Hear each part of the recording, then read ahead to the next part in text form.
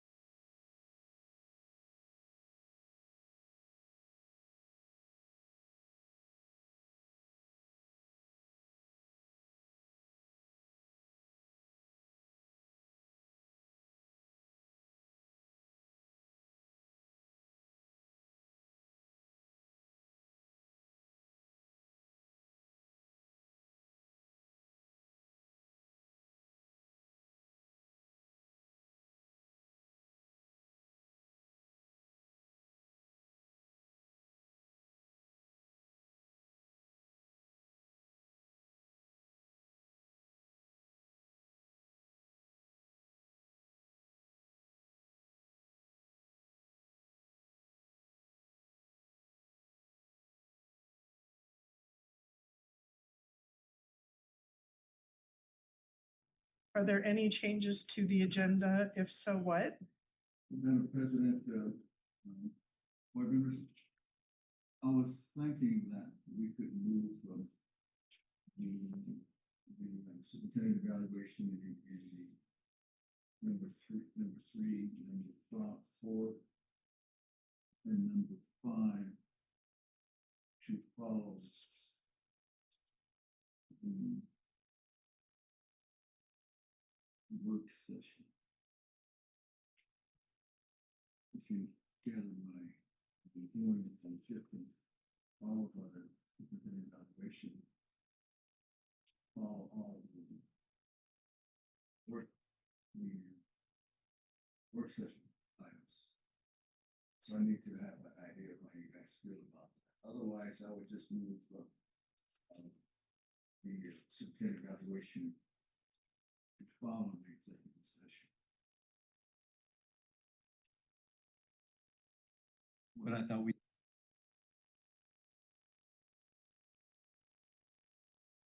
The work session doesn't have,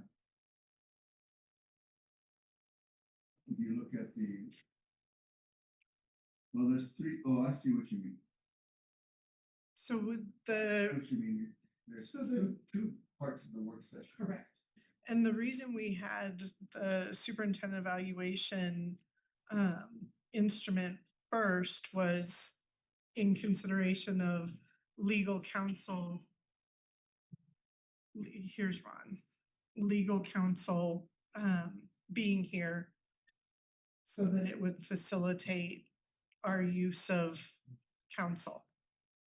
And I understand that. Hello, sir. Mr. Ortiz. Afternoon. I think there's certain aspects of the superintendent evaluation that may be germane to a discussion in the executive session. Agreed. So that I would suggest that we still could move the superintendent evaluation instrument right after the executive session, so that we would then be able to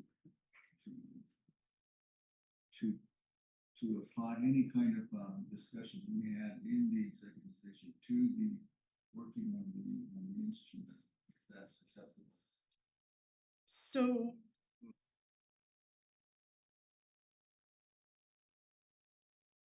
way was board legal counsel was going to go over what we had discussed about the instrument and the changes being made, then allow us to go into executive session to be able to fine tune, et cetera, what the board needed to talk about, but then the action after executive, where it would be the consideration that would entail more conversation about the changes that are finalized in executive. Board counsel, is that roughly correct, ma'am? And for the public's knowledge, we have board legal counsel Roxy De Santiago here from Walsh Gallegos. Madam President, members of the board, the structure is so that the generic evaluation tools be discussed in open. And based on the generic format of the evaluation, then the specific application to your superintendent could then occur in executive session. The generic format is appropriate, but it should only occur in open. Whereas in the specific application, to the process to your superintendent should only occur in executive session. So if you reverse the order of the first work session and the executive session, then the board will not have an opportunity to discuss the impact of the proposed changes to the evaluation on the superintendent. Understand? Excuse me, Sorry. I'm getting all choked up. Oh, I didn't mean to do that to you. What I'm saying is that there had been a little more explanation in the agenda item. I have understood. Oh, So it only says fair. superintendent evaluation instrument, period. Got it. Leave it as it is. Thank you. So board members, are there any other changes requested for the agenda? No. Okay, Superintendent Widener, do you have a recommendation, sir? I recommend that we approve the agenda. Excellent. Board members, is there a motion to approve the agenda as presented? And a second, please. Thank you. It has been moved by Dr. Archambault and seconded by Mr. Jaramillo to approve the agenda as presented. Anything further, board members? All right, hearing none, we shall proceed to a roll call vote. Mrs. Turley, please. Mr. Jaramillo, Yes. Ms. Ortiz, Yes. Mrs. Lee. Aye, the motion carries. All right, Ms. De Santiago, you are first up, ma'am, for Superintendent Evaluation Instrument.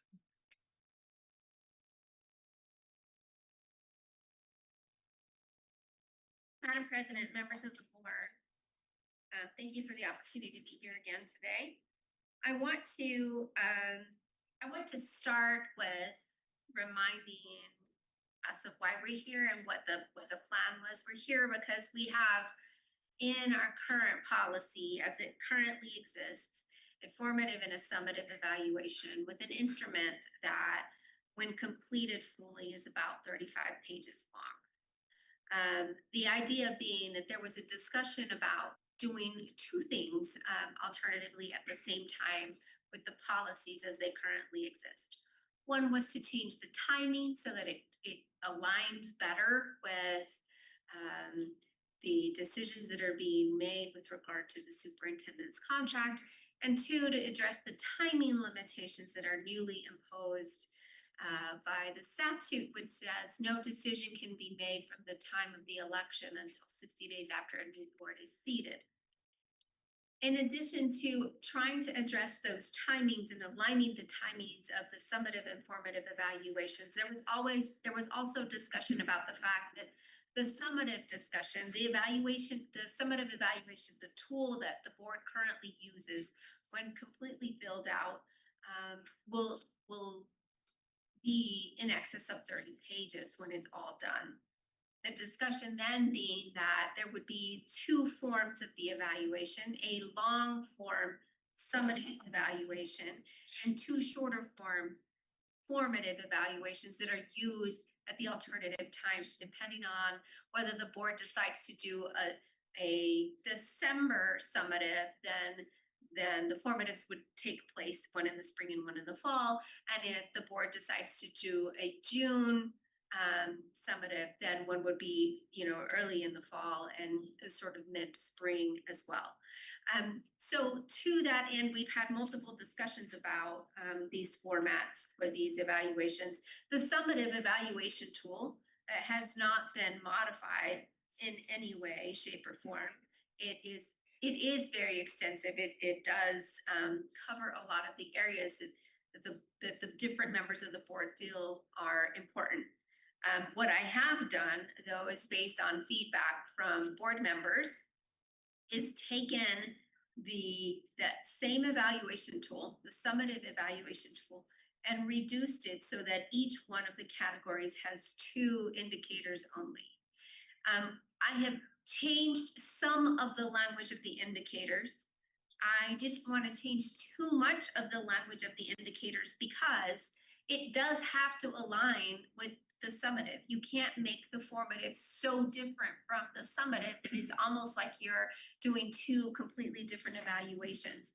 The goal of the formative is to inform the superintendent, are you on the right track? Yes or no, because we're going to look at these things and more when we get to the summative evaluation. So I didn't change the language too much. And I have, what I have for you is, I realize now that I'm not wearing my glasses how small this type is, so my apologies to you. I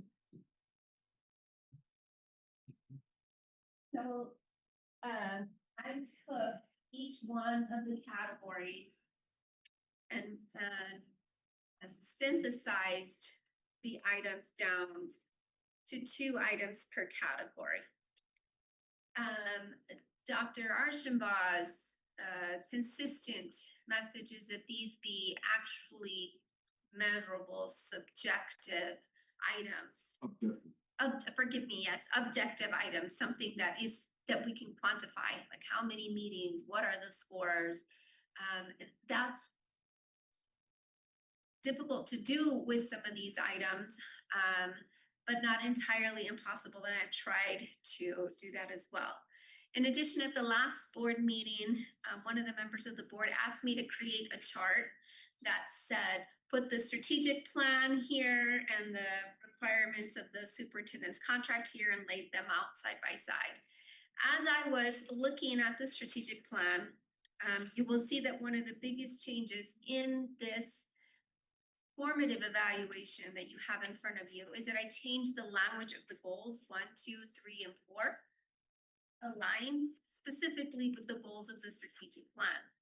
They were very similar in substance, but not identical. And so it seemed to me that as a practical matter, if this is the strategic plan of the district, it should also be the goal of the superintendent to follow the same metrics.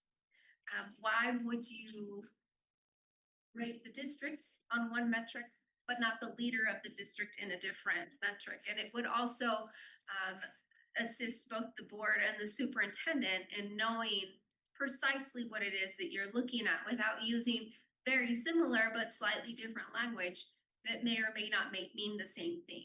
So my recommendation would be that if you think that using the strategic plan goals in the formative evaluation is appropriate, that you would do the same thing for the summative evaluation, so that again they align equally across each of the times that the superintendent is being evaluated.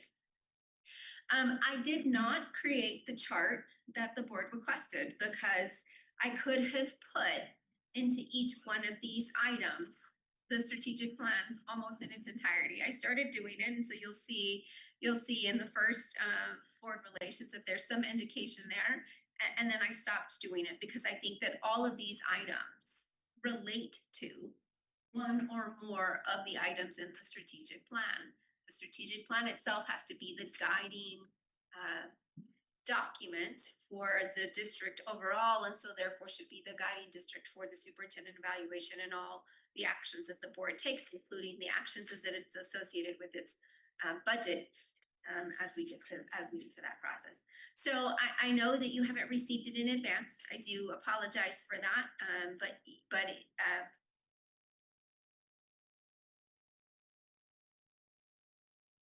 individual items are as small as possible, while at the same time trying to give something that's more objective.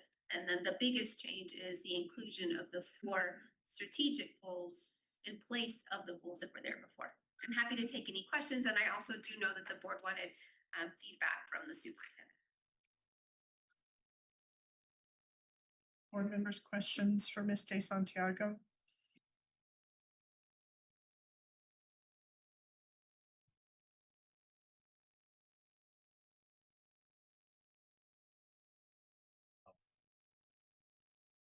Let me, President.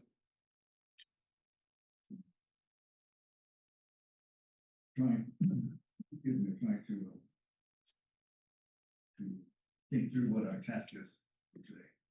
Mentally, just a teacher would, what is it we're gonna do? It's the game plan. And get sense of what we just heard. And it's my understanding that there are 2 formative instruments. Correct. Right, Mr. Wagner? Correct. 2 formative and then a summative.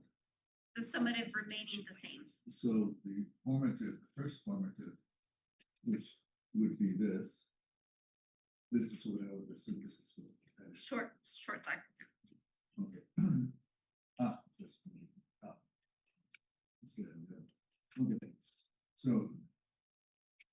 Are the items for the second formative assessment going to be identical or are they going to be different? That is for your discussion. I assume that they, well, I shouldn't assume anything. They could be the same or they could be different.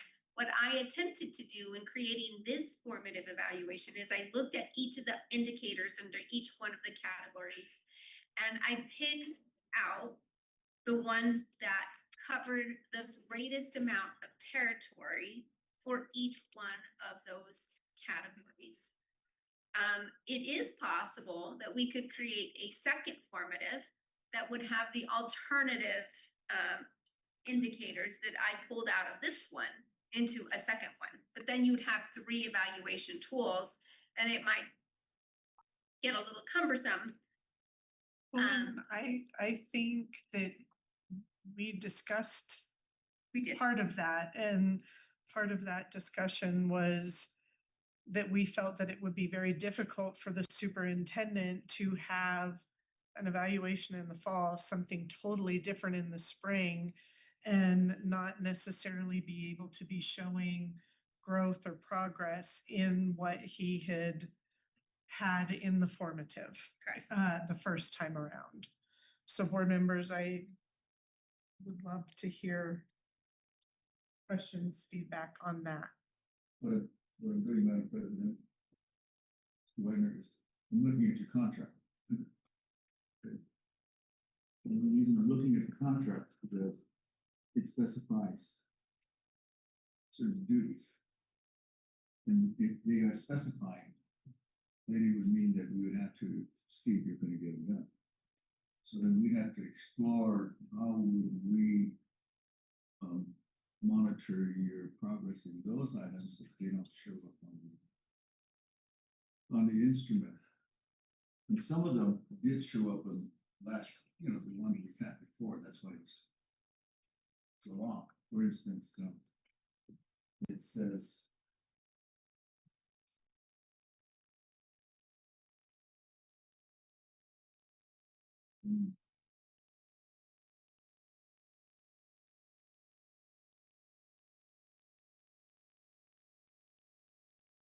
G, assist the Board of Education in developing its legislative advocacy at state and federal levels.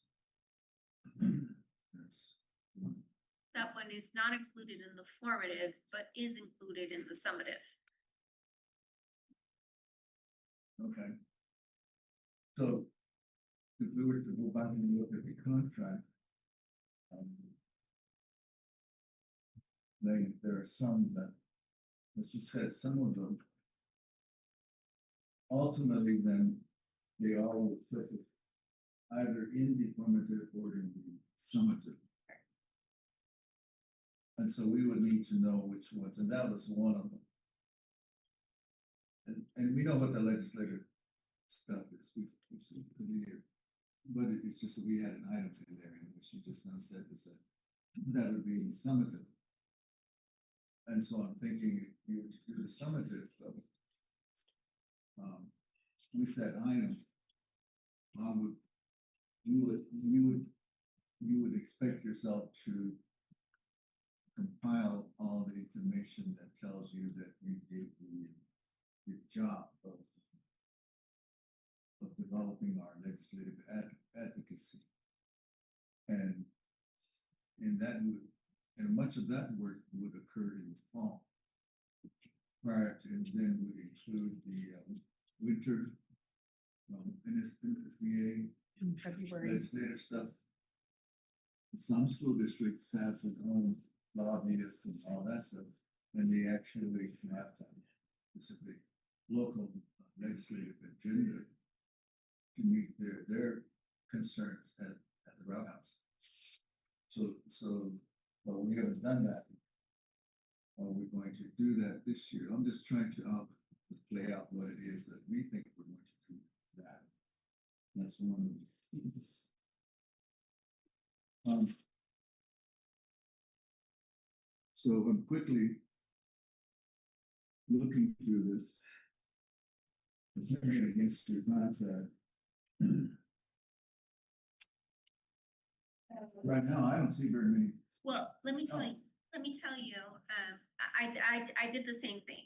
So if you look, I know that you're on page 2 of the contract and you look up at C, it says competently administer the instructional, student services, business affairs, and all other functions of the school district. In reality, the entire evaluation is about everything that's listed there. I could break it out into each one of these sub portions of the evaluation. But what we have in the contract are more generic, general statements, whereas particularly the summative evaluation, I mean, even if we look at paragraph C of the contract, competently administer the instructional, comma, student services, comma, business affairs, and all other functions of the school district. The formative evaluation covers all of those areas because it covers staff relations, it covers communications, it covers instructional leadership, and it has subcategories for each of those. So I did go back and look at the contract and review it both against the formative and the summative. And there is not an item, in my opinion, that is listed in the contract that is not in the summative for sure, and sometimes in both the summative and the formative. So your evaluation covers the contract, and in addition to that, to ensure even more continuity, I changed the goals to be consistent with the strategic plan so that we're all speaking the same language. Thank you for that The clarification. only thing that I did not have is paragraph P, which is other duties as assigned, because that's so generic, you never know, and that's not gonna show up. But it's not gonna show up anywhere and everywhere all at the same time. That makes sense. This being the opportunity for us to take the time. Correct. I want to take the time. Sure. And so I'm looking at F, G, and K. Out of this contract. Yeah. So when I look at the summative for periodically direct the review of policies, I look at the summative evaluation. Now, do we have a copy of the summary? I have a copy of the completed summative evaluation. The one we did last. Yeah, I don't have a copy of a blank summative From the evaluation. past meeting. The That's a. summative That, evaluation, I can't hand that out to you right now. what I'm saying is that is, the one that we printed out. I understand. that. Maybe everybody took them. And so it means it exists. It does. And so what I'm saying is what she's saying is that the summative has those items. Yes, That is my concern, Question, whether or not sure. it's gonna show up. She says it and I do know that it shows up. The ones on board policies, remember that? It was on the first in board relations. And then the legislative ethics also was on board relations. And then the manage a school district property, I'm assuming that's under organizational, something. Organizational management. So So that about controlling property and entering into contracts. So the contract says, paragraph F, periodically direct the review of Board of Education policies. The summative evaluation, paragraph 1.4 says, recommends appropriate policy issues to the board for their consideration, including review of existing policies or departures needed from NMSBA policy services. So it's more language in the summative because it doesn't just say review, it says review and recommend and update and provide information to the board in the evaluation, whereas the contract itself says review. So so it's on 1.4, recommends appropriate policy issues to the board for their consideration, including review of existing policies or departures needed from NSBA policy services. In my opinion, that aligns with paragraph F of the superintendent's contract, which says periodically direct the review of Board of Education policies. And I do think that there, although not using the language, Dr. Guy, I do think that there are corresponding issues from the contract in the summative evaluation. Not all of the issues in the contract are included in the formative, in the short form.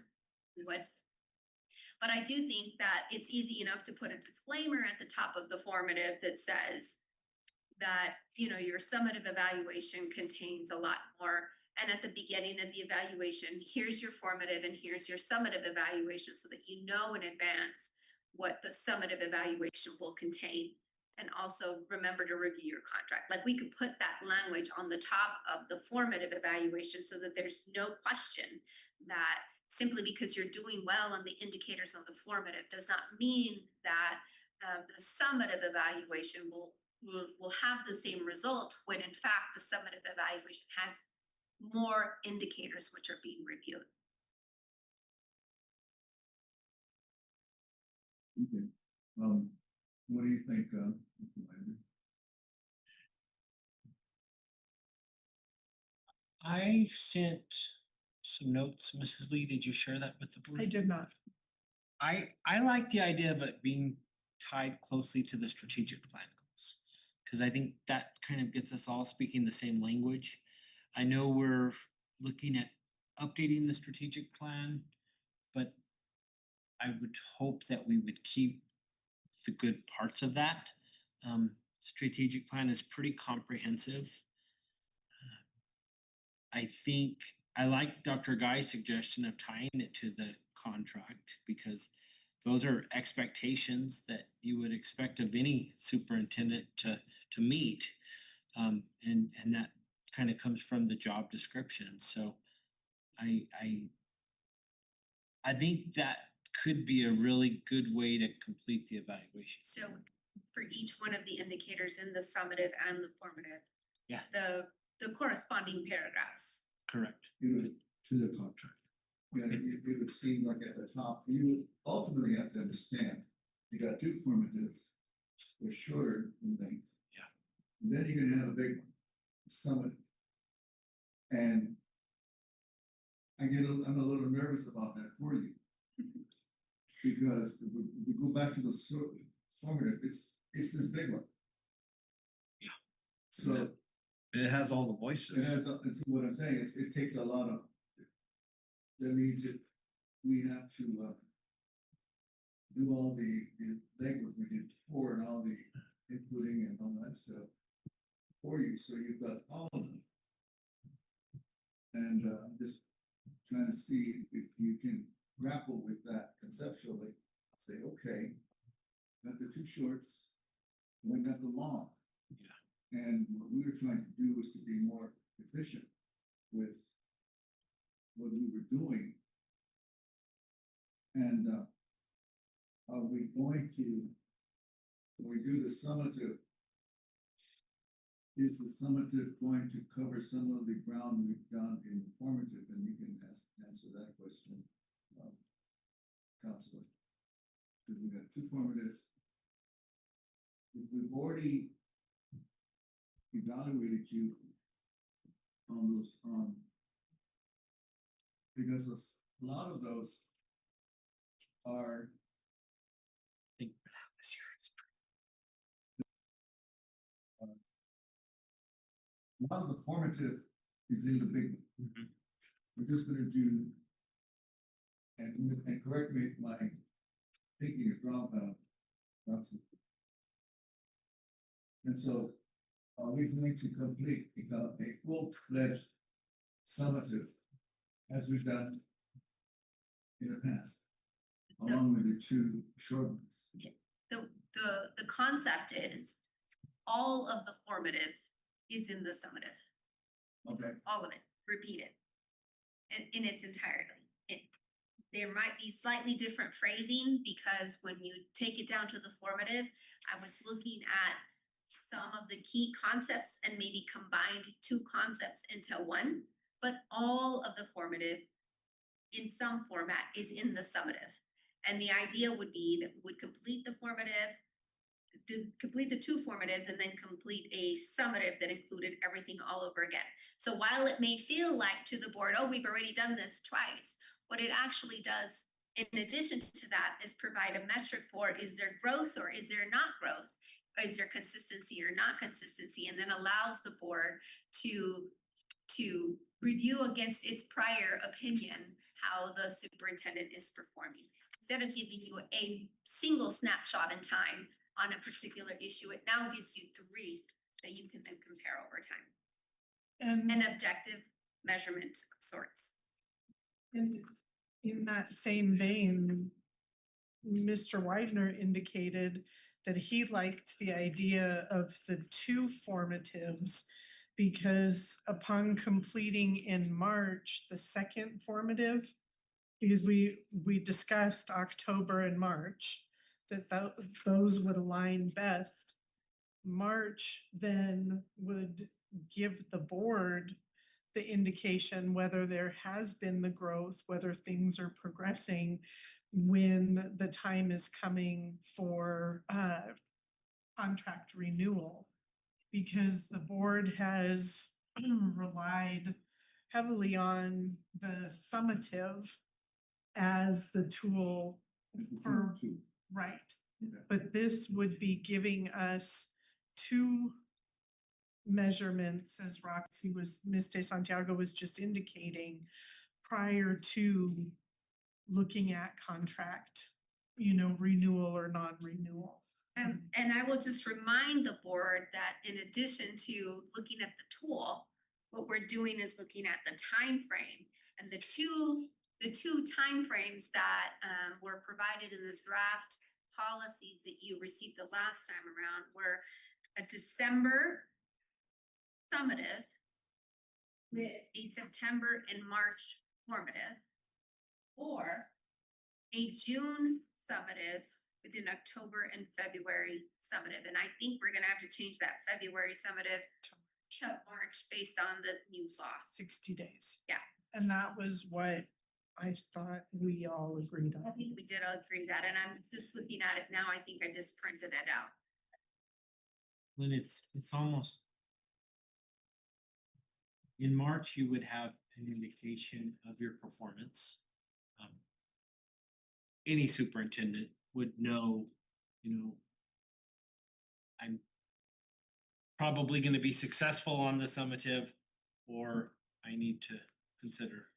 The first formative will give you something, Correct. and so we'd have a conversation and say, okay, this is a game plan for the second. Formative, and you'll say, okay, I got some strengths here, I got some weaknesses here.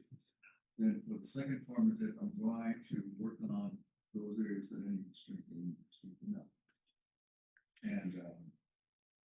And then by that time, so you would have some idea whether or not there's some weakness in certain ones of these items.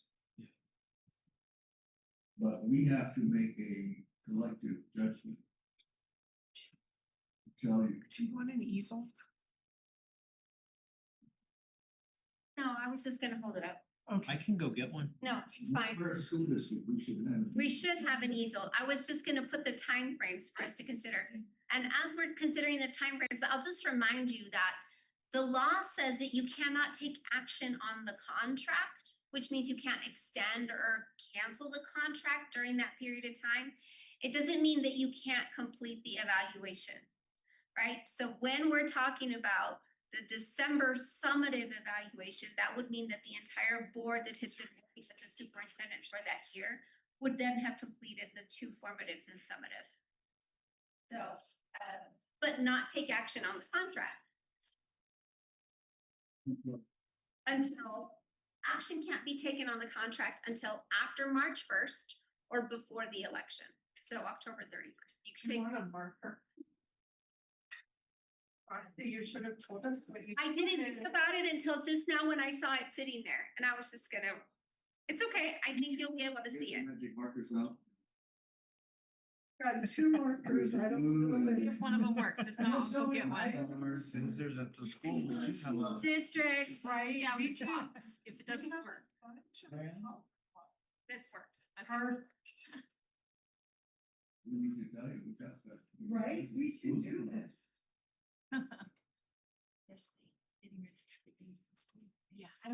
say, I was know gonna we do had this, markers something at the now. summit. You did. And the longest one of all this is the instructional leadership of it.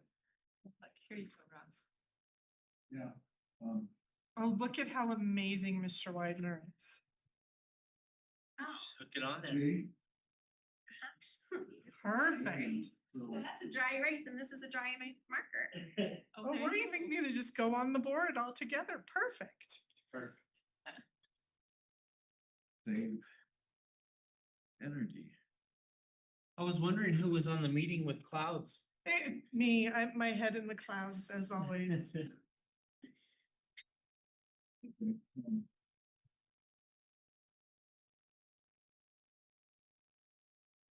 I understand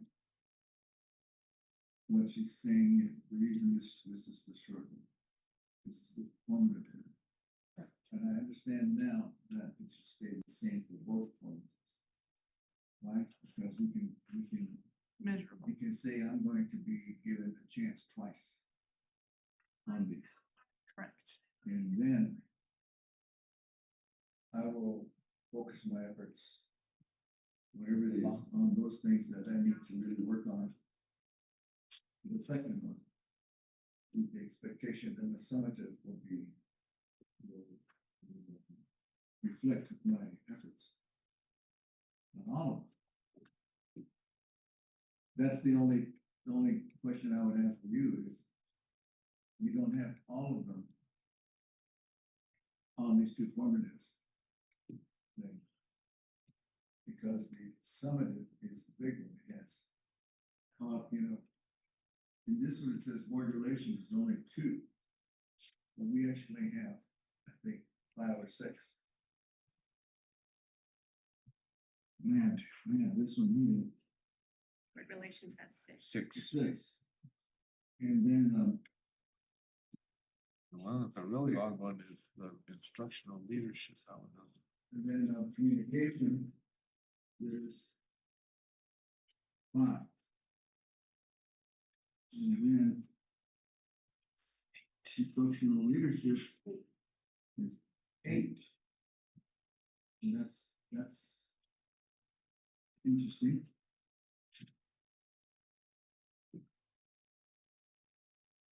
And then the 7 for staff. 7 for community. Relations is what? 7. 11.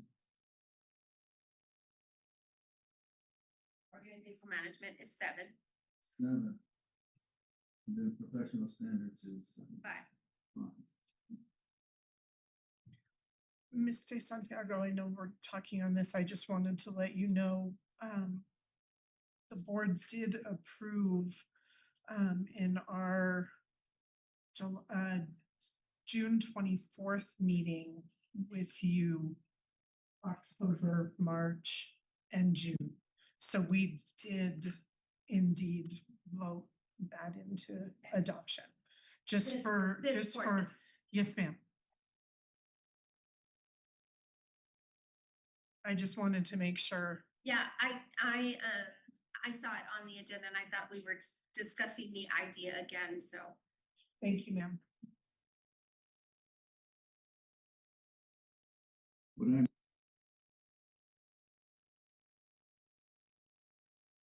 we boiled it down to. And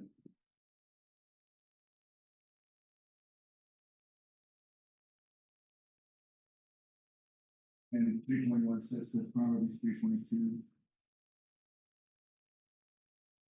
is revised on reformative, says, in the long form, it says articulates and promotes high expectations. What you did was you combined 3.1 and 3.2 together. And then develops, communicates, and implements the collective vision of comprehensive school implementation in the mix of dash plans. That remained the same, I believe. I don't see that in the shorter version. Again, not everything in the summative is in the shorter version and not everything is synthesized into the smaller items. Yeah, I tried to take the items that have broadest application and also considered their measurability and objectivity.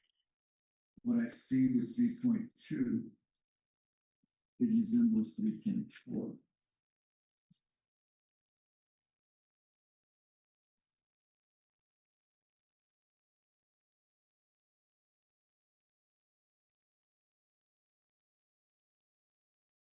I'm just making an observation. I'm not making any judgment.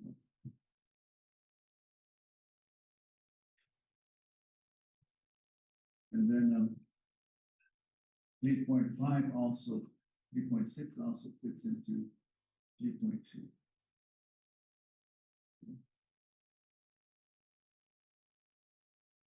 But 3.7 doesn't fit, Mhm. and I think that's important. Well, I did, in the version that I had prepared for our last meeting, I believe I did have 3.7. I left it in because I didn't think it was, that it could be easily covered by any of the other items, but then the board asked me to synthesize it down to 2 items per category.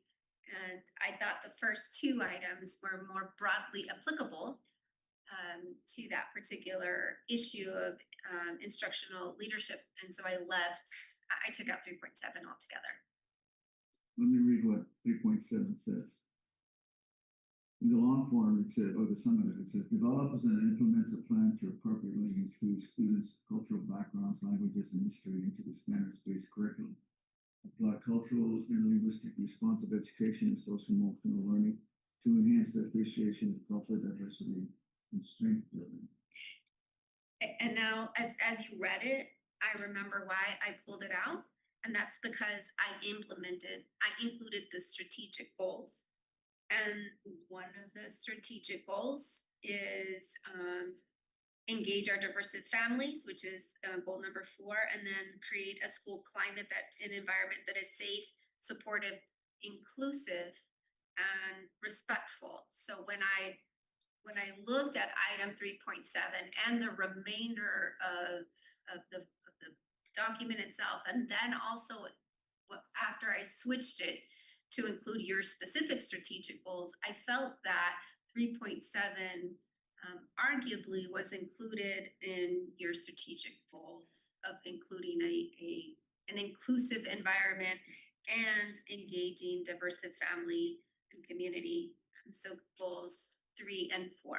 Not a perfect match, admittedly, not a perfect match, but the idea is included there, and also the idea of doing a formative and reviewing the evaluation overall was to reduce repetitiveness as much as possible.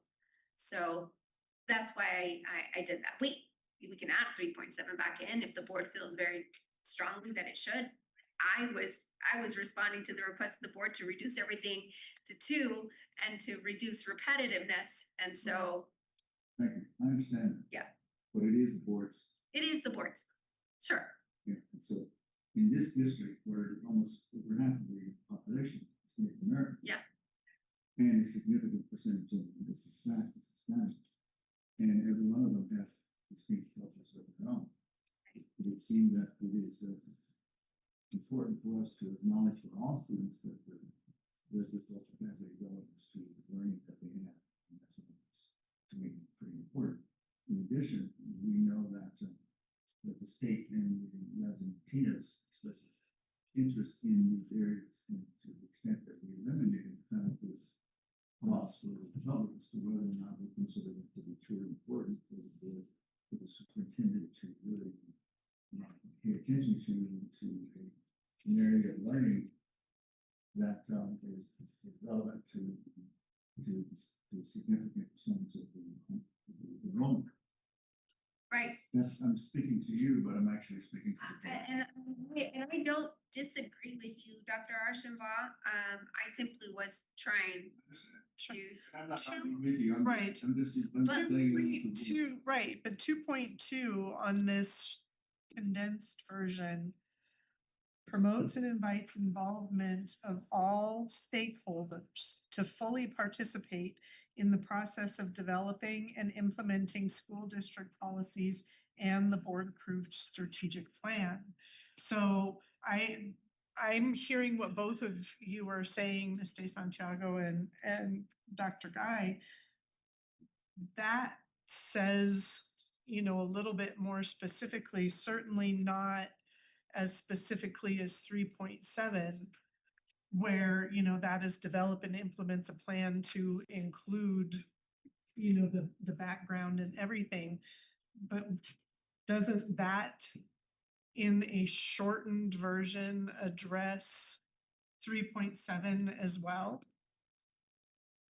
So I think what we're looking at here, us board members, is figuring out, you have stated something right there that's important to you and certainly to the district, right? But I'm asking for your clarification for my benefit.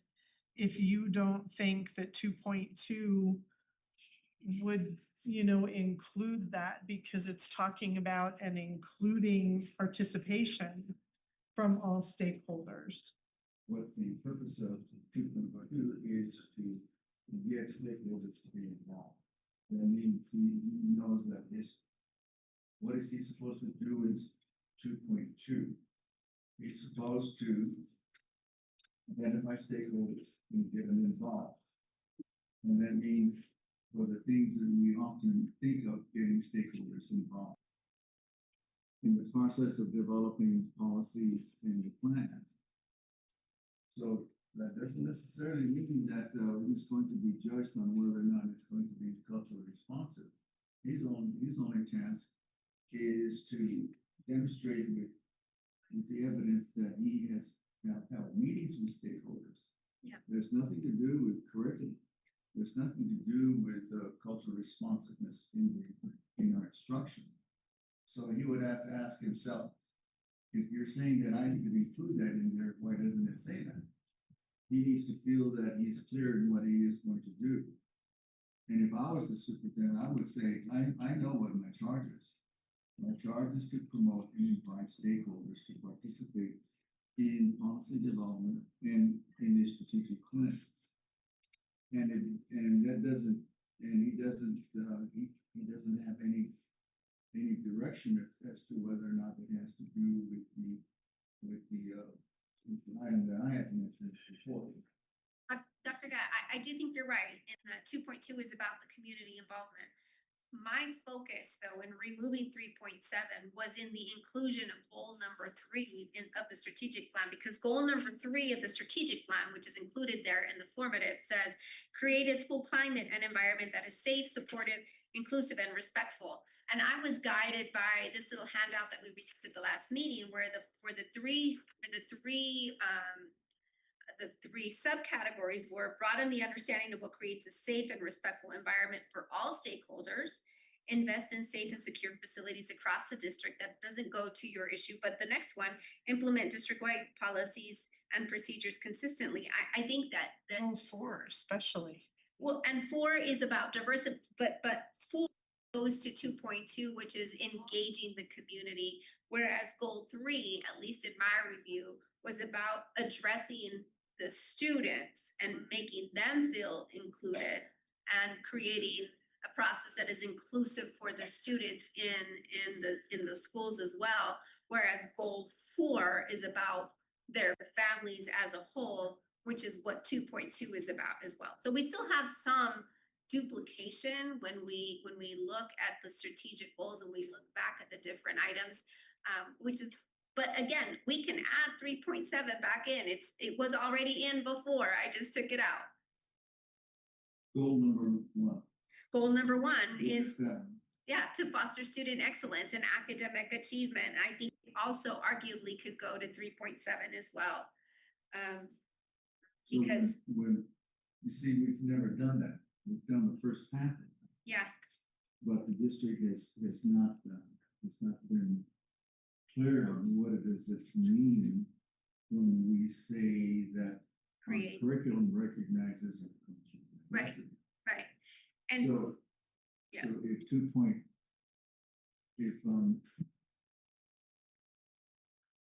I know we're getting into the weeds, but then I think it's particularly important And that's the reason I'm bringing it up.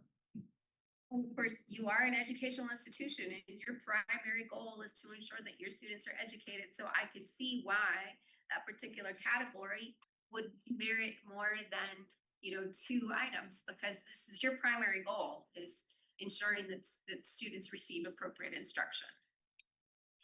Yeah. What is?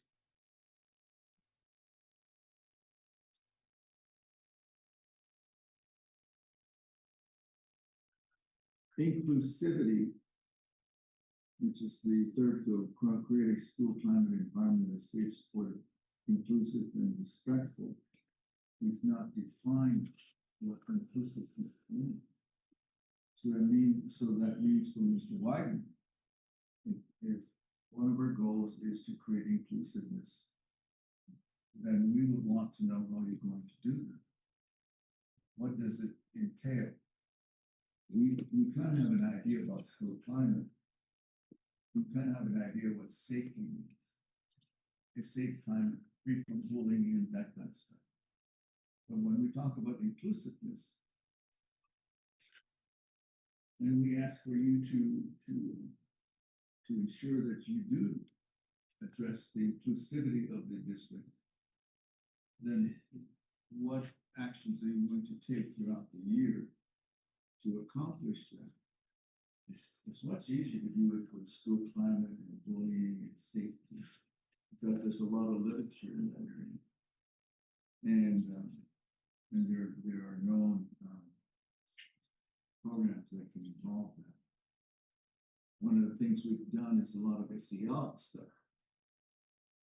So inclusivity, I think it's a stretch to say that it actually is also cultural responsiveness. I think inclusivity means inclusiveness for the individual, whoever needs to feel that their inclusion is vital to their well-being in the classroom. Cultural responsiveness, and that item is different. Number one states that though, on the goals. Yeah, cultural diversity. What I'm saying is that we've not ever really spent time thinking through how the superintendent's going to do that. We spend a lot of time on student excellence and academic achievement and the curriculum, the district learning plan.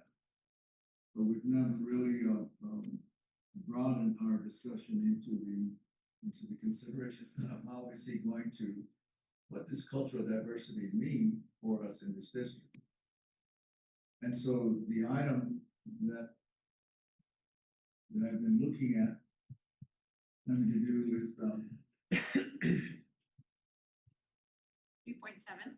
0.7. Well, 3.2, it does say, risk groups such as by ethnicity, which would also include All in. culture and diversity, wouldn't it? If you read it, it says progress made in academic programs at all risk groups such as by ethnicity, English learners, students with disabilities, and then economically disadvantaged students. That's a possibility. We could add But 3.2, a line that says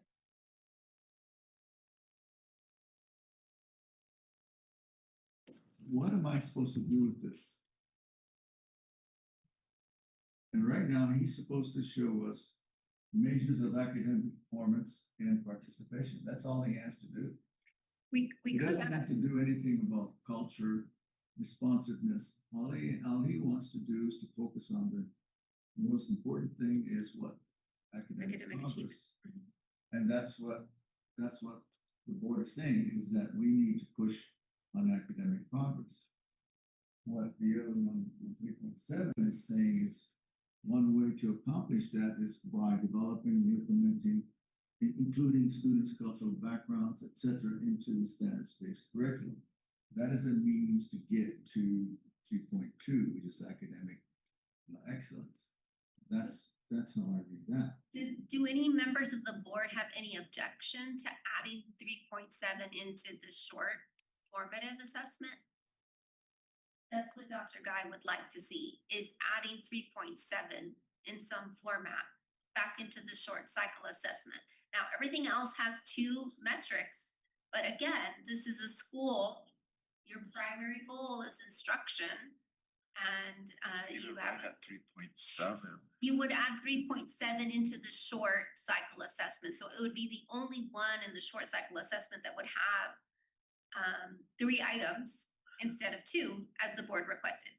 And I will tell the board that this item 3.7 was one that I had originally left in on the version that we looked at the last time we met, but took out this time around because the strategic plan talked about cultural diversity, and some of the other language in 3.1 and 3.2 sort of addressed it, not as specifically as Dr. Guy. So I guess the question is, would you want me to put it back in? Is there an objection to putting it back in? And what I see as guide is getting as you want to develop and implement. And we're talking only about, at this point, we're only talking about the assessment itself. If we're gonna talk about directives, that's a different conversation for a different place and time. Which Yeah, is but- why we left the agenda in the same order that it's in now, Right. right? The 3.7 does say develop and implements a plan to. That's correct. appropriately That's include- It would remain, by the way, it remains in the summative evaluation. But the issue is this important enough to be assessed in the short cycle assessment in the 2 of the formatives going on, so that the superintendent knows that this is a critical issue to the board, a critical issue to the district and the school, and is necessary for the overall success of the district. It's not gonna make it substantively longer. It's the one issue that would be, so far, right, we're only at 3, we have 4 more to go. But it wouldn't make it significantly longer by adding 3.7 back into the formative. I guess we should ask the superintendent what he thinks about that. And I'm good with it, cause like he said, we're over 40% more of them are diverse culture. So let me just throw in, it's not a hard throw, a fast throw, or a long throw. It's a really short one. Thank you, sir. What about taking some of what is in 3.1 into 3.2? Because to me, as I'm reading those, I think those could easily be combined as one And then adding and then 3.7. add 3.7. Board members, what do you think about that? Because if we look at 3.1, sets priorities in the context of improving student achievement and promotes high expectations for teaching and student learning. And then the second one is reporting to the board the measurable and substantial progress made. So wouldn't we be able to combine those as setting and reporting as one, and then add in 3.7 in its entirety? Because I wholeheartedly agree that when you look at what the diversity of our district is and what our student population is, 3.7 is hugely important and impactful. I agree. So, board, what do you think about condensing, consolidating, combining all of those C words? 3.1 and 3.2, and then adding 3.7 is 3.2? Agree with that. When I was, the language of 3.1, the action that you take differs from the action you take in 3.2. The action that you take in 3.1 is you set priorities. So you'd have to say, okay, I'm gonna set priorities. Goals. And what is it how am I going to do that? Whereas 3.2 says, I'm going to make a report. So one's So it- one's an objective and one's an objective. Once, yeah, and so it's a little different. But in the end, you're still gonna have to report on 3.1 anyway. You're gonna have to You're gonna include have three point one tell in us your how did you report at get 3.2. that done. Maybe we can have three. So then, So you Let's can just have do what three you're on that one. saying by saying 3.1 can be, we can wordsmith that to. Because 3.2 is actually helping you address Yazzie Martinez issues. You see that? The risk stuff. And setting priorities is also, you've gotta set the priorities for the kids who have greater needs, and those are the at-risk populations. So you're gonna set priorities and on improving academic achievement. You're gonna set priorities and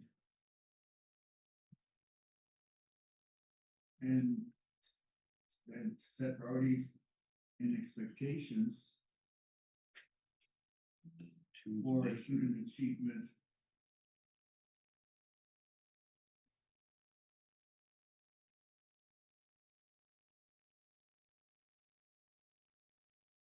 And I'm thinking of the merger of the two at-risk groups such as ethnicity, language learners, et cetera, et cetera. Those are the standard Yazzie Martinez at-risk groups.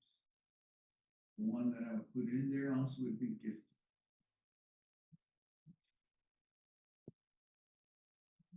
I thought special needs was in there, or weren't they? Wouldn't that be, gifted, Gifted. right. gifted falls under We special should ed. probably take out students with disabilities and just put a more generic phrase that would include both disabilities and gifted. They technically fall under the same category. Gifted. Special, Emphasizing special education groups. sets priorities and expectations for improving student achievement.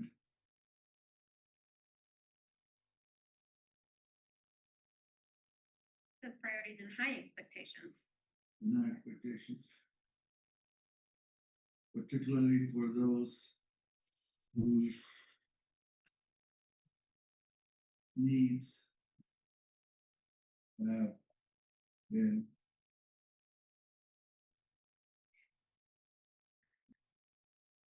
to the needs of at-risk students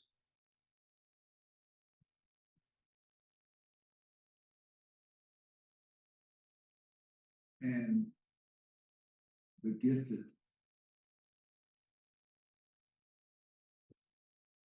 Something like that. Yeah.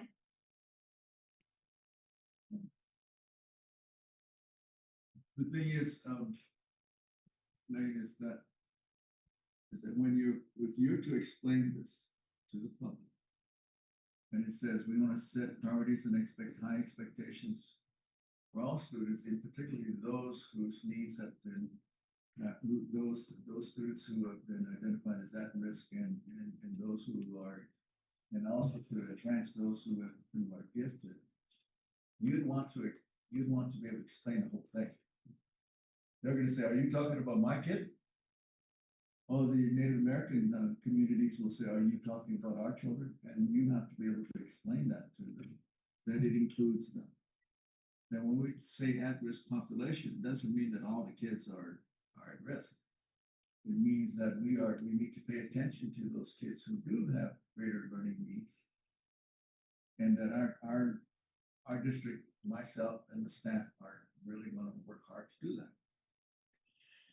Okay, And so we're setting priorities and expectations, with special emphasis on those students who have been at risk, and also to enrich those students who have shown evidence of giftedness. Right. What were you gonna add, Roxy? I was gonna, I've been working on combining the language of one and two so that we can add 3 back in. And this is what I have. And then tell me if we wanna change it in any kind of different way. Sets priorities and high expectations for improving student achievement and for teaching and student learning, including students in risk groups such as by ethnicity, English language learners, students with disabilities, gifted students, and economically disadvantaged students, and reporting to the board the measurable and substantial progress made in each group. I think she did good What with do you, that. what do you think? I think that sounds very Think good, you'd be able to explain that to the community, the public, or at least? pretty clear. And then we would add in 3.7. Right, Okay, I like that. Um,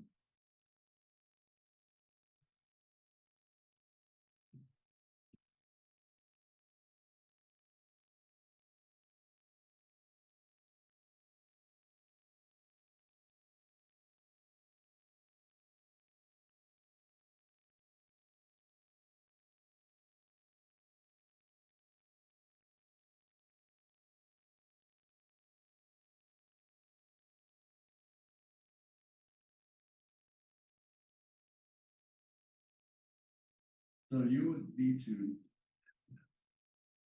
you'd have to say to yourself, when am I going to report to the board on priorities? Or when am I going to, when are we gonna talk as principals and as teachers about the priorities? Now, you already know that they have to do that. So you'd be in line with that kind of conversation early on this school year. So they would know that our district has its priorities, and then when you talk to the communities, then they know that we are setting priorities and applications for programs, including those who've shown unique skills and abilities that we're not looking up to. Because they're a community, and these kids are advanced. When it comes to 3.7,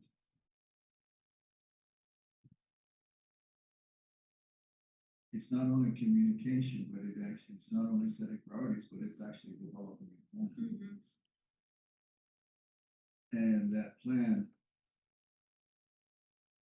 is an instructional plan. It means all schools will need to, and it fits in with humanized education.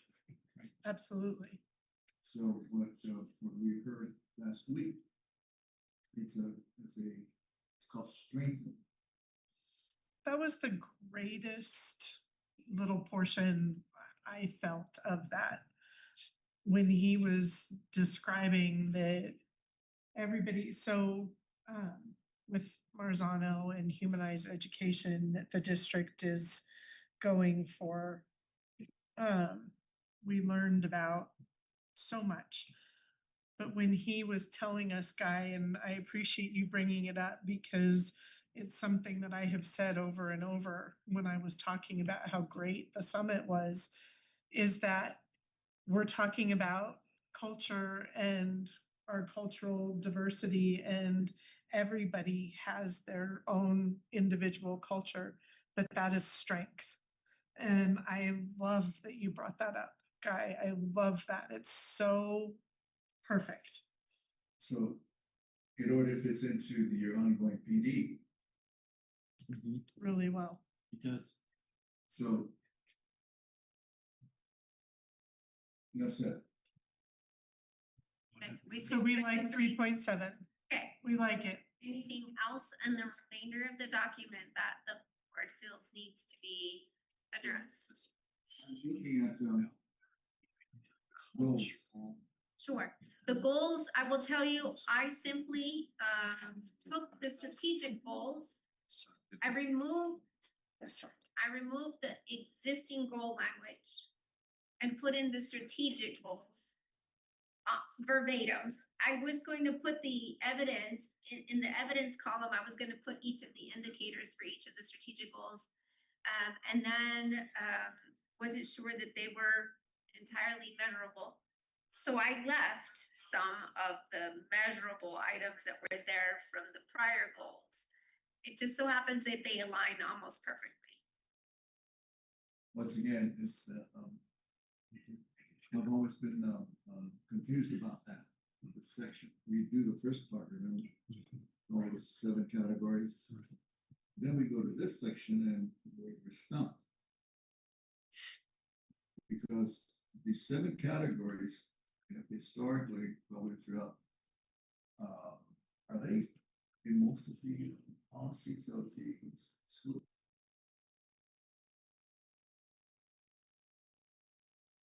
Like going through the different districts, they seem to have included a template similar to that. So NMSBA has its own template for an evaluation. And I don't know if I have that template in my notebook. Well, all I'm saying, in the policies of different school districts. But different school districts have all kinds of different metrics. I was just working with another district and they had a completely different format.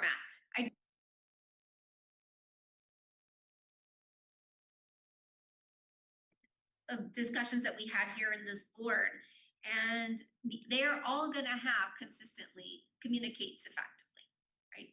But they have it in different formats. They're all gonna have community relations, but they have it in different formats. For example, Goals. they They have section part 2, which is goals. I- That's been my puzzle. yeah, they don't. Well, actually, this one that I'm looking at from Cimarron does have goals at the back. And this next one. This next one does not. I put the goals in here because they had always been in here, but then I did again, just try to align them to your strategic plan. They don't have to be in there. When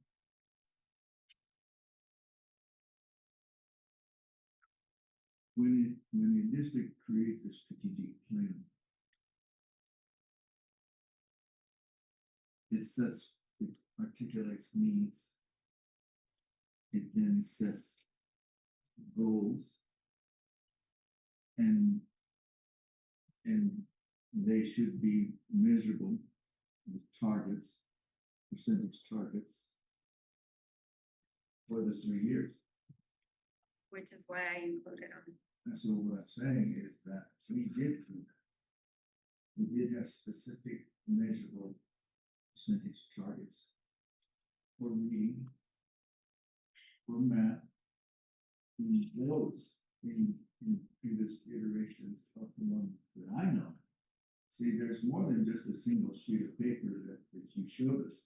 There actually has been percentage goals for targets. Yeah.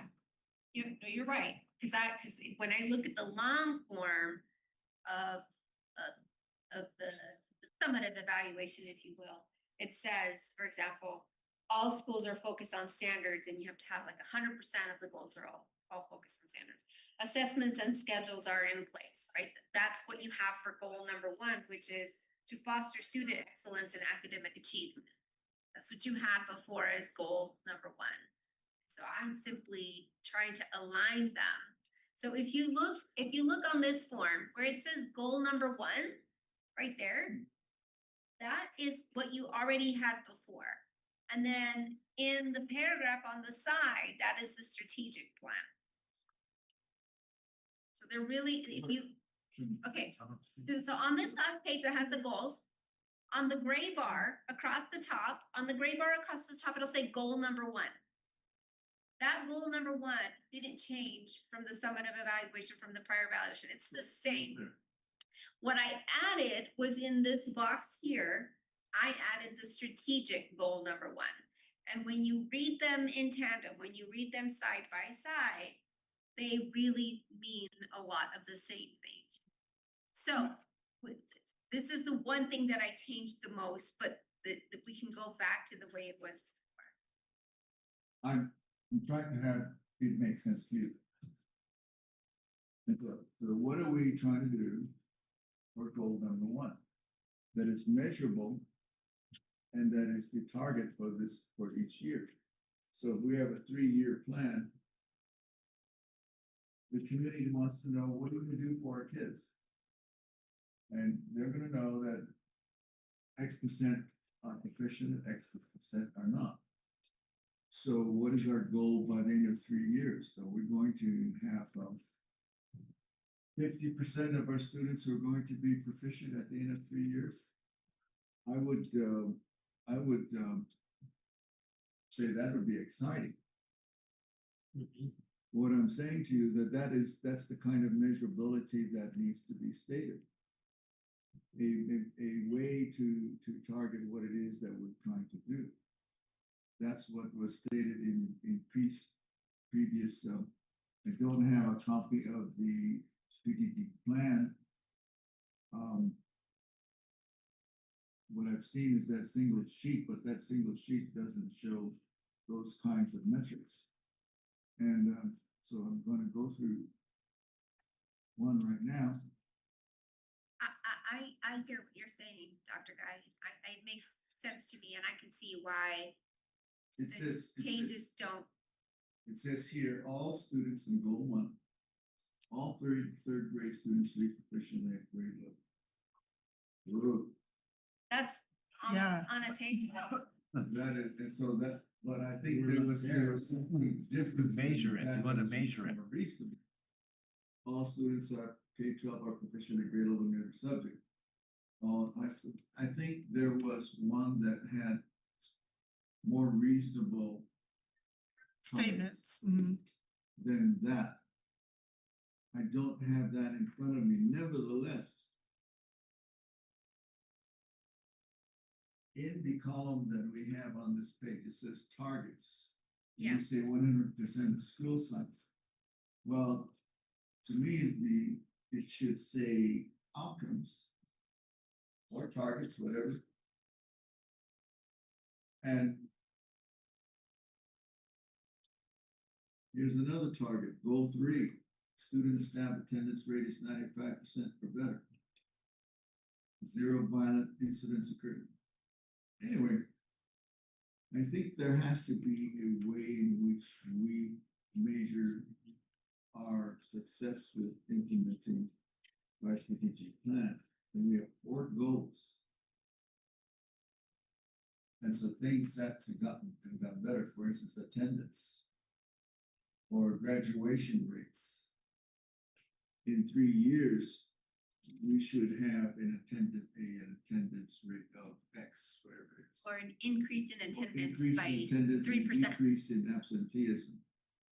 Particularly disaggregated, you would do it by subgroups. Those students, you take those students whose attendance has been low, we decrease that. I'm just saying that's what I always thought the strategic plan was meant to do, was to target on certain milestones that we're going to try to achieve. And we're going to do things that are going to get us there. And that would be improving the curriculum, improving instruction, improving attendance, discipline. Those are the things we do in order to achieve outstanding performances. We have schools that are designated spotlight in the state, schools that are traditional. I think a lot of schools want to become spotlight because it means that they have achieved the metrics that the state has set for schools. And there aren't that many who are spotlight schools. Right. And so what I'm saying is, we say one of our goals would be that half of our schools become spotlight. That's really Pushing it a that's little. really not the way one would do that.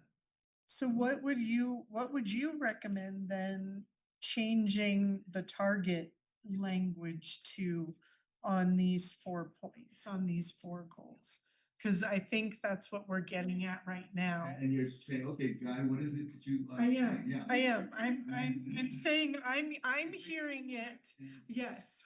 I'm hearing what you're throwing down, That's sir. great, and I agree with him, and I do think like the item number 1 could be something as simple as increase overall student achievement by 3% on some score or 2%, or make sure it doesn't go backwards over the course of the year.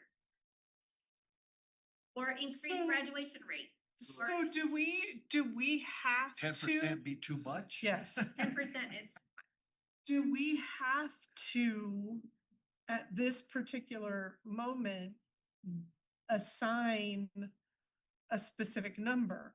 Or can we, for the evaluation, the formative, say, increase overall student achievement? we're talking about the formative. So I have actually here increased overall student achievement by 2% over the course of a year.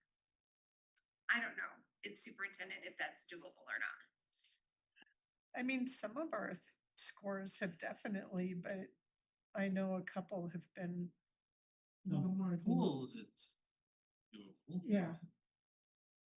What do you think? See, that's why I'm asking, do we need to assign a numerical percentage, or can we state, just a blanket statement, increase overall student achievement You could, across the district? Why not state, once we get the master data in, and then say, we'll then consider. So I think we need to kind of lock up how we're gonna say it now.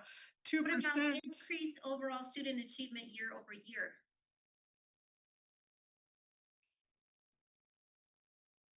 I mean, that's That basically says do better this year than you did last year, agreed. And they do better next year. and do better next year. So By increase, the third year. I think that that's too Too generous.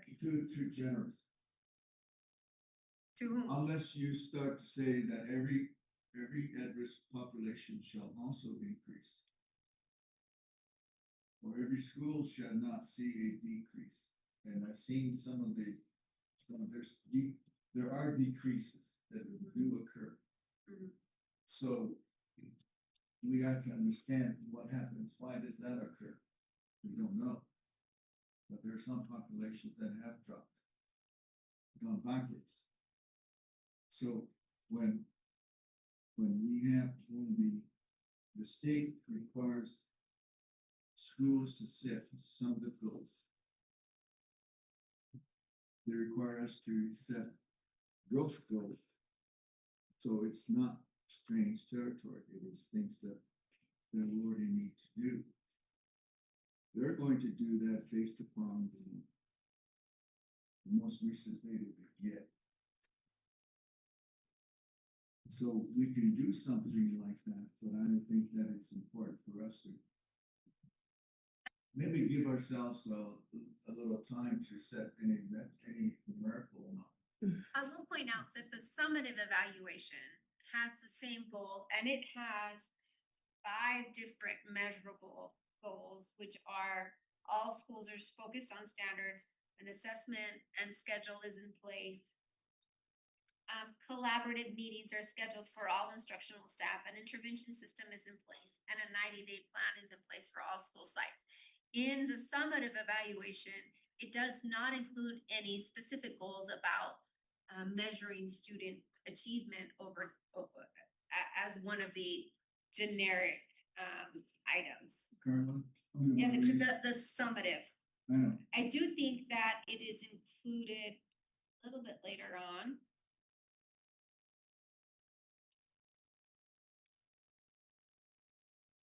No, it's not. So I don't think that, I guess what I'm trying to say is this, is a formative evaluation should not be so significantly different from the summative evaluation. So I'm going to tell you that I think that what I did for purposes of the goals was not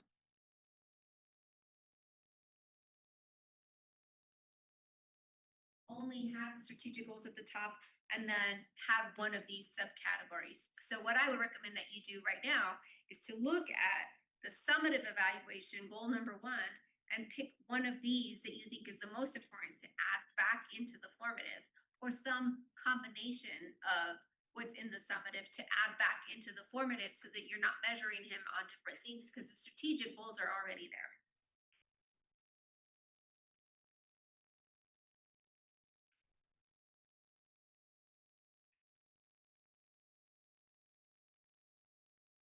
Let's see.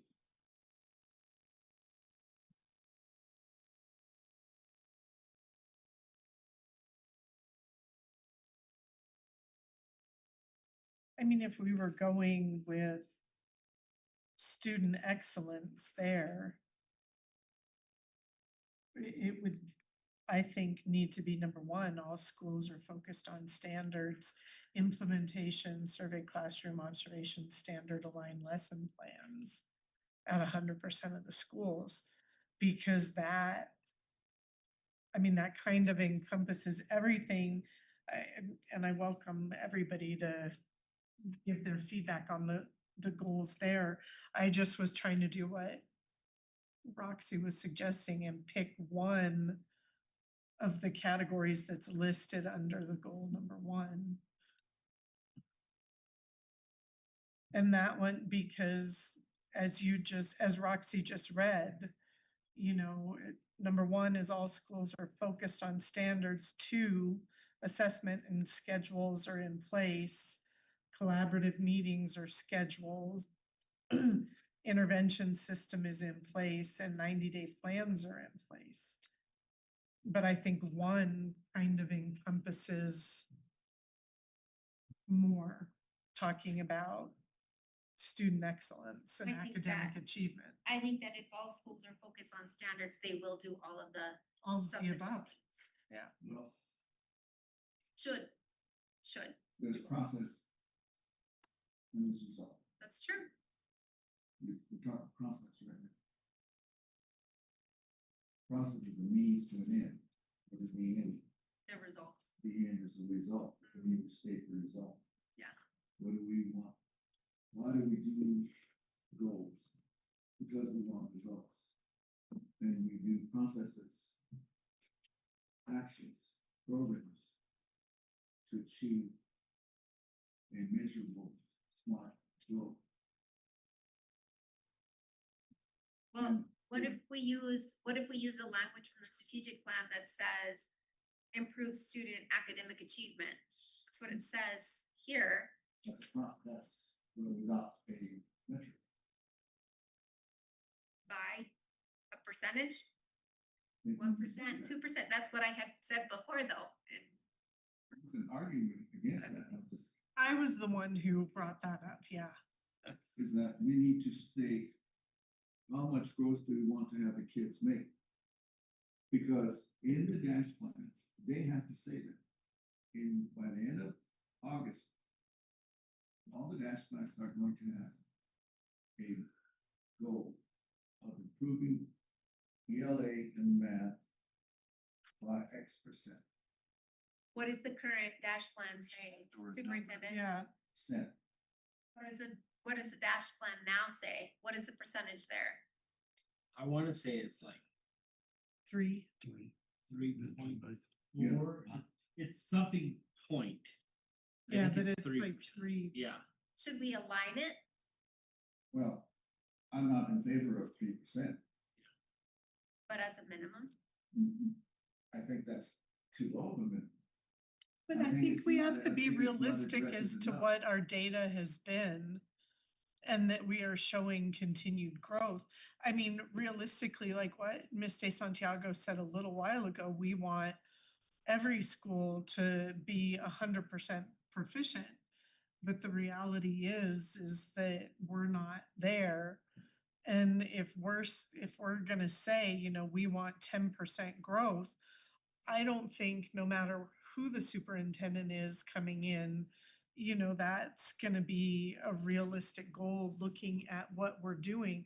Some, as Mr. Widener was saying a minute ago, some of the school sites, that's certainly Some will make doable. big. You know, leaps. some of them made 19% growth, but others, you know, we saw a couple of grades where there was a decline. And so I think what, you know, you were saying a minute ago, you know, 2%, 3%. Must be that we must be aggressive in what it is that we expect our schools to do. And so we have different populations. Cabarrus is the one that had the greatest in growth, and that's why the spotlight's good. Blue Water had tremendous production.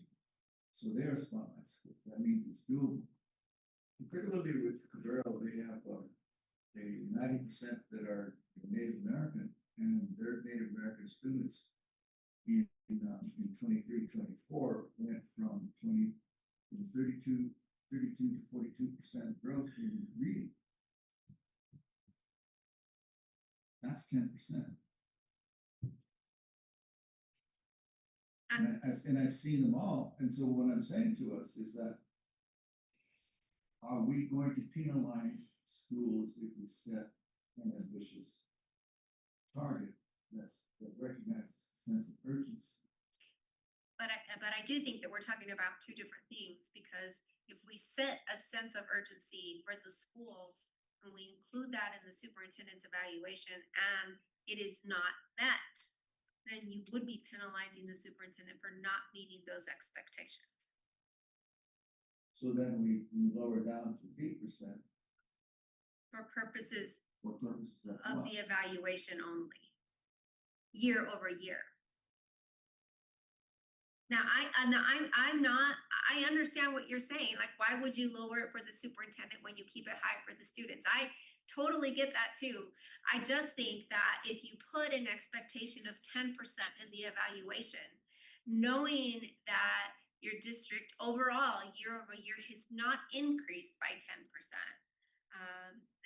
then it's an automatic negative for the superintendent, and he knows that going in. Or the next one. Or the next one, or whoever's sitting in that chair.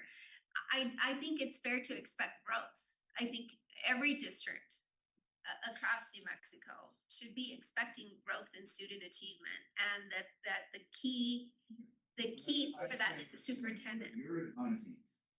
The board has to decide what is considered The to board be decides. the growth that we need in this. That's right. That's the end of the year. And so, what got us into this is that just basically is that in the section of the evaluation, we have the goals of the district, which has been typically, which we have known to be a part of the strategic plan. So there are 4 goals. And so we're trying to come up with goals for you to make. So I'm trying to figure out how best to do that. And knowing that we have an opportunity to really think through exactly what would be something ambitious, but also achievable. And I'm not in a position of saying if we say we did 20%, you're not going to get 20%. Are we going for it? You would explain to us there are circumstances that I did not have control over, or there are certain schools that had a longer way to go.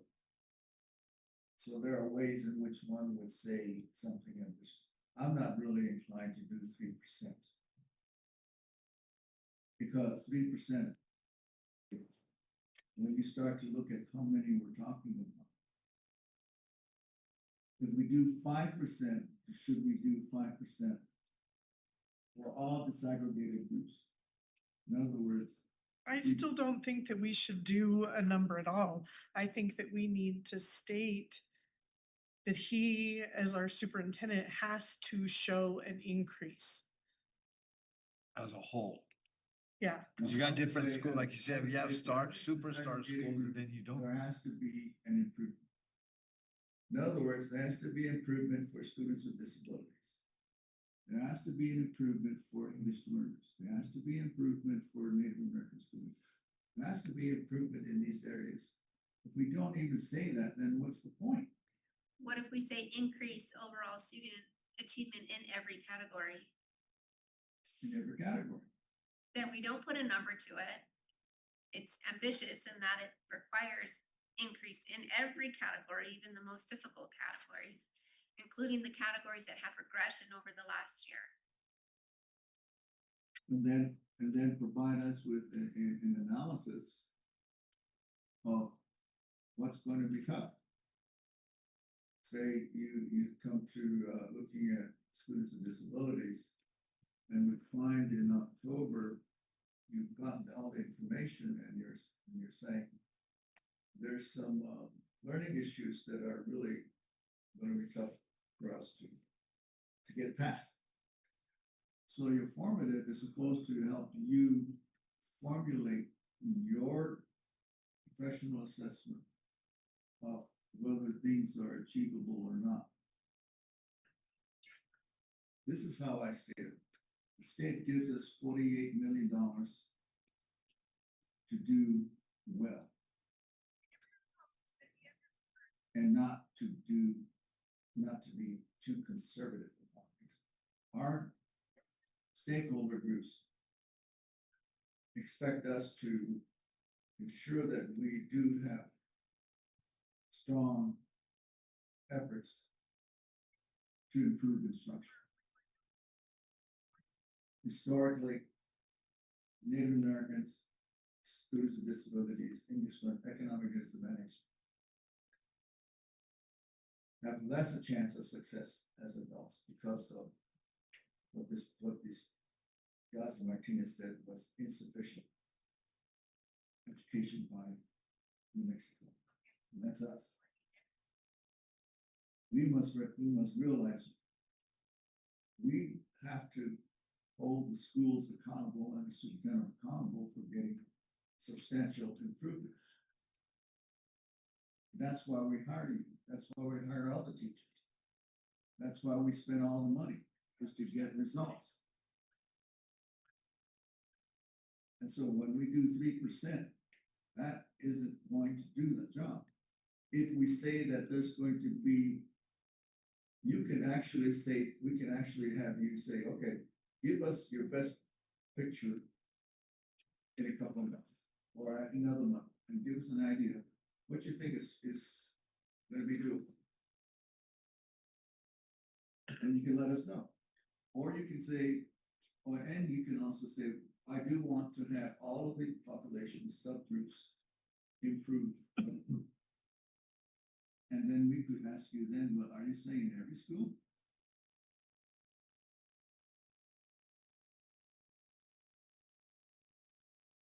I think we're stuck with- Are the ones in Blue Water Village Native American too? Do they come from, the Blue Water. do they come from the Rue and all that area too? Cause I went there and I noticed that there's a lot of, it's Yeah. diverse, it's like a diverse school. It's got a small Native American enrollment, so small that the data does not identify their percent. And What- so if they go below 10%, 10 or was it 10? They cannot reveal that because we can figure out who they are. Well, that's what I'm saying. How did they measure Blue Water? Or, I mean, you and Ron were here. How did you guys get Blue Water to where it was, and how did Cubero get where it was? Lane wasn't here and we weren't here, but you guys were here Right. through that. How were you guys measuring that? The Was it, the was Blue it more Water than School- 3?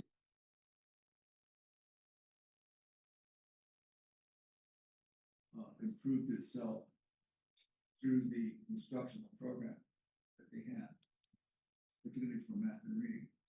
In Cubero, the same thing. But what percent was it? Was it 3? Was it 10? You know, With, because I went to a conference and these guys were talking that some of these schools went it increased by 10%. They weren't looking for 10%. They're looking at 3, but all of a sudden they came out 10%. What was Cubero and what was Blue Water increased during your time? They increased substantially. Blue Water has been a blue ribbon school for Long time. a long time by the federal government. Cubero has not been. It had been one of the traditional schools, the designated traditional schools. There's need support, there's traditional, and there's the little group of spotlight schools. And through this stable, strong instructional program of Blue Water, they were able to sustain their efforts. When I say stable, that means that these faculty, we can just about identify who the staff were. They were able to keep the growth going for each one. And so when the state looked at the Blue Water, they could see that they were doing quite well with almost all the groups. The only issue with the Blue Water is that the native enrollment is pretty low.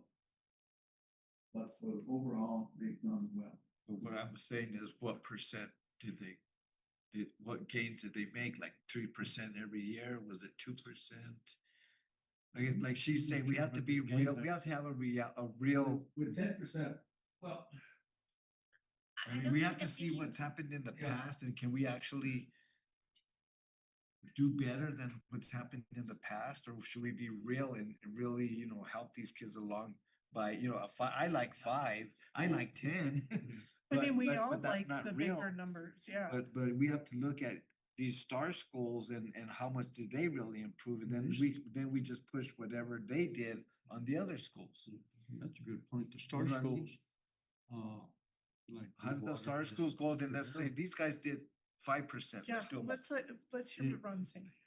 But Blue Water and Camaro they had excellent teachers there too that stayed on top of those students from here, this grade, Kindergarten to next third. grade, and they had the same teacher, so they kept going and they kept going, So and the I don't teacher think followed there's. the kids. Exactly. So she started with them from first and she taught them first, second, and third.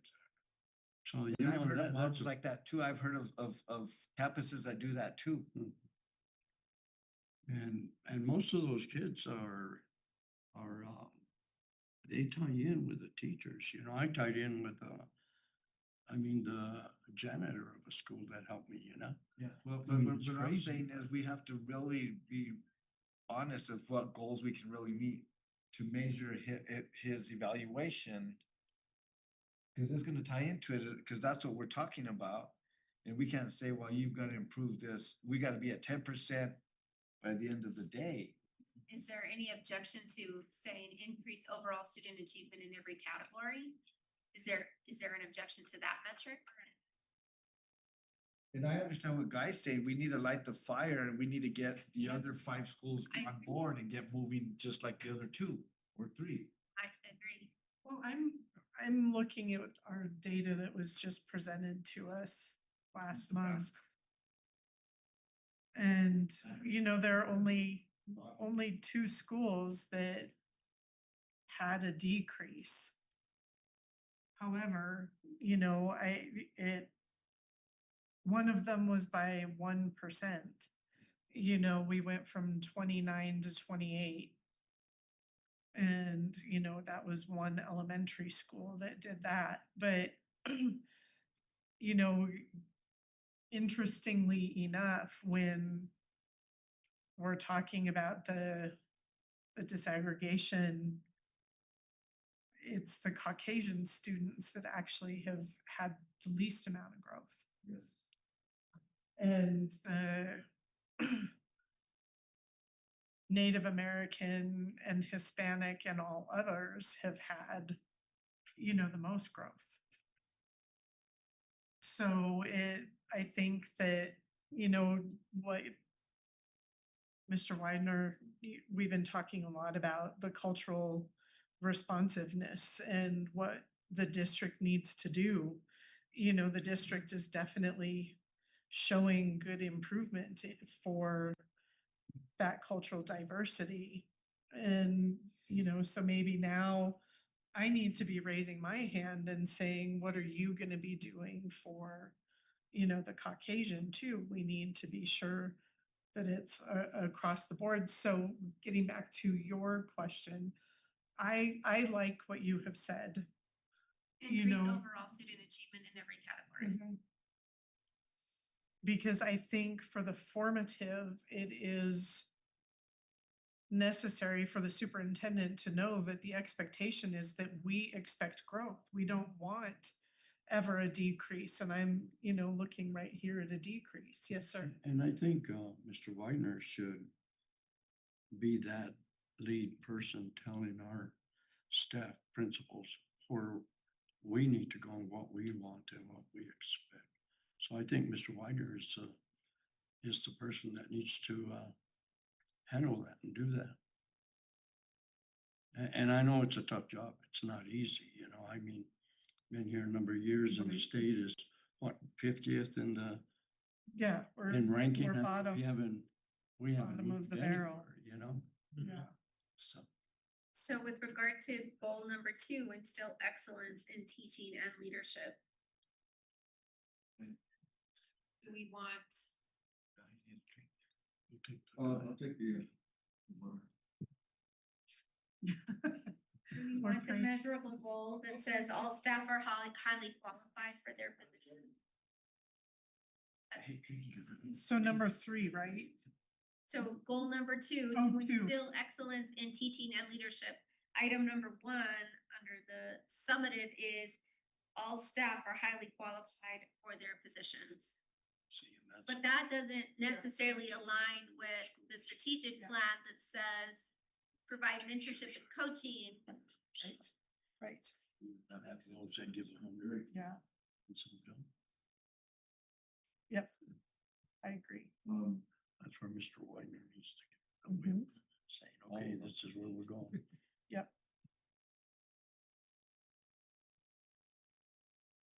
I like instill excellence in teaching and leadership. I was looking at what all of the instill excellence, all of it, all staff are qualified, the PDP and, supported by instructional leadership.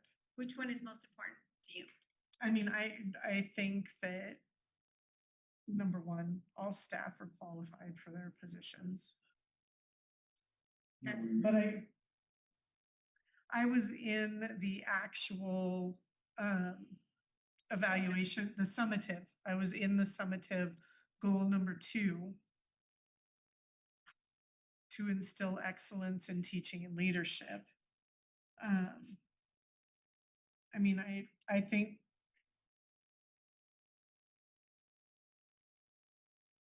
think that we know that a professional development plan is in place because we, Required to do it. yeah. And teachers and principals are supported. I think that that's his job, but I think that making sure for instilling excellence that everybody is qualified. Which is harder and harder to do. 100%. There's a shortage of teachers in the United States, Absolutely. Absolutely. which is a goal, right? Yeah. Having, He's saying it's just instilling what we do have, we just gotta get on them and move in the right direction. What do you think, Mr. Weidner, for number 2? When you're looking at the summative, I mean, we value your feedback, but when you're not, but there's no but there. We value your feedback. And what do you think is the best 1, 2, or 3 as far as goal number 2 goes in the summative? Because it's all staff are highly qualified, professional development, teachers and principals are supported.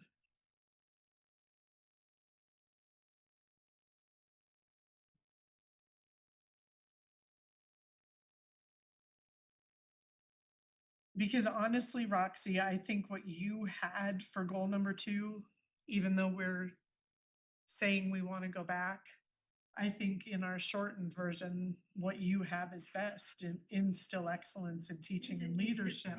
it's I just mean, the goal it's itself. right, because that it genuinely encompasses That gets the everything, but teachers if and the we're, It's true, but the problem with it is that it's not. it's not Measurable. measurable. Yeah. Agreed. It just is a statement of performance. Correct. I'm agreeing with you. Yeah. So staff, would that I be? changed my mind. You've changed I my would mind say entirely, which is why I'm like, Probably okay, 1. can we because it's about show that perception. all teachers are Yeah. highly qualified? That's very Well, objective. but it's measurable. Staff morale is high.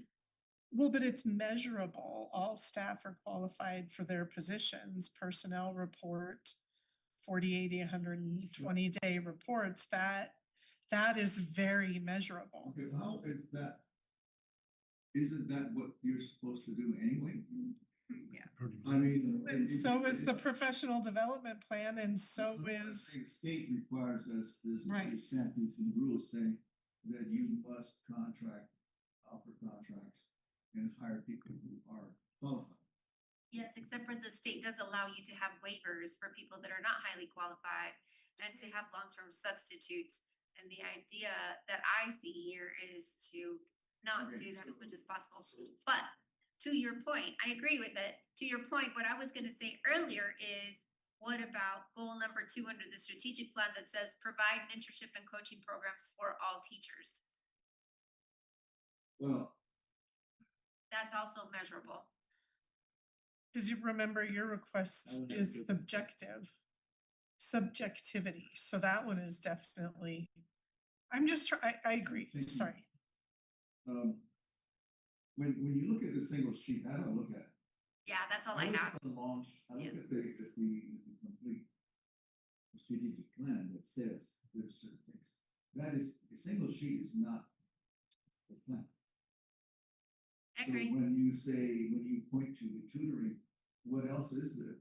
I don't know, because we haven't looked at that. What I'm trying to figure out is, when what is it that, if the goal is to The goal is to instill instill. excellence in teaching and leadership, then he wants to do the things that will help to create that. So the And so PDP, what is it that he's doing? And so there are strong things that he will do to get that done. What sounds personal. So that's professional development. Another one is going to be instructional supervision. Or the coaching, or if we can identify 3 or 4 things that you're going to do to ensure that we have excellence in teaching, besides that they're qualified to be hired.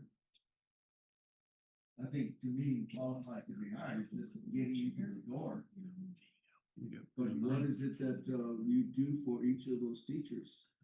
And we being, the principals know which ones of the teachers are real hot flyers.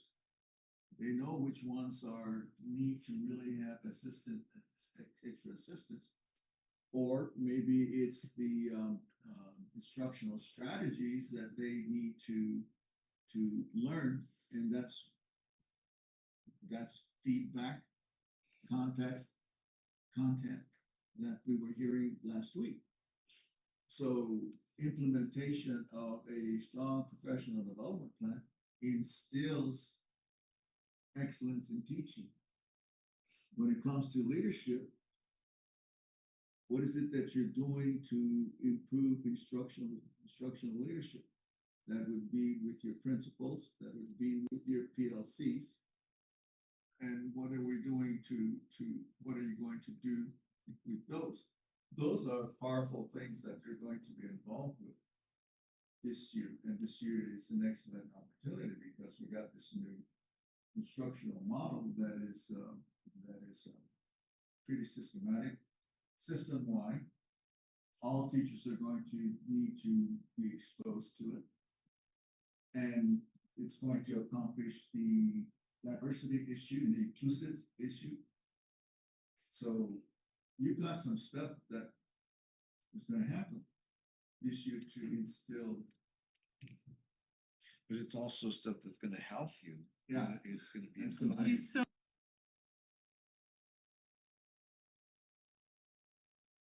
Main guy, 2.2, I was looking at on goal number 2 of the original instrument, the original instrument.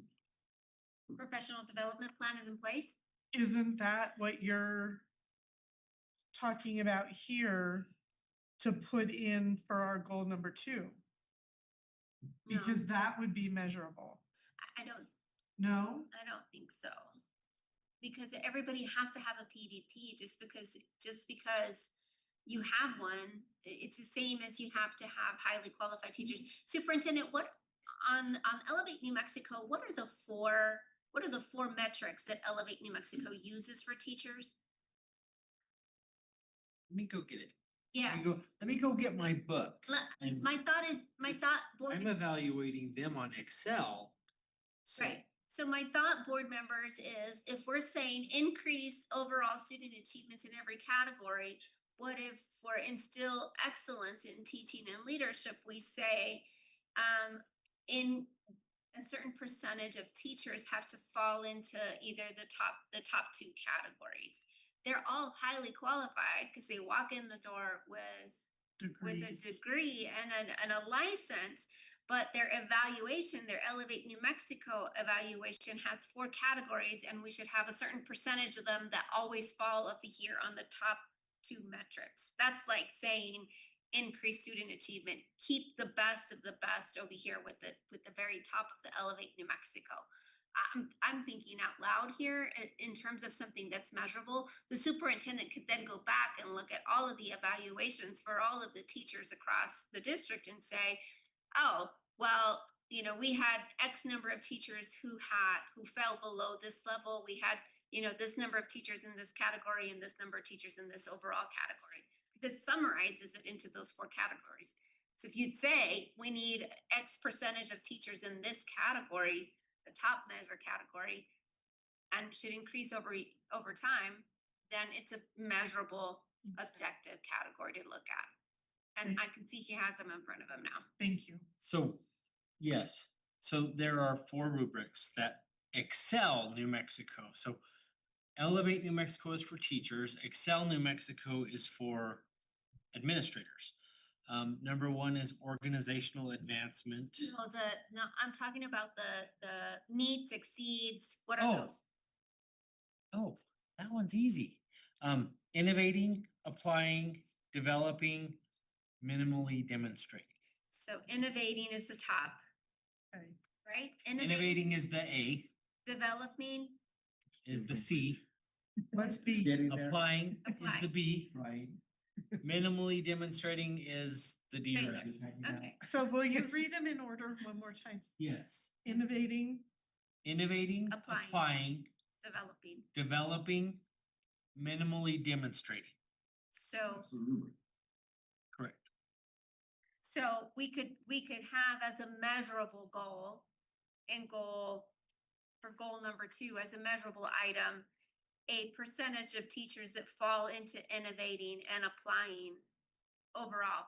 If I'm not wrong, superintendent, you measure them strand by strand, and then they have an overall categorization that falls into one of those 4 categories as well, correct? Correct. And so you could say, teachers, X percentage of teachers from the district will fall into the innovating and developing categories district-wide. Increase that year over year. And this is an idea of something that's objective and measurable. They're in order that way. I understand what you're saying. yeah. You're thinking about it, that's fine. Here's the last one. That's what he likes to do.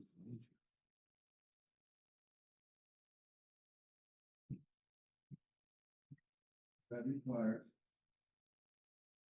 principals to supervise instructional areas, teachers, That's what it should be. set up the professional development plan for them, the expectations, and then do their job of evaluating as and making hopefully objective conclusions about their performance. And that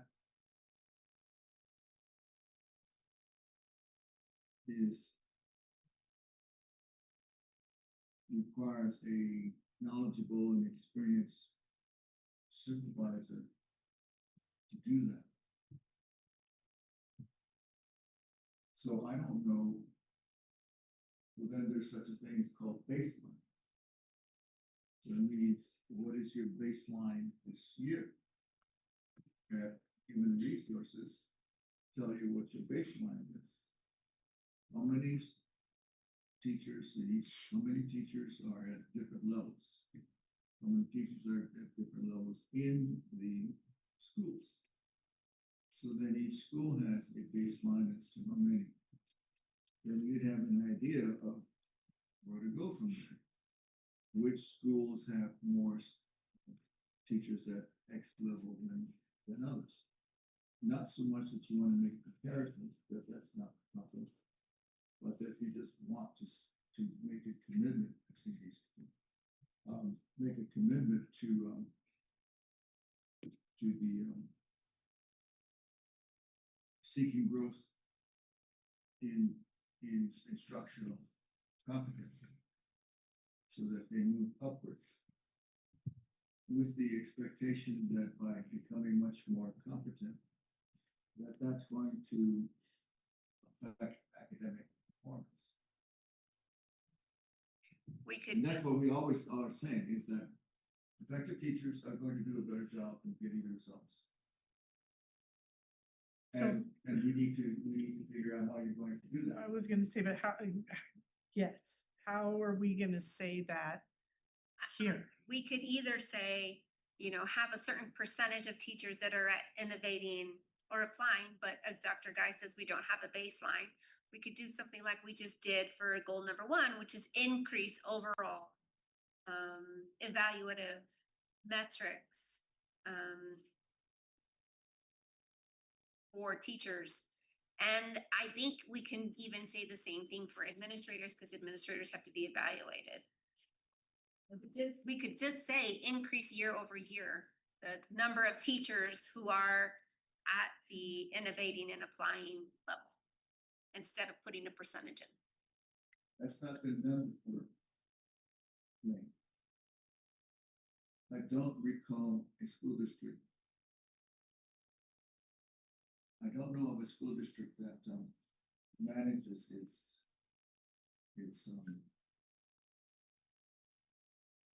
assessment of teacher competency in that way. It means setting up a different supervisory program that involves doing it. I know we know the responsibility of the principal is to supervise and evaluate teachers and determine which ones are doing a good job, and do the whole usual thing that may ultimately lead to non-renewal. That's a statutory responsibility. So we rely on the training that they've gotten to do that kind of job. So you're totally reliant upon the principal doing his or her job of supervising and evaluating and doing the necessary observations and responses. And that then requires a resetting of their understanding what they're supposed to do each year, that it's important. And they're going to ask, why is it important? Well, because we need to increase the number of teachers who are at a lower level of performance and get them to higher. And we're counting on you to do the job at your school. And that's something that we would expect to happen. So I'm trying to figure out how this fits into your understanding of how we're going to create part of this in your evaluation. But it's just one of the things that we always know that principals and they're just, for the first time, setting a goal, saying that that we want to have these number, we want to consider trying to grow our, and I'm putting it in a positive way, to grow our instructional competency higher to a higher level, with more teachers being successful in demonstrating our level of performance. And you would have to explain that to the principals, that this is what we should do, is that we need to do it system-wide to grow our effectiveness of our teachers this year. And one way we're doing it is with the PDP. The other is through your duty of being the supervisor of the teacher. And that's really probably the most important variable is to what extent is the principal effective in providing instructional supervision of that teacher so that that teacher gets to have the chance of being more successful. And that's just the daily, weekly, monthly, ongoing dialogue that you would be having with the principal anyway. We're just setting some growth parameters. The growth goals. And I can't even picture it right now. You'd have to have HR get you baseline information as to how many teachers are at different levels. And then say, okay, this is where we're at in our schools. And let's try to see what we can do to help grow our teachers this year. Or strengthening our teachers this year, whatever you want to say. Superintendent, I can see you're deep in thought. What are your thoughts? Well, I'm listening. I think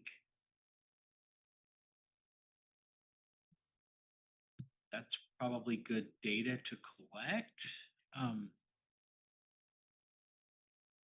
And that would show the performance of our staff and our teachers and I mean, all of that we are reporting to the state. Yeah. So, And yeah, so, And his job would just get them to buy into it. just to say. and that does hold the administrators accountable. Right, you just get them to buy into it and then they buy the teachers into it and. If you expect growth from the students, why shouldn't you expect growth from the teachers? Correct. So And we are focusing on good teaching and engaged teaching, so I think Another way of that could be an effective way. instilling instructional effectiveness is by measuring the effective implementation of your PDPs, namely the horizontal PDPs. If you're able to demonstrate that they are becoming much more knowledgeable and are beginning to utilize some of the training, then that's an example of instilling instructional excellence. What is it? instill excellence in See. teaching and leadership, So there's two ways. teaching and leadership. One way is by the principal exercising his supervisory responsibilities to bring them up to a higher level. That's instilling instructional excellence. The other way is to provide new knowledge that they can apply through the training that they get as teachers this year. Whether we get results this year is unknown. It's a multi-year project. But at least you're doing two things. One is the instruction, is the growth of teachers up the rubric, up the level. And the other is to provide them new knowledge and skill as teachers through their training program. So you will report back to us whether or not you've established a baseline and and then periodically report back to us how things are going. Then once we have a baseline, then you have a target. Then you can start looking upwards. You can say, okay, we've got 40% of the teachers are at a high level. There's some that are not. Let's get these guys, half of those up to the next level. And that'll be the responsibility of the principal. The other is the training component. You're instilling new effectiveness in the instruction by providing new training, new knowledge, new skill. So you'd have to report back to us progress in that.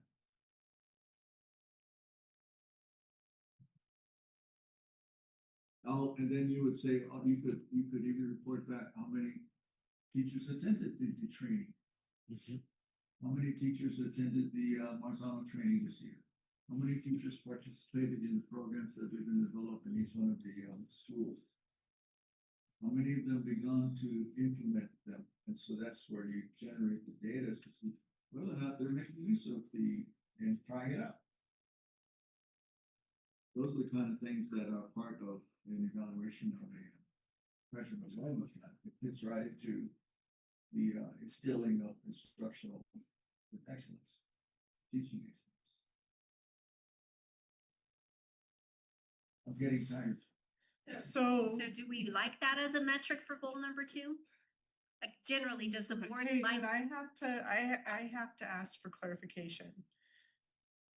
We're saying for these 4 goals that we were gonna take something from the original list.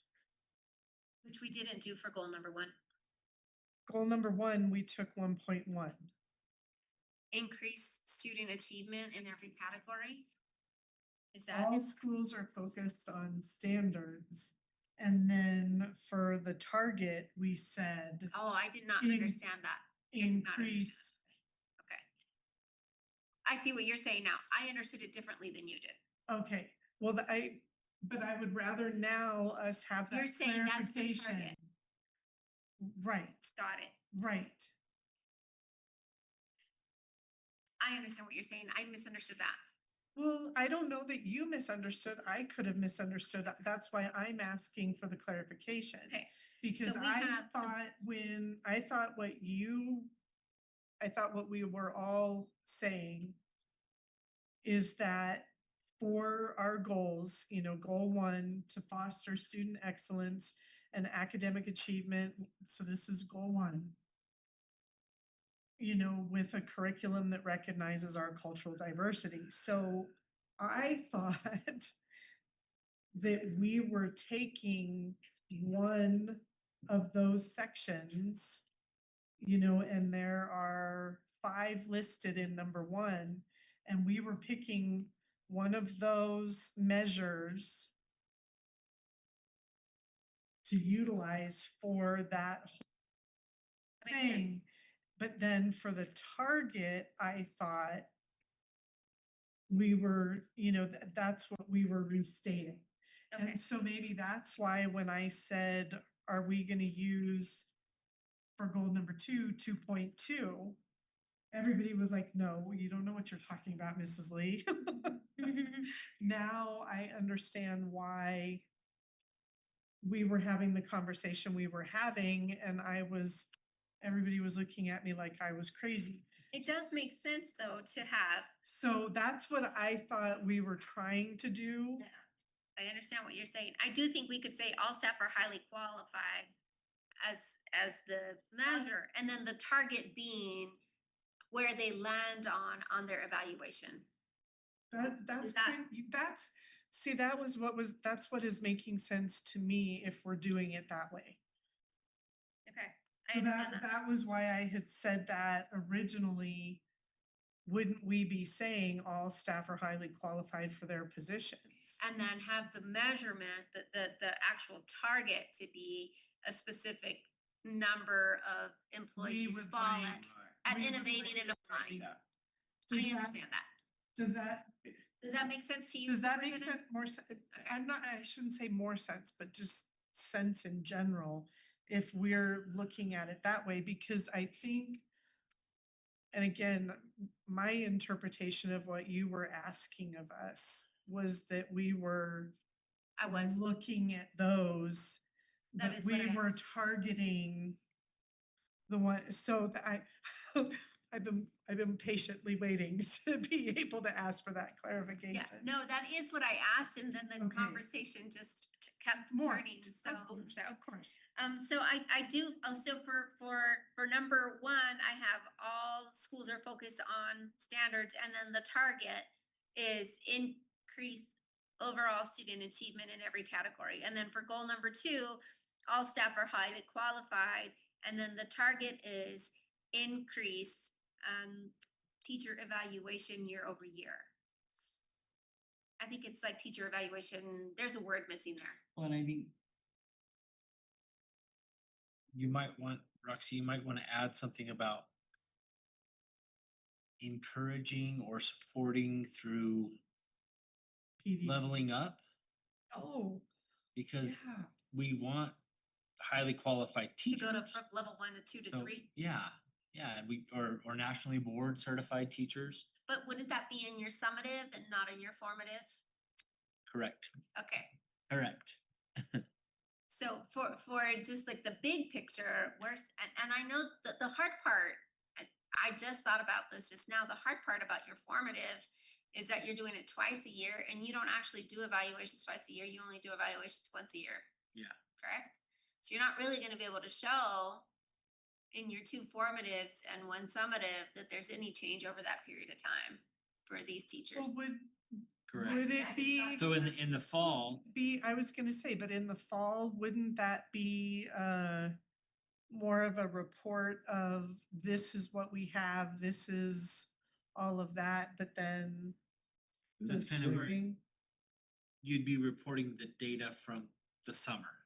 You know, we've employed Right, yeah. 200 level 2 teachers, So maybe we put that in the target, that Support the increased level licensure.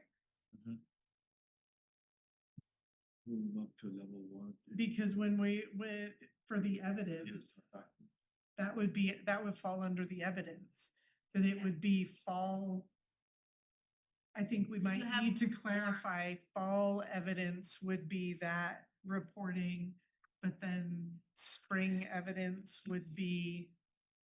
Evaluations. By Yeah. spring, you should have evaluations. Makes sense, we want the kids to improve. So goal number 3 is to create a school climate and environment that is safe, supportive, inclusive, and respectful.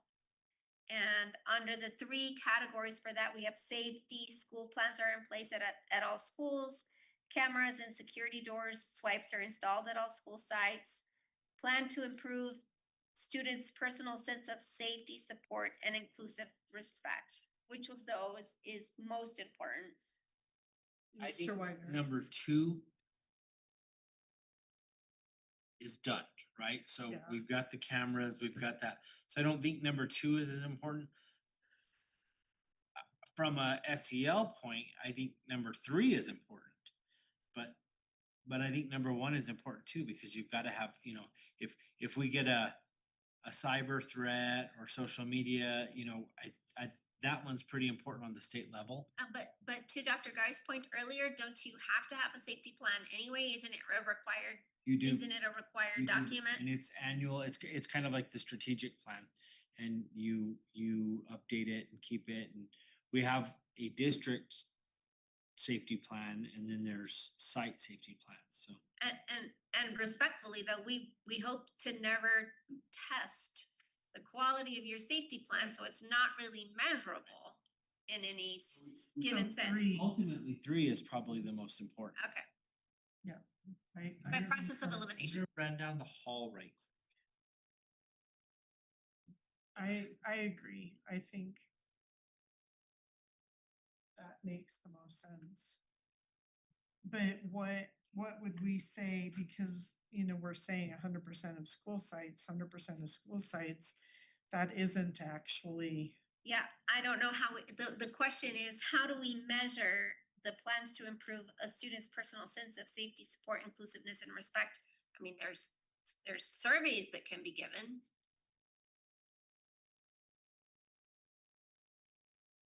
Maybe we should ask the superintendent, how Yeah, do when he we comes measure back. that? Because again, It could be like a decrease in disciplinary referrals. Less, When you use the word improve for kids, that means you know that they're at this level right now in September. So to improve from there to 4 months down the road, you've got to take a measure of how it is now. So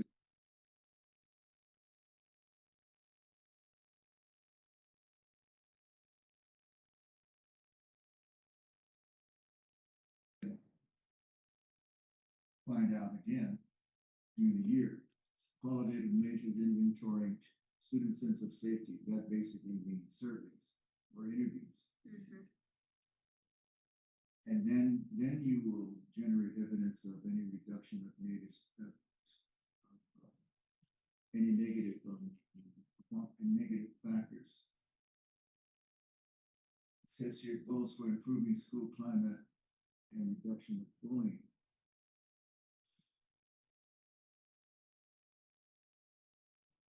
It's as though that should be the beginning statement, and then those other two follow. If you plans to improve, that means you basically have to have a plan. So what does he show us? This is my plan for this year. Yeah, I don't. And we would say to him, we want a plan. And how are you going to improve?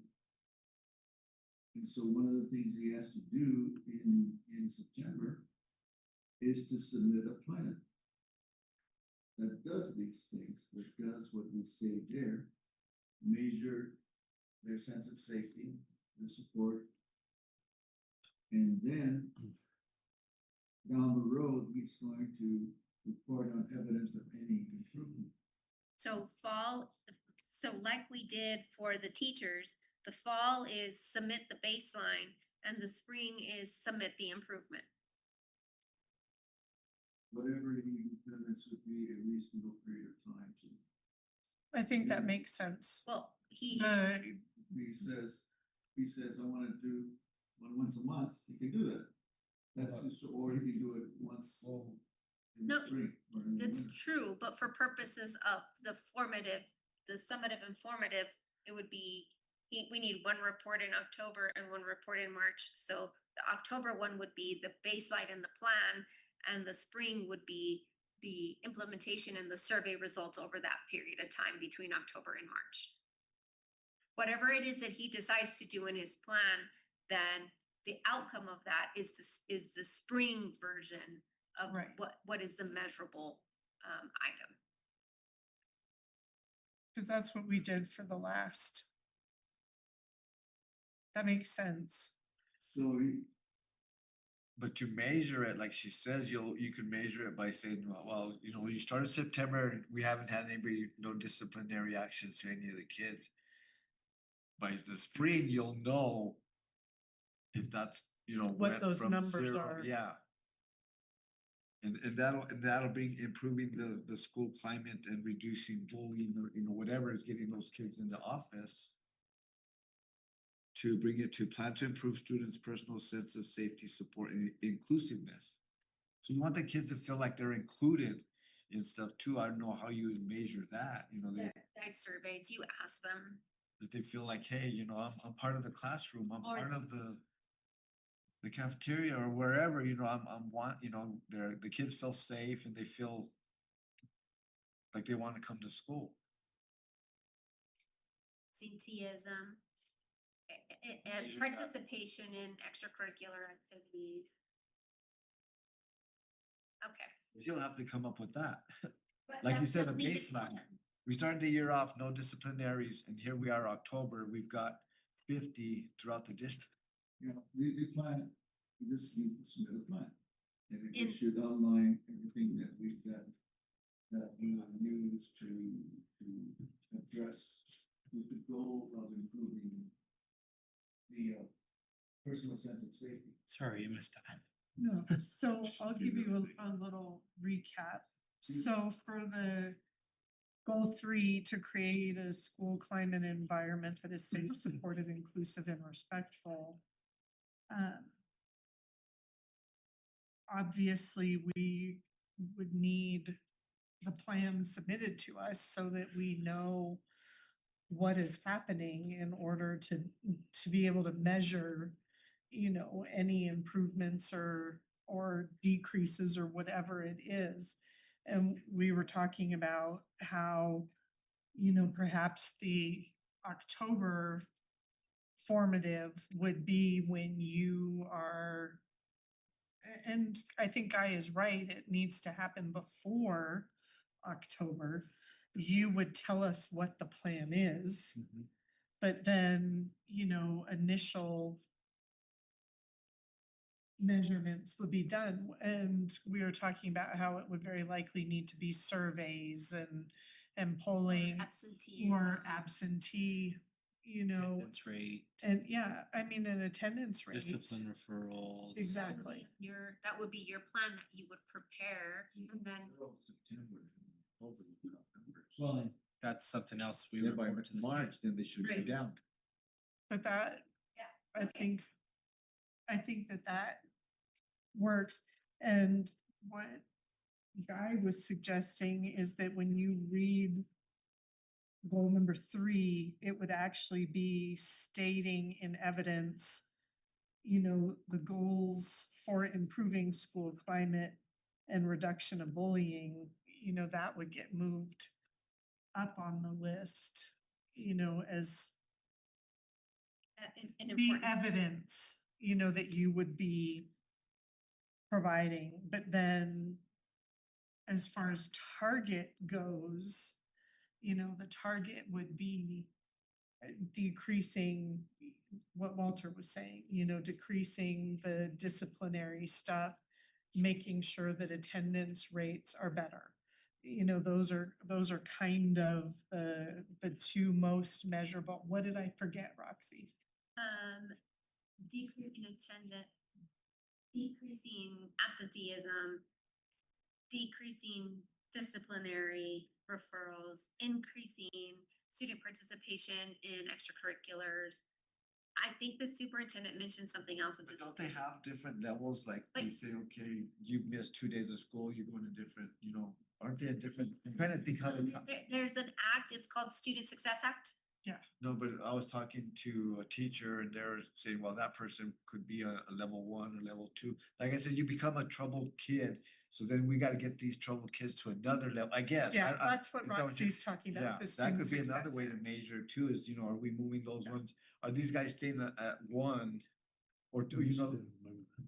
I don't know those levels. Like I said, I'm just learning all this. Right, But that could be a way to measure too. and But saying, he would include that in his plan. We're not Yes. defining, Right. we're not defining that for purposes of the evaluation. We're just saying, we want to see this evidence. increase, that we're staying consistent with the other goals. So the last one is, I think I understand goal number 3, so I don't know if you guys Yeah. are ready to move on to the next I one. think so. Yeah. So 3.3 was really the one that we selected for 3 out of the summative. Right, So number 4, you're ready to move on? Sir, are you ready, Ron, to move on? Perfect. so number 4 is, what would be the most important one there? All schools and departments have events posted on a district's website. Pretty standard. Families and communities have provided input into the school district strategic plan. A culturally responsive framework is in place. Social emotional learning framework is in place. Me, I think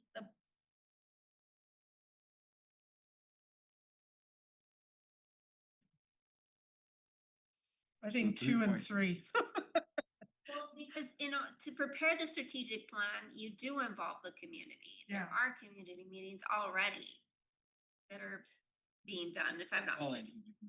We're gonna be starting 2 and 3 does some. so that much of work. everything Is in involves the- stakeholders. 2 and 3. And I- community. So you're saying 3 and 4. I'm saying 3 and 4. Because I think the social emotional framework by is itself. also already there because of what the district has been doing for the last 3, We've 4 focused years. on We that do a that every lot. meeting. So then it's number 3, but again, by Yeah. process of elimination. two a and three. culturally responsive framework is in place. And then it says framework documents, student, staff, parent feedback, relevant meeting times, dates, documents, conformity with academic standards, DLP, PLC, CLRE, blah, blah, blah, equity requirements, curricular activities that document the inclusion of students' cultural and linguistic backgrounds. I mean, I think that one right there, like you said, Roxy, process of elimination, that one is showing the lion's share to engage our diverse families. And that would also encompass Yazi Martinez, that would encompass tribal consultations. Mhm. All of it. Just culturally, just the whole culture, inclusive culture. Yeah. Okay, so here's the good thing. How do you measure Roxy, that? Yeah, perfect Okay. question. How do you measure it? You know, and That's where we get stuck on each one of these, right? Is how do Right. we measure it? Well, and think, I think one of the biggest challenges that I see sitting right here is that evidence is provided regularly for all of these things, but how do you measure the validity? And maybe it's not even validity is the right word, but how do you measure, the success of those things? Because, when we're talking tribal leadership, we're, providing all of that kind of information. But we hear a lot of the time that, that data isn't good enough, but the data is the data is the data. So how would we measure the success of that? What help, Mr. Widener? Help. This is probably more of a compliance. Is it happening? Are there two tribal consultations happening? Are there, what data is presented at that? I think this one's gonna be more prove it. Yazi Martinez is gonna be a plan. And that would be one that, that actually would involve board members planning. That would be the only evidence of the plan. A Well, plan?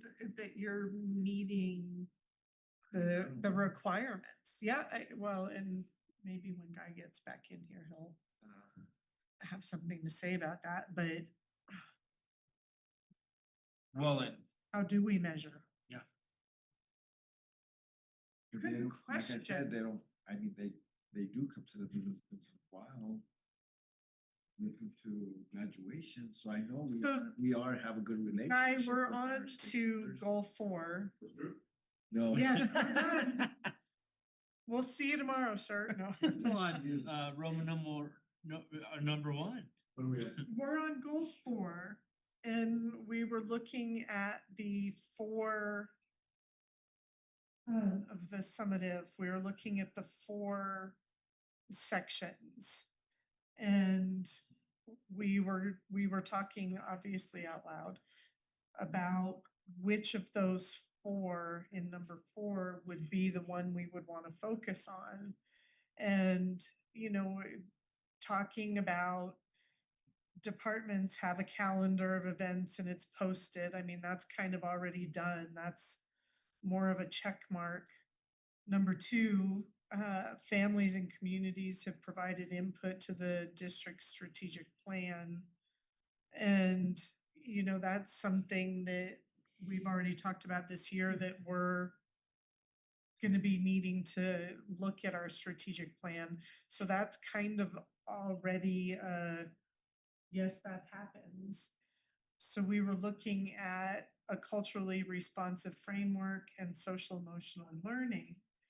And you Guy know very well that starting at COVID times, all of that SEL learning was very much implemented. And Walter chimed in and said, every board meeting, monthly, once a month, we have the SEL recognitions because we're already saying we acknowledge that that's going on. So process of elimination, we kind of landed on 4.3, a culturally responsive framework is in place. So when we're looking at that, we don't, how do you measure it? That's what we were talking about. And Mr. Widener said, compliance, we're meeting the requirements to have our meetings with each of the tribes that we service, that we have a Yazi Martinez plan in place, but how do we measure it? And so that's where we landed when you walked in. I go back to the goal. There are not any of those. To start my thinking about it, to engage our diverse families and communities and student success. So if I just say to engage our diverse families and communities, then it means there's an activity, set of activities and things he has to do.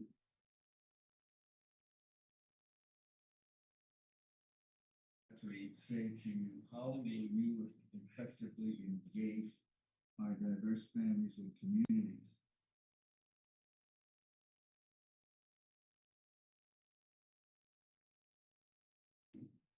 In my leadership role, to engage them, but how will I know it's effective? How will you know it's effective?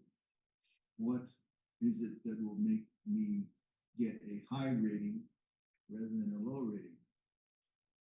If I'm going to engage them, there's a potential I could do a poor job of it, and I don't want to do that. So what evidence will they need to show that I have engaged the diverse families and communities? Well, and I think that's one of the things, Guy, that we've kind of, felt like we've knocked our heads against the wall sometimes, is that the district has provided, data, have done consultations, have, and again, this goes back to your word compliance, Mr. Widener, that we're meeting all of those requirements.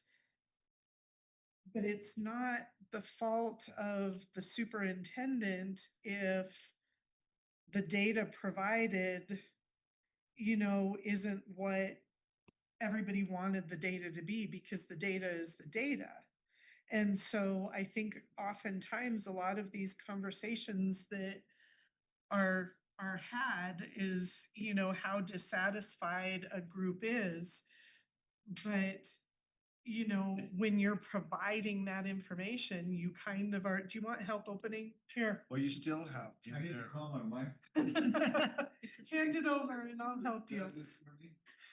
And She has strong features. No, he just gets mad at me.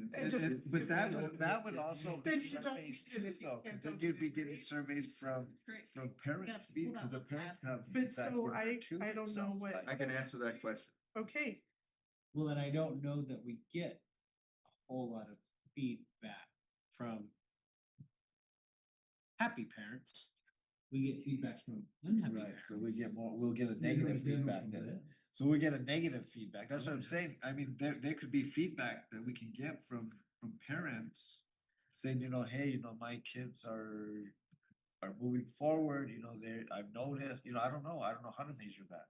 right, so, Because they would have to come from the families. Well, And let's start with family, skip communities. right, Let's start with families. the families, Because actually that's what it's all about. right. So how do we engage our families? And then, but before we do, how do we engage our families? Why do we want to engage our families? What is it? Because we don't have to do it. What do you think about it? You just bring your kids to school and we'll take care of them. And that's it. But we know it's not that, because our scores tell us that not all of our kids are doing well. So why are we wanting to engage our families? Because we want to, what? Student success. We want student success for your kids. And if we engage you properly, then we would think that maybe you have a role in this to help us have your kids learn better. So there has to be a reason for us to do this. If we're just doing it because we have to, that's where really we get lost. Travel consultation, we haven't really thought through in that context because we're thinking not about families, thinking about tribes. If we think about families first, this starts to make sense. Right, then Because everybody's then- happy. Then you can go to the Tribe and say communities this is and what we did. tribes. But you start with families and say, what do we want to get them involved with? And actually, we should ask the teachers, why do we want to get your families involved with? When we say families, we actually mean parents. So when we say, why do we want to get to engage our diverse parents? It's because we want to have you help us educate your kids. How are they going to help?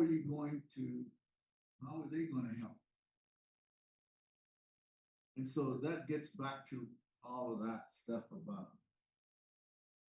But how is that measurable? So maybe That's that, what we're maybe really that getting needs to to. be the And I took a data. survey, but he said you How get many negative. parents were at Mesa Via's literacy night?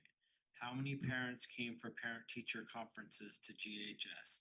How many, I mean, that's data that's measurable that would show that we're bringing our families. You could tell more and more are coming. And it's about student, those are all about student success. Yeah. You know, conferences, literacy night, math night. Well, I mean, You we could know. do homecoming. How many are at Laguna Yakima's homecoming? You know, and- I mean, that. So that's the question. I would only want parents to be involved.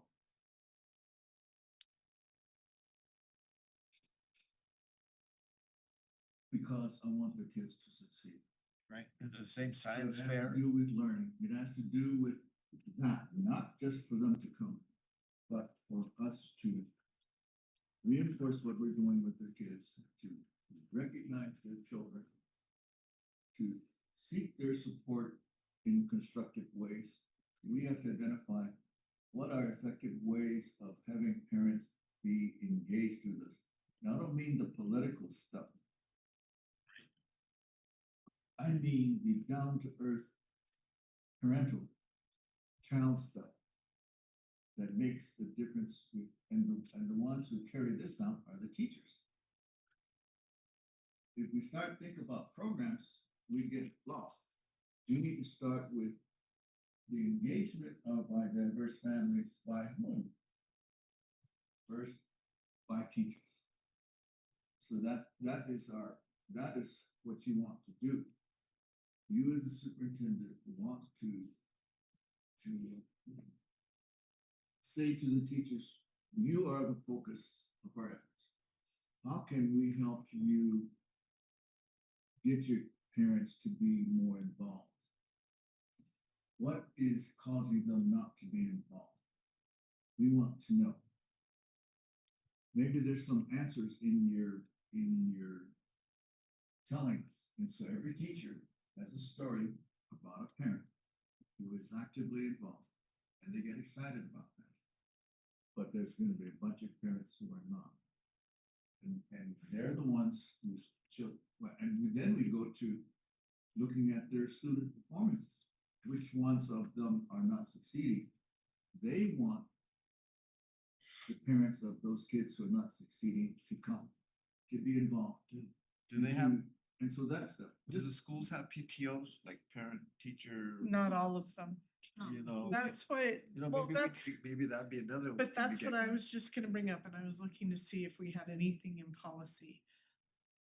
I know, PTOs would get the parents, hey, we're gonna have a. well, carnival, I know we're gonna-" years ago when all the schools Booster club, started whatever. being locked, you know, and you had to be buzzed in and you know, everything like that, the parent involvement That gets them away. really, Yeah, you really can't walk went by the step- wayside. Exactly. Well, you heard couldn't, that. you couldn't be there. You go back to the for- freezer. You can't go up, you can't show up.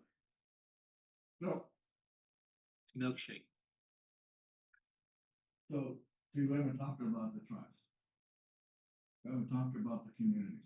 We need to talk about the parents. If we don't talk about the parents and say to engage success, to effectively engage our diverse parents so that we can have student achievement improved. It's the only reason we want to do that. And we start with a teacher-based program. This school-based program for family engagement needs to be planned for every school.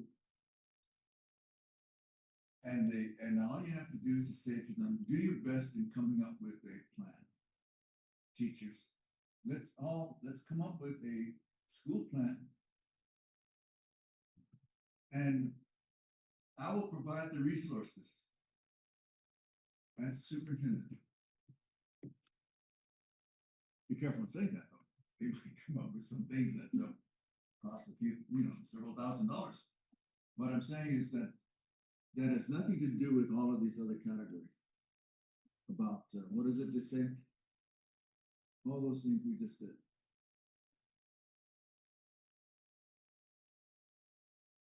All schools have a culinary events. So I think that's really a no-brainer and not really consequential. They all do. Yeah, so. We have a district calendar. Just like saying all those teachers will have lesson plans. Yeah, okay. So we'll give you high marks. Mhm. We'll give you low marks if they all don't, but parents and communities have provided input into the schools district. That is really personal. Right. You want personal engagement. Cultural responsive frameworks in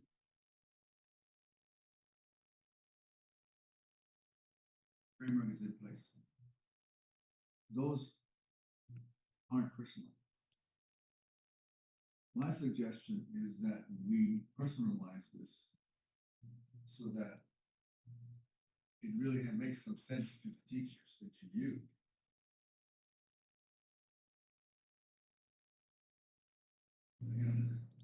Yeah, but I'm more concerned about those parents who aren't involved. Those kids are not, and I'd like to know what we can do about it. Yeah. And so you're going to say to them, that's what we want to find out together. So it may be more of an effort to try and develop an understanding of what's causing lack of parental involvement for those students who are underachieving, and identifying, so your baseline is going to be the parental and the attendance of parents at the PTOs at the parent teacher conferences last spring. You can collect that data. That's your first baseline. Second baseline is going to be this October when they do, or whenever they do the next PTO. That's your next baseline. So then, putting your baseline, each school will then analyze the data and determine who came and who didn't come. And maybe they ought to have their own personal teacher effort. And a lot of teachers do. They may make phone calls to their parents. They may have other conferences with their kids who are not doing so well. So it needs to really have impact. And the way it has impact is if the teachers are involved in it. I'm just throwing this out because too often things like this aren't going to get you where you want to go. And I don't want us to have us mislead you into thinking that if you have a calendar of all events and we put that down, that's going to, that's really a powerful accomplishment on your part. You want something for the first time that's really gonna Potential. have a chance of really improving learning, because we've got more parents to be involved, and be involved with what? Well, we actually have a policy. There you go. So what we've done for the prior two goals is we have created a system where a plan is presented in the fall. And in the spring, there's a report about the effectiveness of the implementation in the plan and the outcome of it. We could do the same thing with this one. It would be consistent with what we've done with the other goals, is require a plan for implementation of a culturally responsive framework across the district. And then in the spring, a report that says, this is the plan that I put in place, this is how it was implemented, this is whether or not it was effective or not, and if it wasn't effective, this is how I would change it or changed it over time. And that's what we've asked them to do with the other goals, is give us your plan for how you're gonna measure this, give us the baseline, and now tell us how in the spring, how you've or whenever he feels like he's ready to provide an update, or whenever whoever is a superintendent wants to provide an update on their plan. This is how my plan was implemented, this is how I've changed it, this is how it was successful, and this is how it was not successful. So what we've done with the other ones, it seems fair to do it with this last one as well. It seems based on the conversation that that's the approach that would make sense. And it was addressed. And also, I've already typed it up that way, so. So let's just leave it at that and. move But you on. said there's a policy, a parent. There is policy? there is a parental involvement in education policy. It's K dash 0150 KB. And it says the superintendent, in consultation with parents, teachers, and administrators, shall develop a procedure for parental involvement in the schools. This shall include a plan for parent participation in the school designed to improve parent and teacher cooperation in such areas as homework, attendance, and discipline. Giving notice to parents, explaining the budget process, and inviting parental involvement and input in that process prior to the date for the public hearing. And giving written notice to parents and other community members and inviting parental involvement in the instructional materials adoption process at the district level. Also, giving public notice regarding the instructional materials adoption process. Such notice may include publication in a newspaper of general circulation in the district. Parent means parent or person who has custody of student. What is the policy? K dash 0150 KB. So this is what I have typed here. In the fall, plan for measuring parental involvement, improvement of parental involvement consistent with board policy K0150 KB. And spring, provide report on implementation of plan. And then the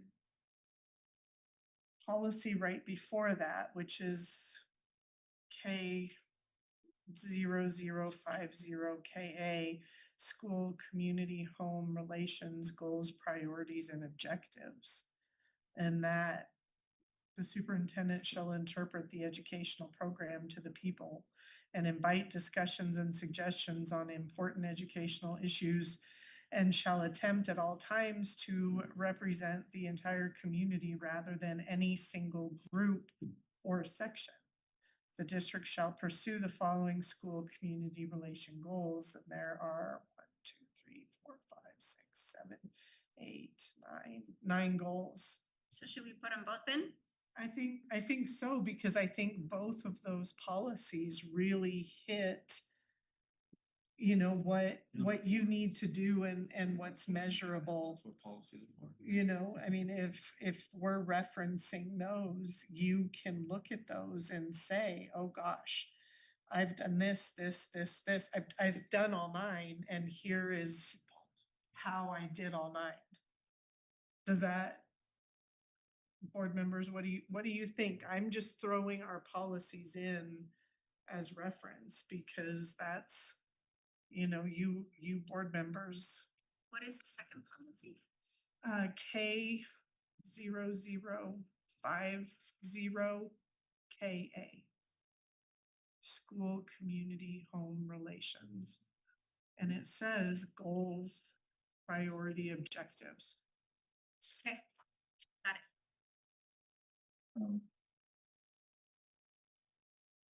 The other component is travel consultant, or travel related.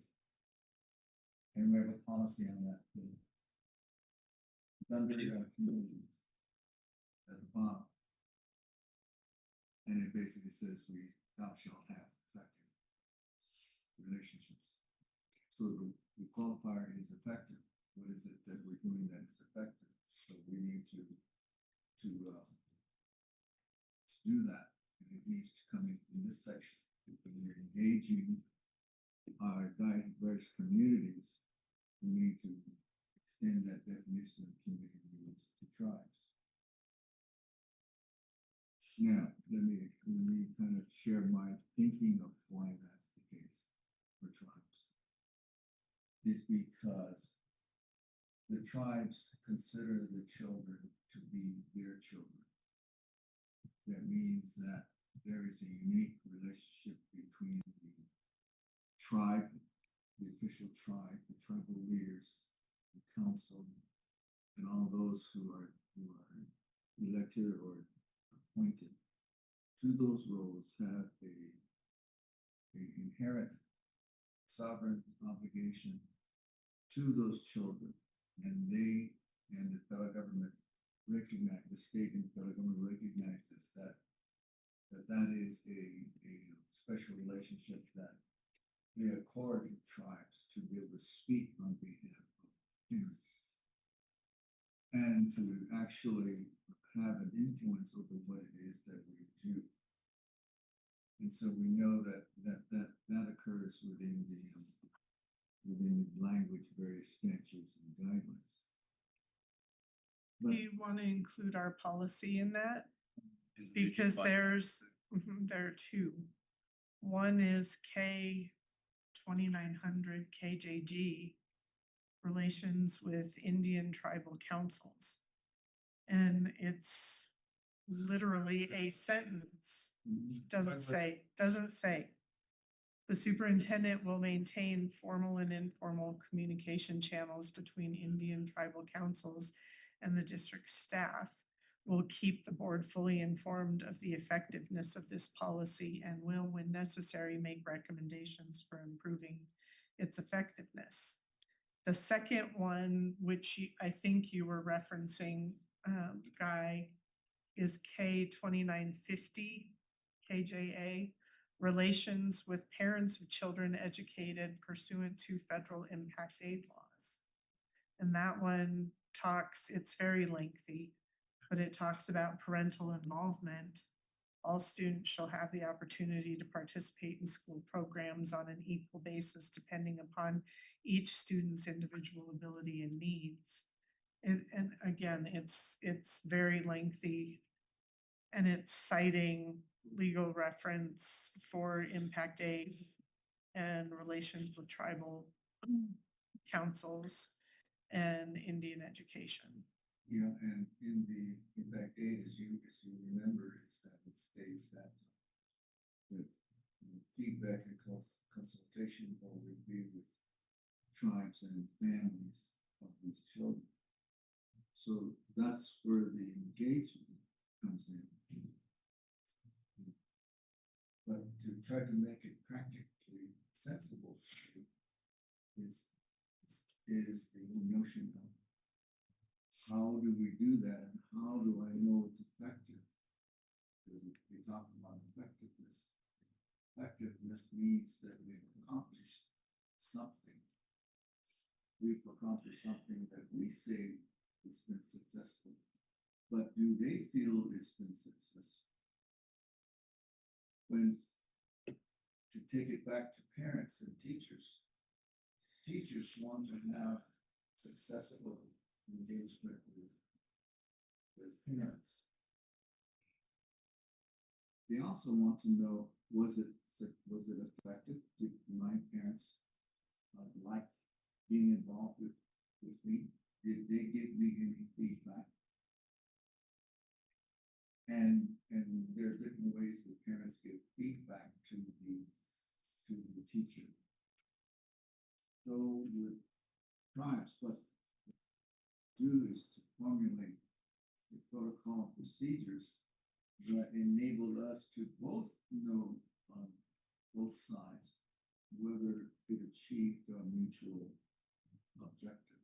So if we have meetings with tribes, we should go in there with the understanding that we must have an understanding of why we're together, what we're going to do, what we're going to achieve, and how we're going to do that and set it out.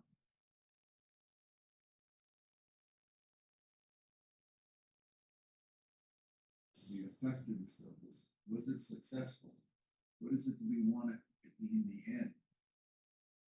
We want them to support what it is that we are doing in the school, our goals and our objectives. We want to have them provide feedback on the goals and objectives and our strategies, just like anybody else. So one of the ways in which we can measure the effectiveness is that they are able to contribute their 2 cents worth into what it is that we're doing. And we can incorporate them to the extent possible. The other is to have them, as we know what it says about travel consultation, is that we want them to be aware of the critical information. There's about 19 of them, beginning with academic performance, attendance, graduation rates, and things like that.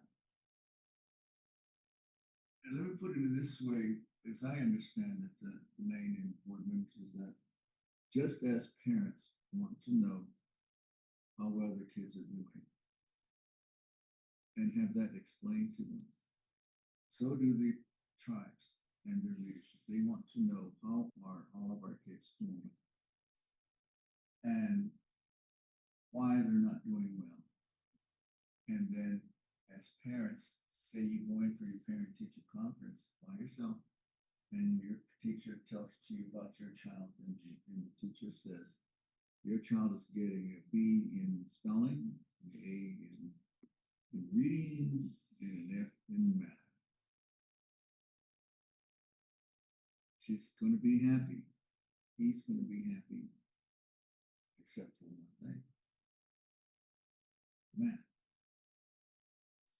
And parents going to ask why. And the tribes need to have that same answer to the question. Why is one not doing well? Why are our children not doing well in reading, in math, or whatever it is? And we need to be able to, just as teachers do, give them the explanation and explain to them, this is the end of the first quarter, and this is the score, this is the grade. And then this parent says, what are you going to do for the second quarter? That's the same question that the tribes would want to ask. What are you going to do? What's the intervention? What are the remedies? And then both parents and tribes need to know. That's the part we have not done a good job of. What? We've not explained. And so to be effective, we need to ensure that the tribes and the parents are going to participate productively. And that's all that we can ask, that they participate productively to affect improvement in academic achievement. That's the rationale for including tribal consultation in this section, which she's already said we do have a couple of policies And then you can incorporate whatever is the latest and greatest with respect to travel consultation that we've heard from the state. And that could be your second component of your diverse families. So how do we address that here? What I did That's- is I added those two policies, so I can read to you. I could read to you what I have for that Please. goal. Please. It says fall plan for measuring and improving parental involvement and tribal relations consistent with board policies K0050, KA, K0150, KB, K2900, KJG, and K2950, KJA. Spring, provide report on implementation of plan. I should say probably implementation and effectiveness of plan. But either way, it's fine. That's what I have. That way it.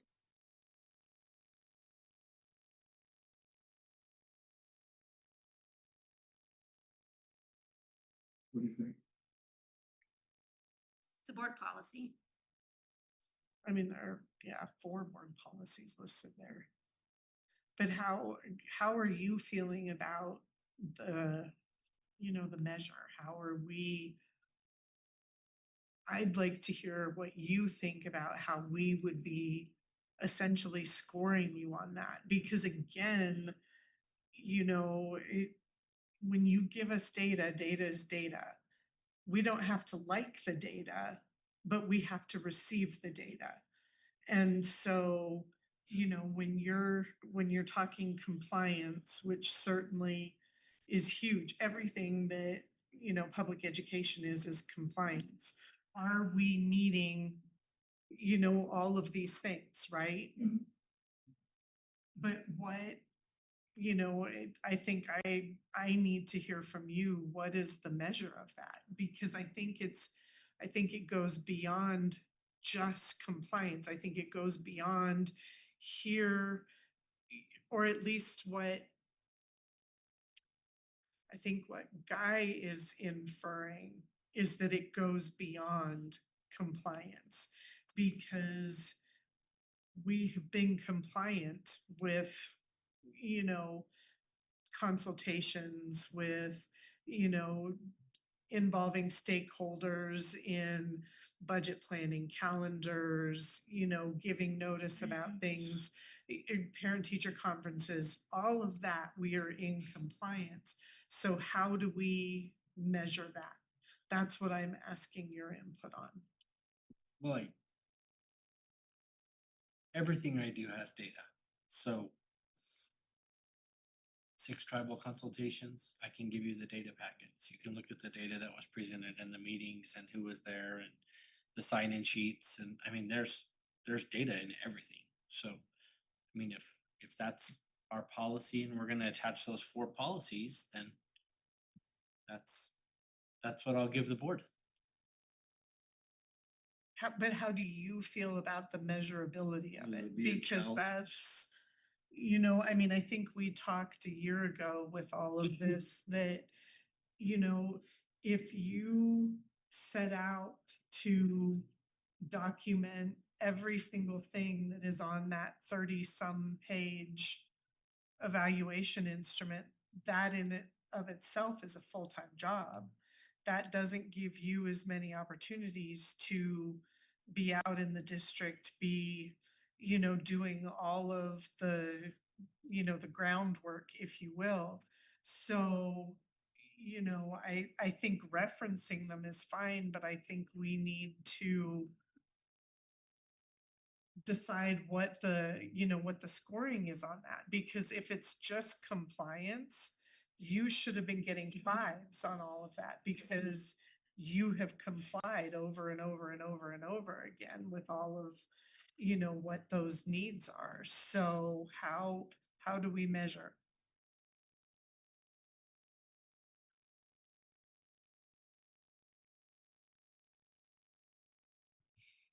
I don't know.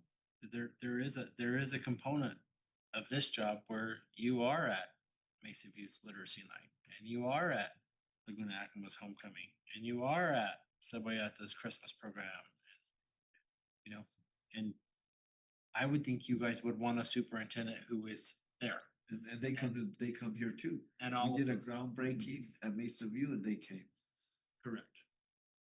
I mean, they are coming, they're So- showing up. I would think there's the data and there's the proof, right? But there's also, I don't know, there's those events that you guys would all be at, so. Cause we did this at Mesa View and they all showed up. I was Yeah. surprised. That's the conundrum on this one. Oh, And they what spoke. part is the conundrum? Explain that to me. You asked him a question, I'm not sure, I was kind of not clear where you're going on. She asked me how we would measure this with the 4 policies and I said that there's lots of data and everything, you know, so. Okay, well, the problem is that you got 5 board members. And you don't wanna have a range of ratings. Okay? Because that means that there's a problem with the original item. Or that we do not see things the same way. And if it's okay for us to not see things, if it's okay for us to see things differently, then I don't wanna be a part of that. Because then that goes back to bias and not really being objective enough as we should. For instance, when the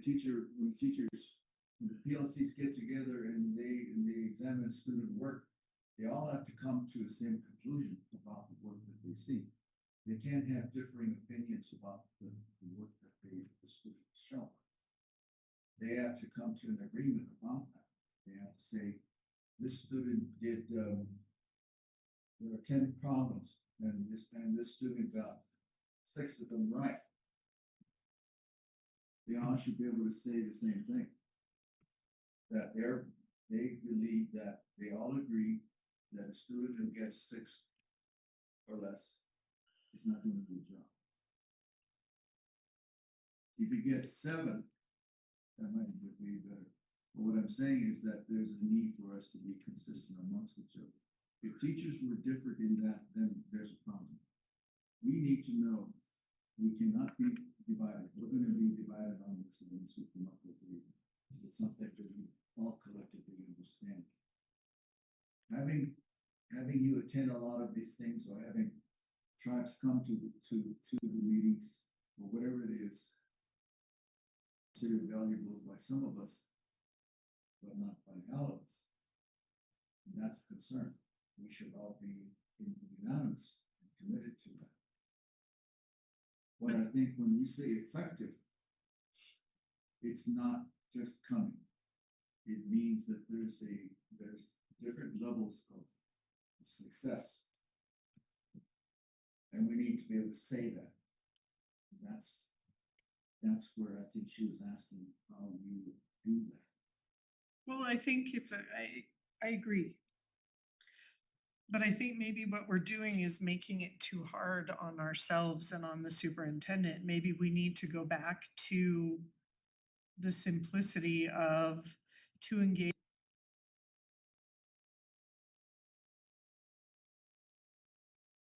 the framework documents, student, staff, parent feedback, relevant meeting times, dates, relevant documents in conformity, which is, compliance with academic standards, DLP, POC, CLRE, SEL, CTE, and equity requirements. Curricular activities that document the inclusion of students and students' cultural and linguistic backgrounds. Does that, if we start looking at it that way, and then, the original target said external observation, observer, evaluator status report is conducted. Again, that falls within compliance really more than anything, because I I don't know, Roxy, we're really in the weeds on this one. Yeah, I do think we're going around in circles because what we're trying to do is try to be as objective as possible, and there are some times where it's simply going to require your subject.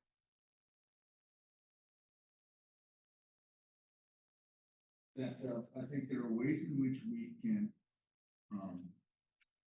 pursue constructive approaches to engage units that we all can agree on. And then we can then determine whether or not it has been successful.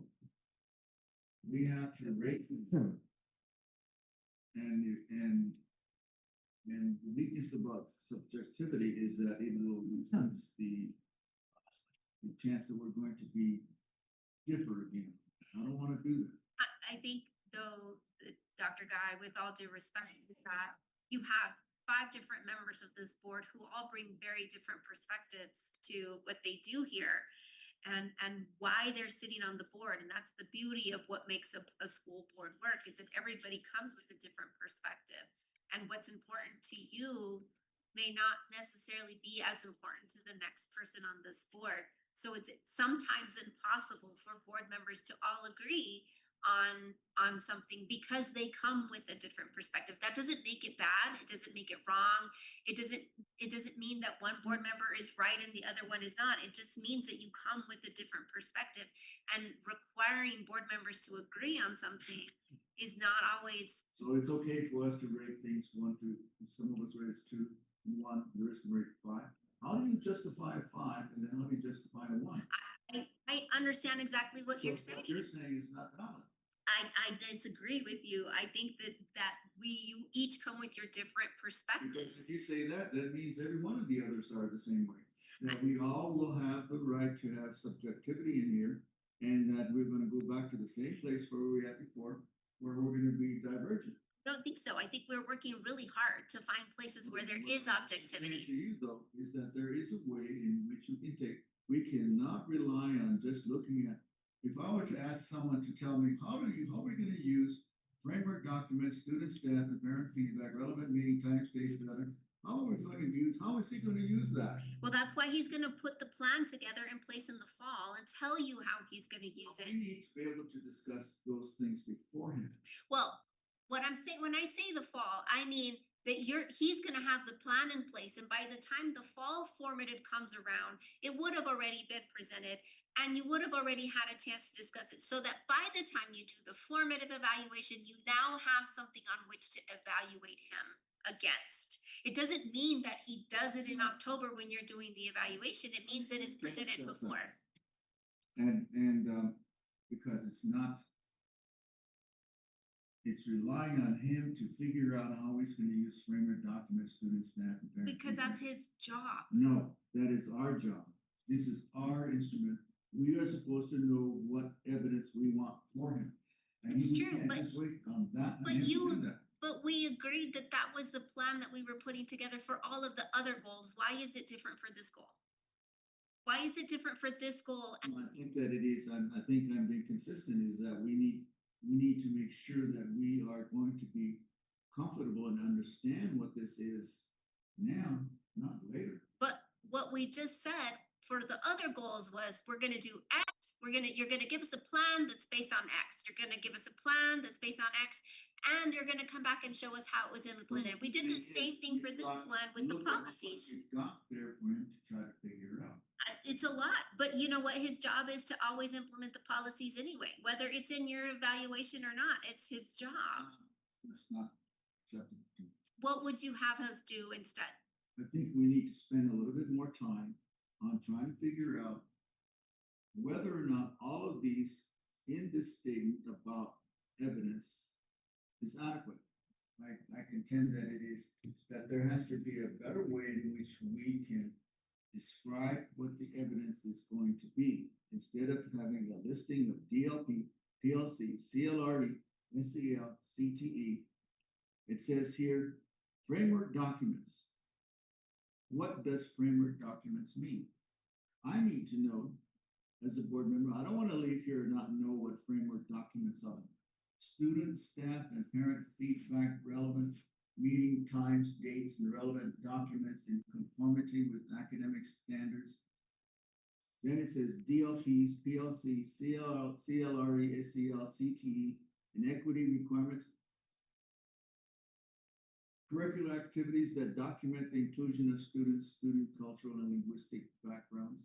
Well, what did the prior board mean So when what they I'm saying is- created this What though? I'm saying is that we need to take a look at this again and say it in a bit more succinct way so that it's manageable for him. Sure, so what is So that? what I would suggest is that we go back and what I was trying to do was to say, when we're talking about engaging diverse families, we talk about what is it that what evidence would we show that he's engaging with diverse families, or just families, period. What are the main things that we want to do? And I thought I had tried to give you an example of what I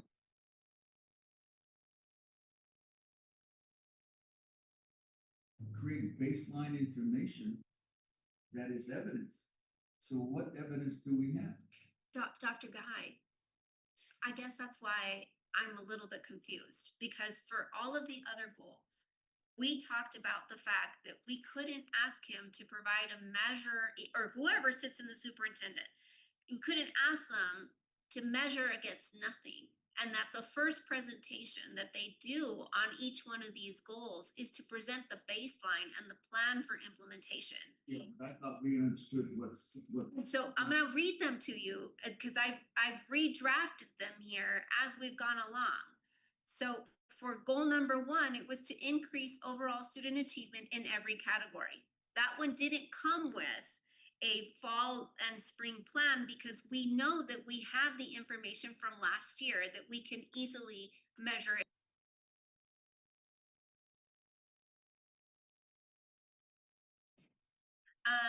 The item was all staff are highly qualified in their positions with personnel reports at the 40, 80, and 120-day reports.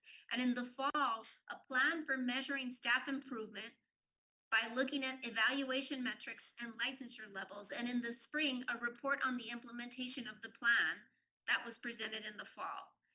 And for goal number 3, the item was plans to improve student personal sense of safety, support, inclusiveness, and respect.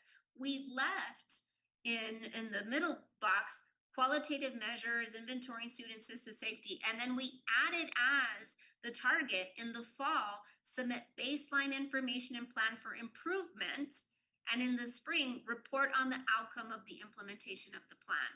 So I am struggling to help you and help the board understand why for goal number 4, we would not extend the same measure of understanding the superintendent's role when he can present the same type of format.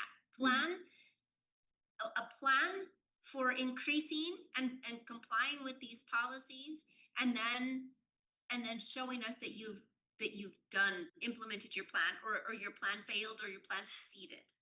In the spring? Well, Why would it be different? That's what I'm trying to understand.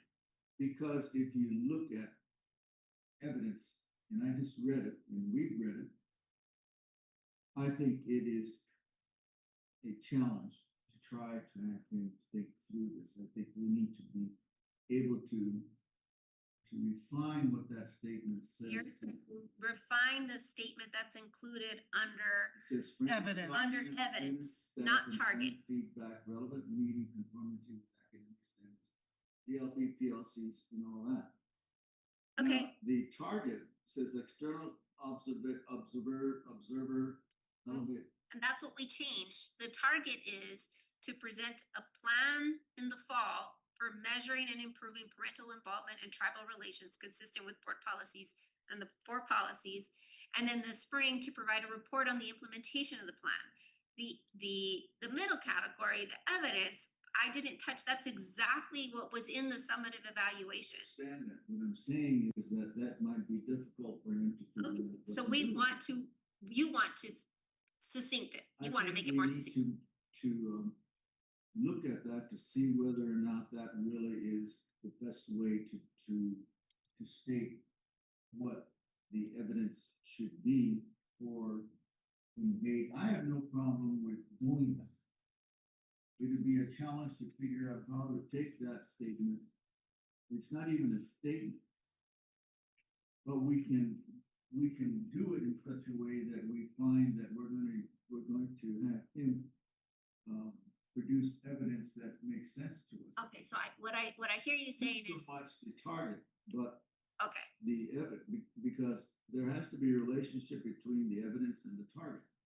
I hear what you're saying. You're saying, you're not disagreeing that the same process, the plan in the fall and the report in the spring is different for this one, but that the evidence in the middle you want to refine. I think we need to say it in a more How would you say it? in a coherent way so that it actually helps him to know what kind of plan it's going to create. Okay, I'm at a loss right now to think of what to say. okay, well, let me, Although I do what at a loss because because it's 7:05, but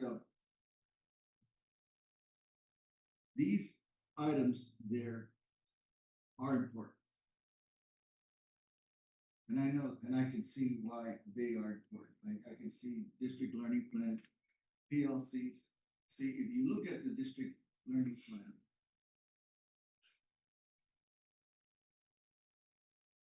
and then you look at PLCs, which are professional learning communities, and then you look at CLLE, do we even know what CLRE is? I know what it is. But you see, they are distinct from each other. District Learning Plan, PLC, CLRE. CLRE means culturally, linguistically responsive.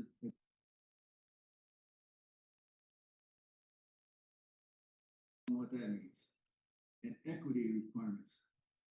The notion of equity requirements, the notion of equity is a complex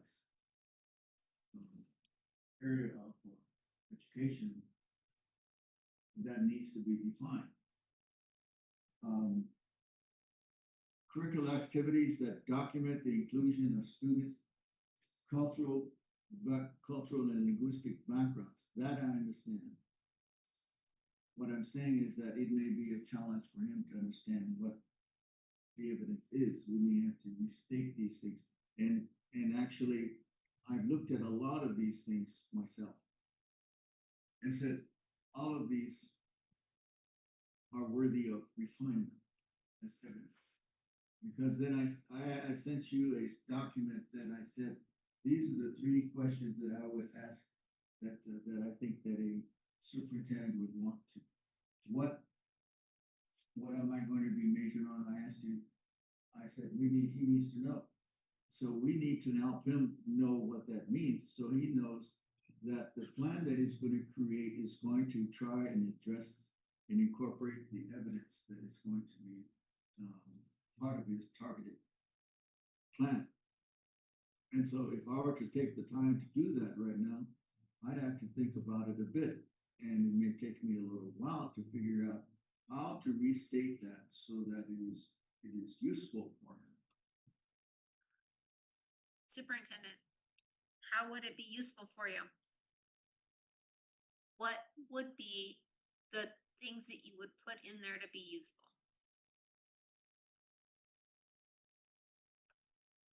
Would it be attendance at meetings? It would. I guess the most important part would be including the data. So if I'm presenting data to the tribal council in tribal council meetings, if I'm tribal consultation data. They gotta come here too. We're not always gonna be going there, but there has to be a policy that they need to show up here when we're showing data too. That's my Well, thought. Okay, there data, can't be a But we're not gonna. policy. Back No, but I'm up. ju- There can't but be a no, but I'm policy. just saying that, you know, they gotta be here too to see what we're seeing. so I have data on tribal consultation and And tribal I would say meetings. data from events, school events, Community activities, events, community events. So budget attend. stakeholder meetings. Kind of thing. Do we say school events open to the public? Is that Correct. better? Yes. And data on what events we're having. I was gonna say, Not necessarily a calendar, but what Oh, events are we having? yeah, well, but also that you have notified everybody. Correct. You know, I mean, whether that's, but, and I think that notice can be the paper, it could be emails, it could be, you know, a lot of different things, the calendar of events. Well, and I would think that we would also present data that's on the website and in the media, because those are out there as well. So I have data on tribal consultation and meetings, data from school events open to public, data on notification to public regarding events. Can I say something? Yes, of Parent course. teacher conference, Parent teacher conference See data, how many come to that. Attendance, academic data. why would academic data, Well, we present that. We present that here at our on the board meetings. tribal, okay, but at the consultations. for the disaggregate groups? Correct. Okay, what else? Ron had something. You know, we've always had a little disconnect with the tribes, and I've talked to you a little bit about it. And we've all seen that. Maybe Mr. Weiner and the governor can somehow once a month visit on what's going on, what's happening. But it'll only be you and the governor, whether it's on the phone or he comes to see you or you go see him. And then I think that disconnect will Lesson. eliminate a few things because you're talking to the main person. You know, sometimes when you're talking to all the board guys and they don't all get it, but if you hit the guy that's ahead of the group, and then he can relay all the messages and all the things that you and him talked about and what happened. I mean, just an idea.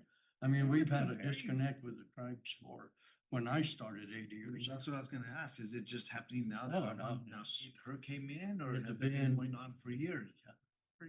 And I mean, and they have some legit concerns, man, and that's where I think you could help bite the bullet and clean it up. It might work and maybe not. And, At and least I it's an understand idea. them. They've had traditions for thousands of years.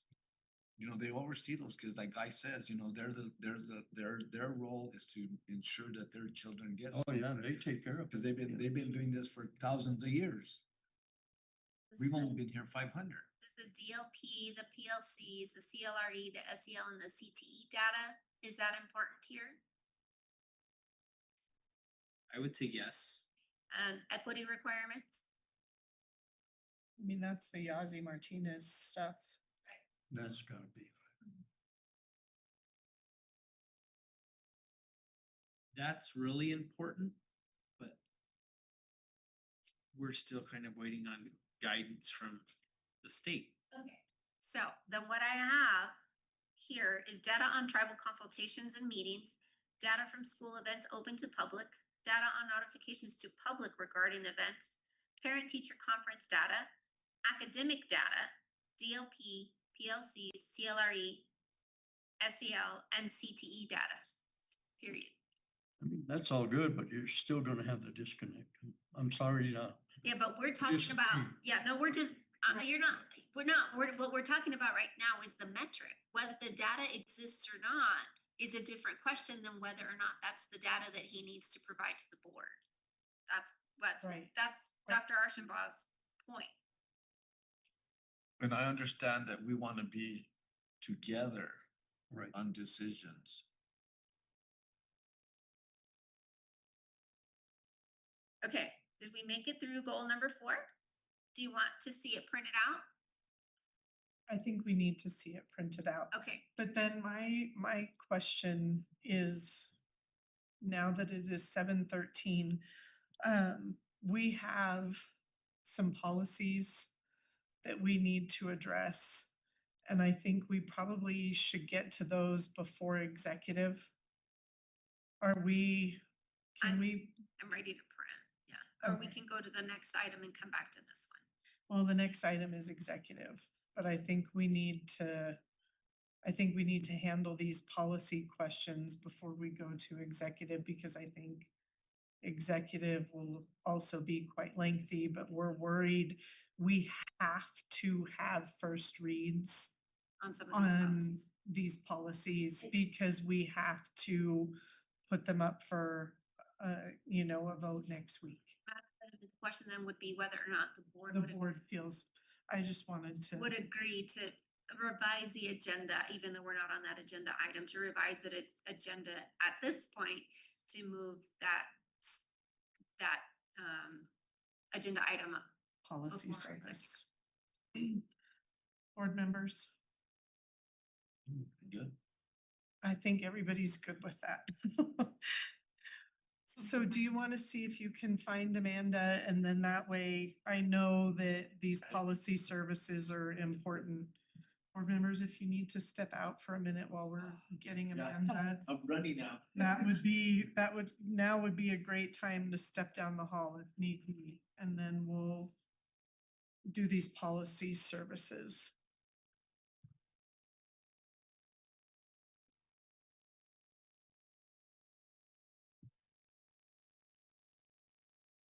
With this being a work session, we can change. We can do that. She says that as long as the board agrees that we can move it Right. forward, and everybody gave me a thumbs up, yes, that we can move those forward. So I just think that we need to be sure that we There has to be get, a motion. okay, when we get everybody back in here, I'll make that, I'll ask for that.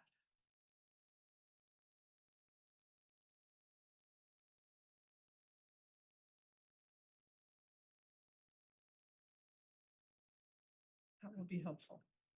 Well, you might be able to get a bite of your hamburger. Yeah, ice cold, sweaty hamburger. I think Roxy had a better idea with the An apple. Yeah. Yeah. I was eating the Prices cold, are good with yeah, the, cheese. they're cold and soggy, but that's all right. We can do cold and soggy. Oh. They put real green chili in the Did they? cheese, so that's good. I like a lot of cold stuff, cold pizza. I'd cold rather eat cold meatloaf. than reheated. Yeah. Cold and chili. Thank you, Miss Amanda. As soon as everybody gets back in here, Mhm. I'll be asking for a motion to revise the agenda and move up to these policy services. And then it'll be all you, ma'am.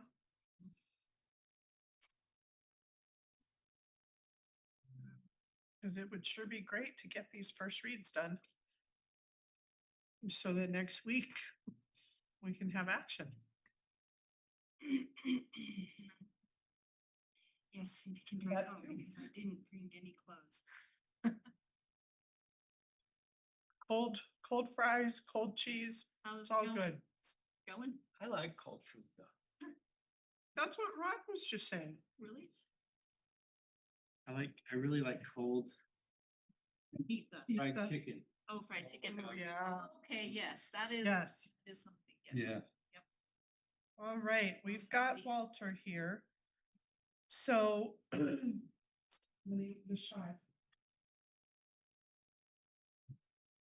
Board members, I would ask for a motion to revise the agenda, moving to the NMSBA policy services now, before we continue with our next item. So board members may have a motion, please. So moved. And a second, please. Great. Okay, so Ms. Turley, just so you know, we're Roll gonna call. write down. I got it. Motion. A motion. All right, it has been moved by Mr. Jaramillo and seconded by Mr. Ortiz to revise the agenda, moving item NMSBA policy services up in the order to now. So any discussion, board members? All right, hearing none. Mrs. Turley, roll call, please. Mr. Roshambo, Yes. Mr. Jaramillo, Yes. Mr. Ortiz, Mrs. Lee. Aye, the motion carries. We will now move to NMSBA policy services. Whatever is easier for you. If you would like to stay where you are, we're happy for you to stay where you are. Mr. Widener, if you would like to introduce. What, actually, you met Miss Giles Ortiz a few weeks ago. And she's now working to help us be compliant with our policies and our procedural manual, and she's very focused on completing that work. And so she is here tonight to go over a couple of policies that we need to update. And so we'll be compliant with state law. Thank you, sir. Ms. Gallegos. Good evening, Madam President, members of the board. I will be presenting the NMSBA Policy Service Advisories 265 to 269 from June of 2025. This will be a first read on these policy recommendations. And these advisories introduce several new and revised policies that GCCS needs to address.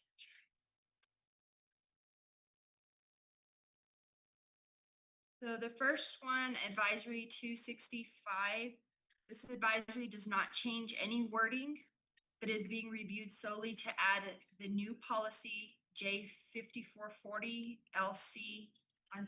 JLCEC, Cardiac Emergency Response Plan, to the list of cross-referenced policies.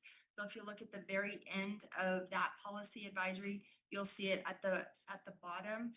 Did you give them copies of the policy? We do, we got a copy. Oh, so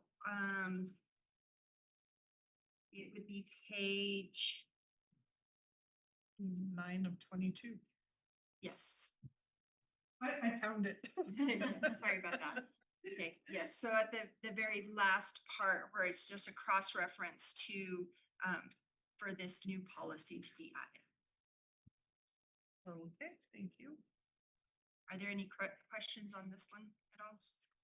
No, Do ma'am. we have defibrillators? It's We do. okay. Advisory 266 clarifies that instructional goals must be measurable, aligned with state standards, and subject to regular reviews. This policy is revised to add language related to science of reading and structural literacy to ensure compliance with House Bill 156, and to add legal reference to the statutory section at which House Bill 156 will be codified.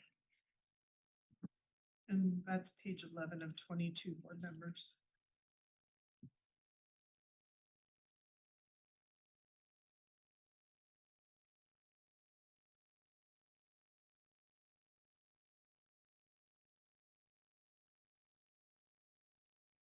Board members, any questions on that one?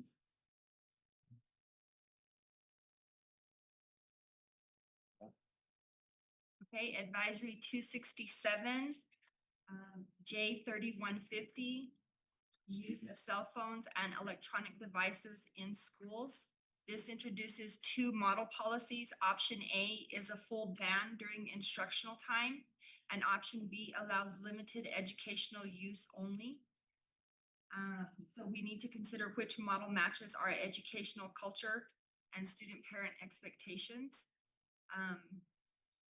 Mr. Widener. This morning I met with stakeholders, and the school sites for option number 2, they would prefer that we have it for that they're out of sight and that we use them for instructional purposes. As you know, this spring, this became law that all districts needed to have a policy about cell phones. Our elementary schools do not want to use cell phones at all in school, so they don't. Student They, or teacher, they do not want this. The state. student, Students using them. just making sure that Yeah, clarification. this is all relative to student use. Secondary schools, their preference is that cell phones not be visible, heard, seen during instructional times. And you polled who? All of our principals and assistant principals, school leadership.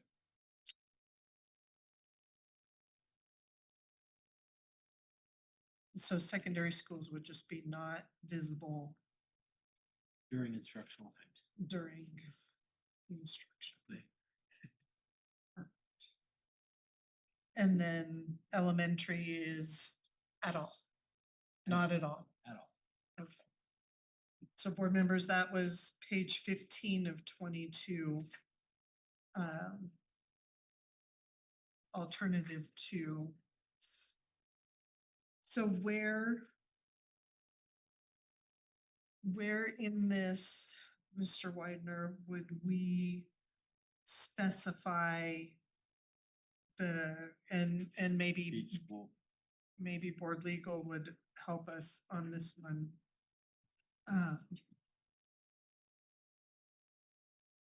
Where would we place the language for the primary and the secondary We requests? we definitely can, if you guys want to pass that version, we can put the rules into the procedure. Right, so we can keep the policies the way that it reads and just in our procedures, we can just say, elementaries are gonna have their procedures this way. Students will be able to have their cell phones as they're arriving to school, turn them off completely for the day, and then they can turn them back on as they're leaving school.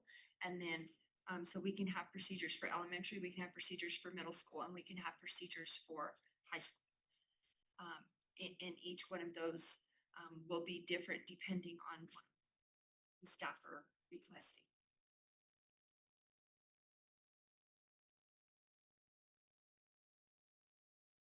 Madam President, members of the board, the proposed policy J 3150 does have on the fourth paragraph, the indication that says school principals could create rules. What this does is it essentially grants the rulemaking authority over to the administration, which a lot of your policies already do. Your NMSBA policy has a set of policies and then a set of documents that are included in your policy service that are -R. The -R are the regulations and the rules that are all under the authority of the superintendent. So essentially what that policy says is you pass the generic policy, we pass the individual rules that go with it. Thank you for that clarification. Board members, are there any questions about this? The board question said in the middle, says rules related to student use of devices during non-instruction and hours may differ between the schools. That basically says that they have discretion working with you. Correct. And as I know, I imagine you all know, but this becomes law on Friday. And so we need to push through our compliant. first read and have our second read next week.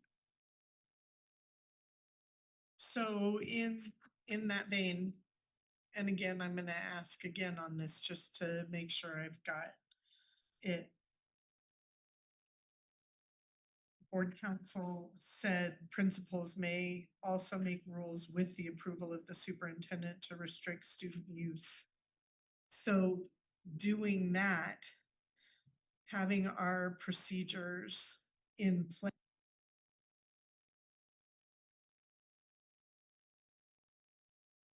across the county. Okay, So if they're not allowed at Mount Taylor, they're not allowed at San Rafael. You know, so So What? the recommendation there would be that instead of saying principals shall, that you say the district. superintendent will create rules, would then allow for the consistency that the superintendent has just referenced. and we do have a committee that's gonna come together and work on the procedures.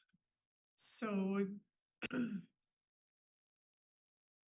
The recommendation would be that if you want it to remain consistent from all elementary schools, that then you would change it from saying principals have the ability to make rules to the administration will create rules. And I don't have it in front of me, but I can certainly send to the board a red line version of that. I agree, because I think that you just keep this one so that you can make. We have the advisories. I do have the advisories. Thank you, appreciate So it. that next week we can have our second read with the changes. I love the idea, sir, that the district from one side to the other, all,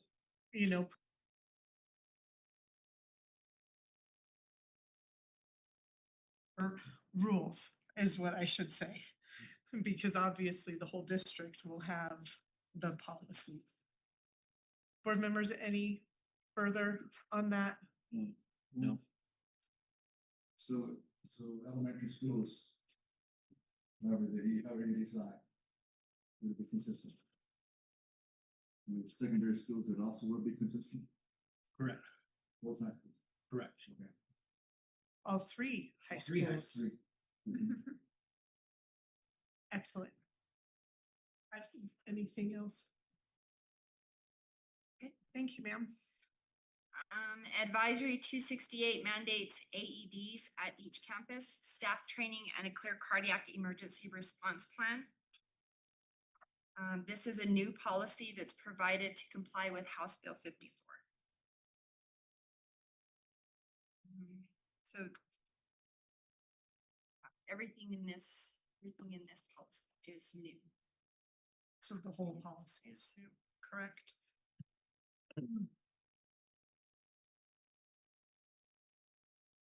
And so At this again, time, are there any questions concerning this? no, ma'am, thank you.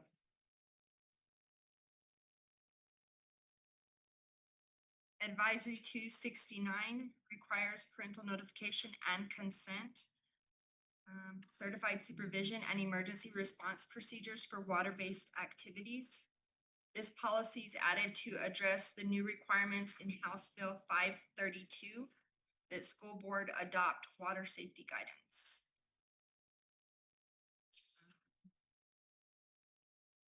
So my only question on this is that I know Milan used to always go swimming. And I know we had to sign, specific permission slips and everything. Would that fall under bodies of water, or are they talking bodies of water as in natural bodies of water? Any bodies of water. Cause there's river walk, there's a lake. Yeah, So any time that there is, if they're going like on a field trip or whatever, and it has to do with water, then they would have to follow this policy and the procedures that we put in place for it. and procedures the district puts in place. Got it. That was my only question. I jumped in without asking Okay. everybody else. Yeah. City. Board members, any questions about this? Good question. Thank you. That was easy and painless. Any other questions at this time? That's all for tonight. Good. Board members, I would ask for one more motion for moving an agenda item up, it would be the district policy updates. Could I please have a motion to move the district policy updates up in the agenda to now? Again, please, I should have included that before. Board members, a motion. Thank you, sir. And a second, please. Second. Thank you. It has been moved by Mr. Ortiz and seconded by Mr. Jaramillo to move, to revise the agenda, to move district policy updates up to now on the agenda timeline. Any discussion, board members? Hearing none, we shall proceed to a roll call vote. Mrs. Turley, please. Dr. Shambo, Yes. Mr. Jaramillo, Yes. Mr. Ortiz, Mrs. Lee. Aye, motion carries. So Miss Amanda, it's you again, ma'am. You, Madam President, members of the board, on the screen, you will, and in your packet, you have documents that show all of our policy advisories that go along with the policies that we have. By board policy, we should be reviewing all of our policies annually.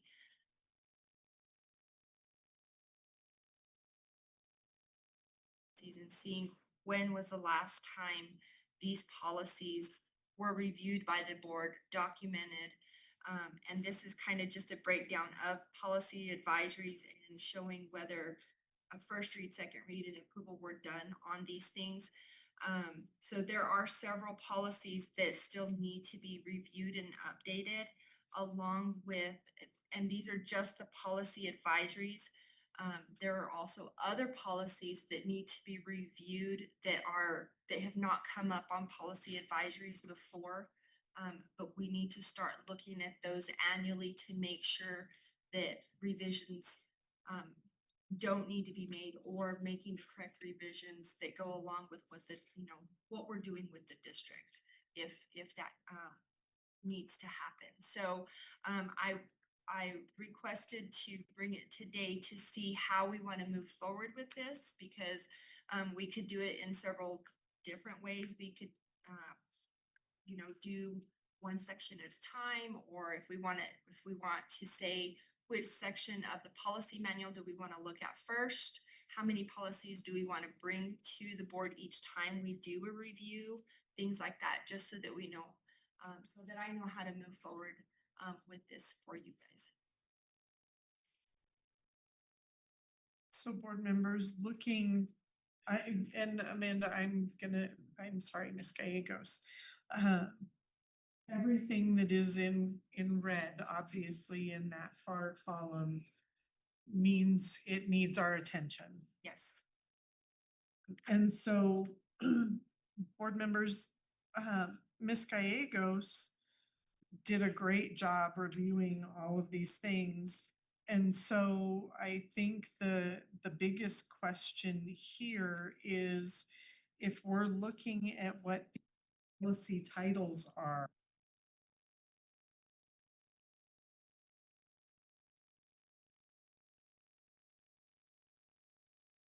Well, what about these ones that say never reviewed because HR presented policy wrong? Are those like emergency ones, or? So, those ones we need to look at because of, we're looking to see because the policy advisories 246 through 254. If you look at the website for the policy services, that those policy advisories were actually a policy alert. So they were kind of assigned twice, and so we just need to make sure that clarification is given to which policies you all as a board actually looked at. That's why that note was there for those. And just so that we don't, it's things that you guys have already looked at that we just need to make sure that the correct thing was done with those certain policy advisory numbers. And then with the policy advisories, if you start from the back page, those are the most recent policy advisories that have come up for the board to review. The very last My- page. I would think to start there and work our way back in a sense, just so that we can keep current with what's actively happening at this time.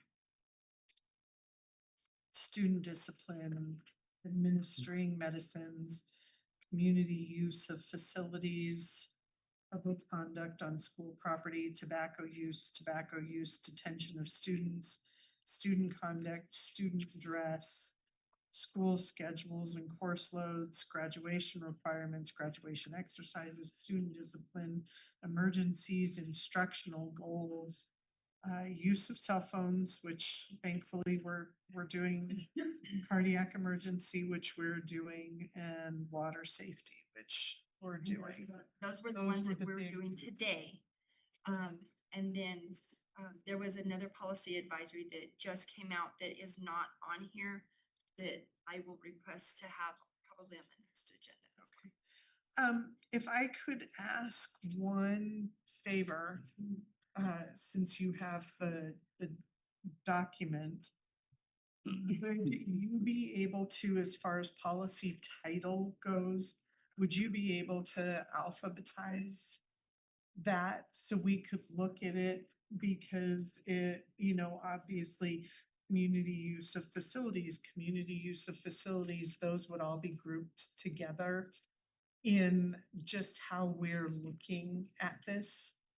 Because I think that, or at least for me, I'm not intending to speak for the board, just myself. For me, it would be helpful if it was organized alphabetically by policy title, because that would allow us to look at what we need to address, that's priority, like discipline, things like that should probably be updated right away. Attendance policies, things like that. If we can see what those are grouped together that way, it might make it easier for us to go, oh gosh, we want these 14 policies to be the first ones we look at, The way that they're grouped here is how they're is listed. on the policy advisory. 100%. But I just think that it might help us, rather than going, annual accountability, vandalism, walkers and riders, looking at it that way, if we're able to look and see, it grouped that way. And I know it's all the same, no matter how we look at it, but it might just make it a little easier, at least for me. Board members, I don't know if Well, you I have did- any other. Well, there are some that are like double on is there a reason why? It says community use of school facilities, and then you look over here, it says PA 138, PA 138. But it has a different number on the number one, it says KFCEC. That first page, Well, but if you look down in the policy number, there are two different numbers, even though it says policy advisory. So the policy advisory here, so this was the advisory, but then when you look at the actual policy numbers, they're actually different policy they go to different numbers. schools. No, it just is different. What policy advisory It's are that, you it's the looking? first one in the book, it's PA 137, PA 138, and it's on. Yep, there are twice. two of them, but it's two different policies. Correct. It would. One. I know, I'm trying to pull it up right now so I can show Walter.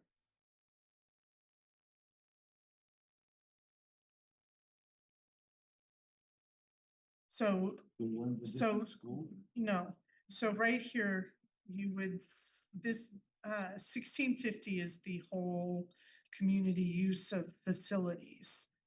But then this would be, what is it, 83? Yeah, 1683. And what's the other one? 82. And just those two. So Oh. this right here is the form Oh, that so would need to be To be filled filled out. Okay. So it's, and then this one is the fee list. So it's just different, they're just different portions of the main policy. The evidence. Did that help? Yeah. Cause I just see duplicates. But I didn't see that. All right, That's a lot. it is a lot, but Good if you job. wouldn't, yeah, very good job. If you wouldn't mind, just so we can see what those are. And thank you very much for your hard work, because that's a lot. It's a lot. That's a It's lot. expensive. Yes. Looking at it. How many were there? What was our total in red? Do we know? I started A lot. counting. I quit counting. I'm really excited about her in this role though, because she's been going through old board agenda, she's been going through old notes and video, or I guess it's video, right? Videos of board meetings, Thank you. trying to just make sure that we're gonna be compliant. Compliant, that's huge. Excellent, It's like excellent. it's like an in-house audit. Yeah. All right. Thank you very much, Ms. Gallegos. Appreciate all of that. All right, so next on our agenda is actually the executive session. So the executive session, board members, states the board will meet in executive session pursuant to NMSA 1978, section 10-15-1H4 of the Open Meetings Act to discuss that is not correct. That should not have been on there. My apologies. It is actually section 10-15-1H2 of the New Mexico Open Meetings Act, specifically for the board to discuss superintendent board relations and the superintendent evaluation. No action will be taken and only the items listed will be discussed. Board members, is there a motion to move to executive session as presented? Second. Thank you. It has been moved by Mr. Jaramillo and seconded by Mr. Ortiz to move to executive session as presented. Any discussion, board members? Hearing none, we shall proceed to a roll call vote. Mrs. Turley, please. Rochambeau, Yes. Mr. Adamino, Yes. Mr. Ortiz. Yes. Mrs. Lee. Aye, the motion carries. The board has moved into executive session at 7:47 PM.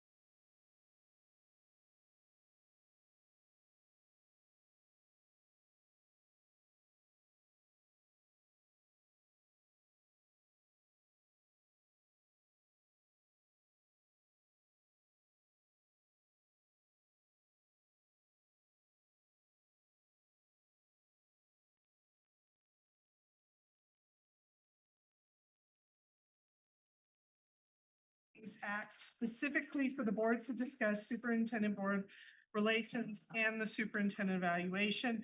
No action was taken and only the items listed were discussed. Is there a motion to reconvene open session as presented? So moved. Give it to Ron. I did. It has been moved by Mr. Ortiz and seconded by Mr. Jaramillo to reconvene open session as presented. Mrs. Turley, roll call, please. Dr. Ashambo? Mr. Jaramillo? Yes. Mr. Ortiz? Mrs. Lee? Aye, the motion carries.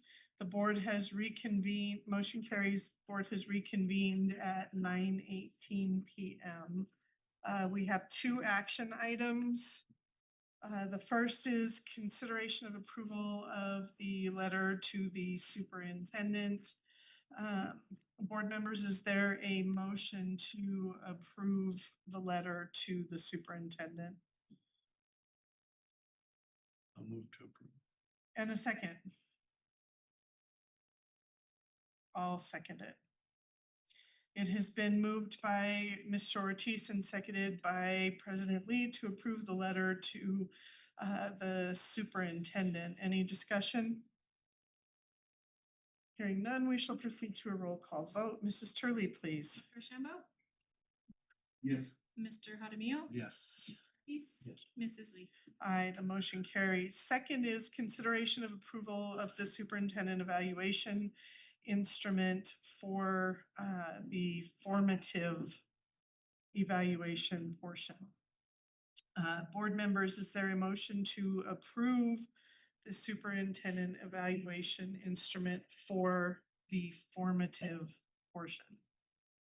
So moved. And a second? A second. Thank you. It has been moved by Mr. Jaramillo and seconded by Mr. Ortiz to approve the superintendent evaluation instrument for the formative portion. Any discussion, board members? Hearing none, we shall proceed to a roll call vote. Mrs. Turley, please. Dr. Ashambo? Yes. Mr. Jaramillo? Yes. Ortiz? Yes. Mrs. Lee? Aye, the motion carries. We have here a work session item, timed agendas and meeting preparedness.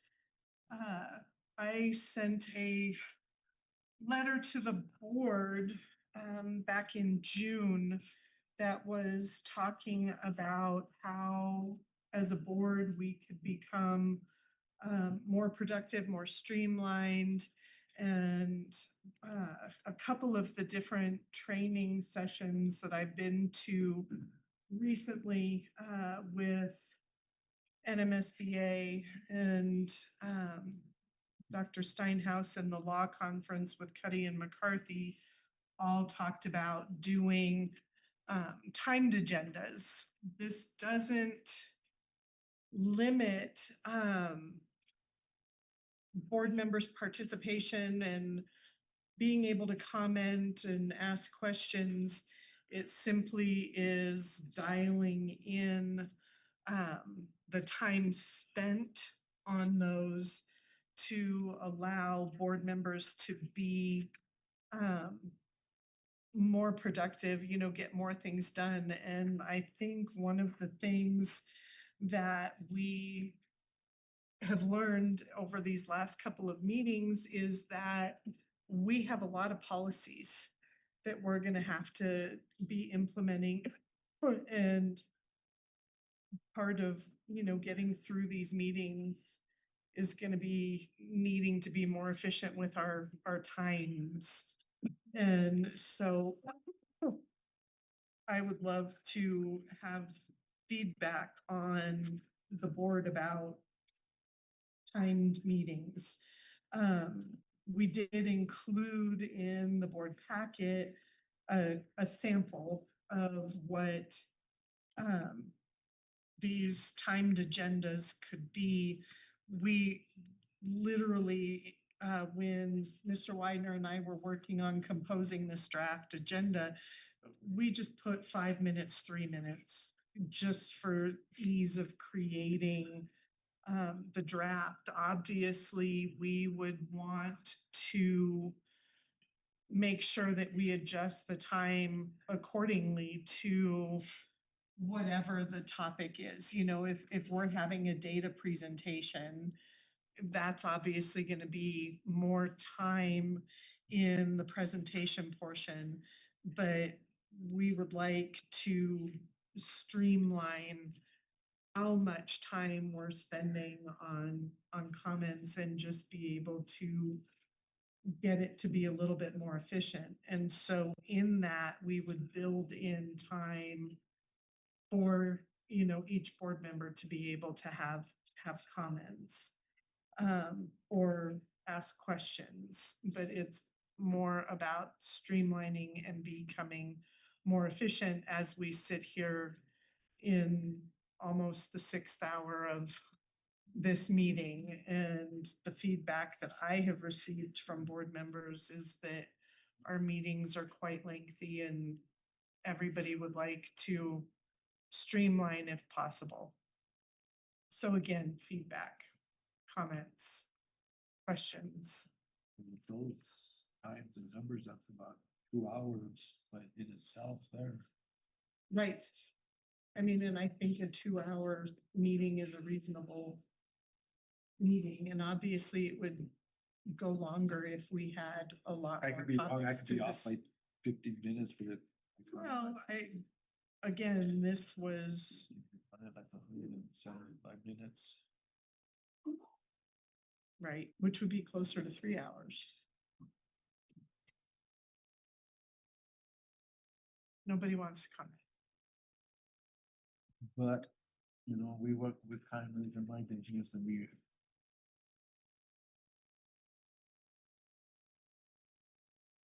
On task.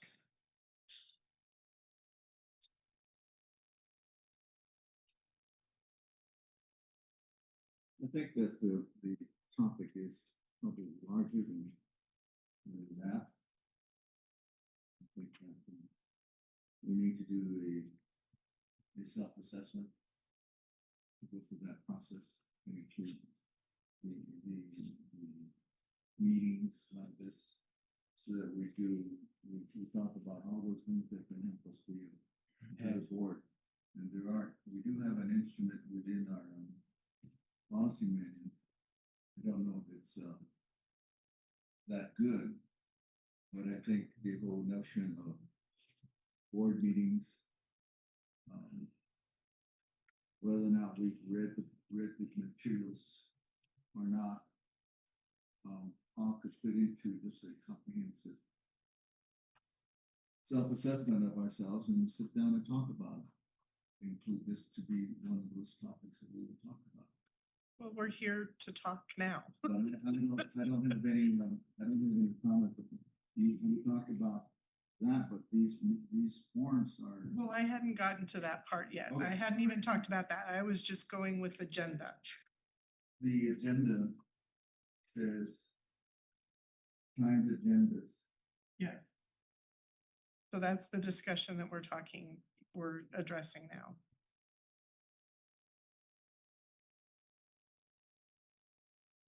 And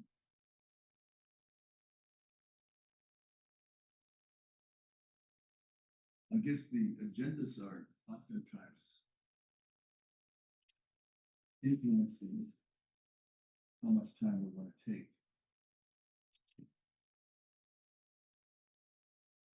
And to help support what you're saying is that I would sometimes write in the slide when I started on the topic and whether we got through that tonight or not, whether it was still in there in the morning.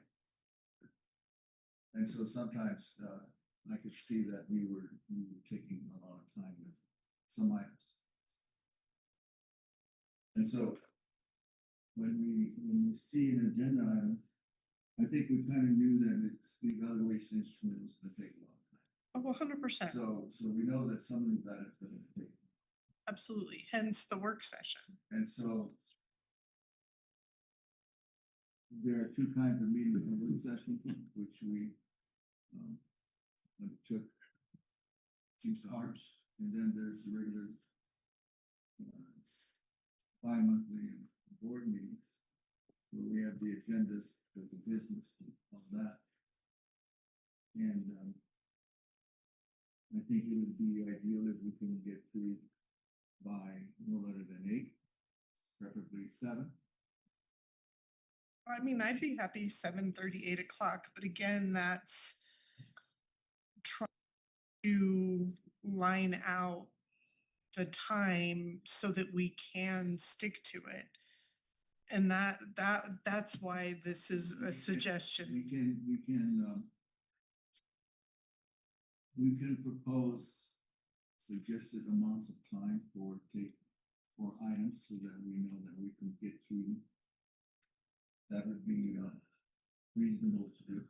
So would you suggest then, because here, the research I did with other districts is that they put, on the sample agenda, which is in the work session, it says call to order, pledge of allegiance, not to exceed 5 minutes. That readily doable. So all of these other boards, are saying not to exceed. So if Mr. Widener was having, again, I'm just gonna keep throwing data, a presentation, he would say, this presentation is going to be 11 minutes. And then we would have 9 more minutes for board comments, where each board member could have, a couple of minutes for that, but not to go an hour and 45 minutes for one item. And so that's the request or the suggestion here is that, we're making these, we're not taking away the opportunity for board members to talk, but that falls in with the preparedness that if everybody has read the presentation material and everything like that, questions or comments, would be, 2 minutes is a long time to talk if you have everything, planned. And so I think that And we're I'm- productive within the first couple of hours. Yeah.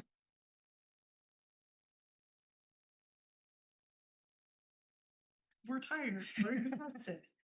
So, but it doesn't, and part of what was presented at the law conference was, talking about being sure that, if, I'm gonna try to find it.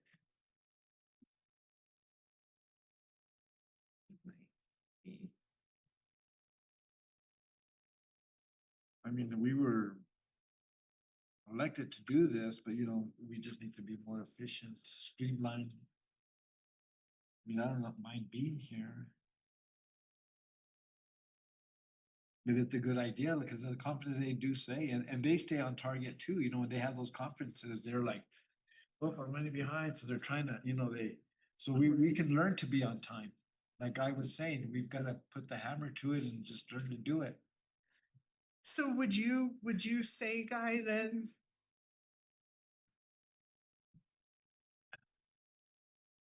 we set an overall time for the meeting? Or, I think you two would need to discuss how much time is needed By the agenda. by the agenda. And you say that, max 8 o'clock, ideally 7:30. And then you say, okay, how can we squeeze in everything in there? And it's gonna depend on the nature of the item and actually what it is that we want us to do. What is it? What is our role with respect to that specific item? And some items have more dense information. And so the more information, the more questions sometimes will surface. So, and one of the examples would be like test data. We need to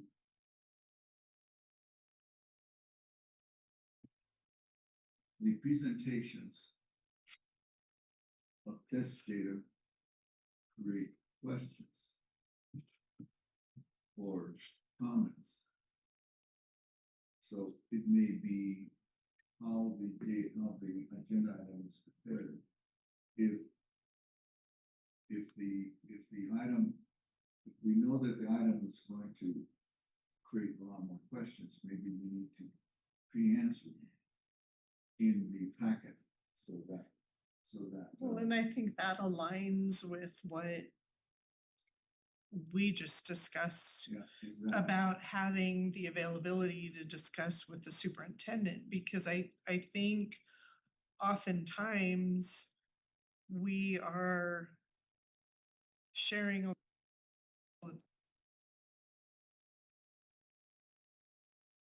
have been elected to do, but I think some of those questions could be answered before the meeting, which would then help streamline the presentation. So the presentation is more accurate and impactful with what is being shared. You know, I think if we're putting out an agenda on a Friday and the superintendent says, you know, I'm happy to have office hours for board members to talk on Friday afternoon or Monday afternoon or whatever, you know, scheduling aligns, then some of these questions could be asked. And then when the presentation does happen, it's streamlined, and then whatever wasn't answered or addressed in that presentation, that would allow more detailed, specific questions to be asked and addressed in the meeting. Do you see, I'm trying to give you my thought process on. Well, what I'm doing is this. reviewing back, reflecting back on various kinds of items Sure. without any particular order of significance. And those things that there are financial items that have presentations and actions. And so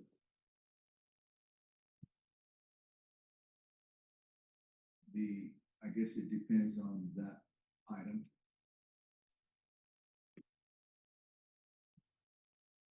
I think we just need to give it a shot. I don't need to belabor the point. Let's see what we can do. You guys come up with agenda items and then project how much time. And then make sure that the documentation that accompanies the item is seems to answer a lot of the questions already, so they don't have to be in. So that means we just look at the item and then we can see. We might even do a question, a section for just brainstorm some questions, and then try to respond to those and put that as an attachment. As here's some possible questions and here's some possible answers to the questions. If you have any additional, then give me a call. Something of that sort. That way, you already will have pre-thought through what some of those questions could be. You just brainstorm with 2 or 3 staff members and just come up with some and see whether or not it plays out. Some items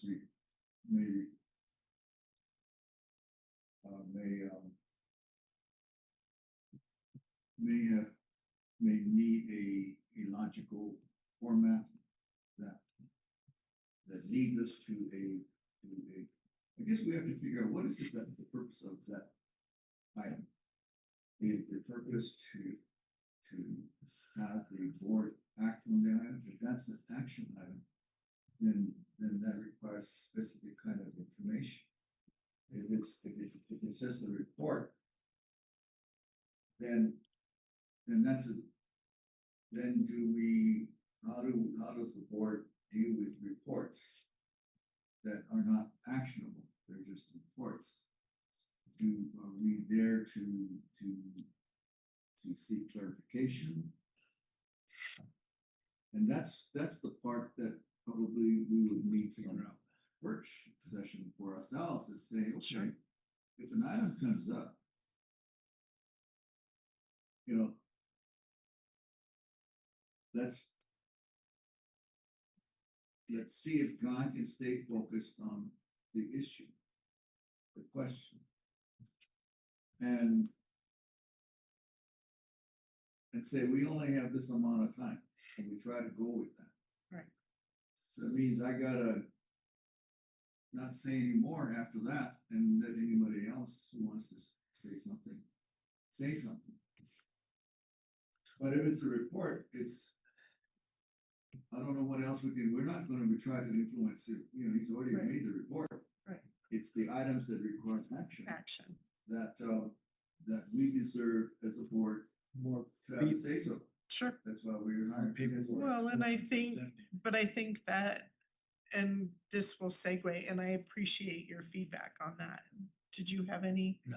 Okay, and you shared your feedback, or you have more on the timed agenda, because Oh, yeah, I, well, like I this is a said, perfect it's, segue. You know, we're here to do our job, but I mean, if we can streamline, you know, that's good too. So, yeah, so making the segue, I think that Mr. Widener wants to be able to have conversations with the board, answer their questions and everything like that, but offering up time to meet, you know, prior to the meeting to answer any other questions. You know, you've offered that multiple times in the year and a half I've been here. And so I imagine you'd be comfortable offering that. But again, and Guy, I know you were focusing on the preparedness acknowledgement form.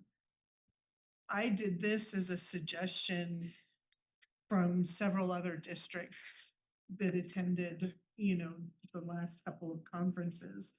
And, you know, there are a couple of districts that have, you know, one meeting a month and they're done in an hour and a half. And I said, how can you get anything done once a month in an hour and a half? That was like mind blowing to me. But the idea behind, you know, a preparedness acknowledgement is not anything more than just the board saying, I have received the data.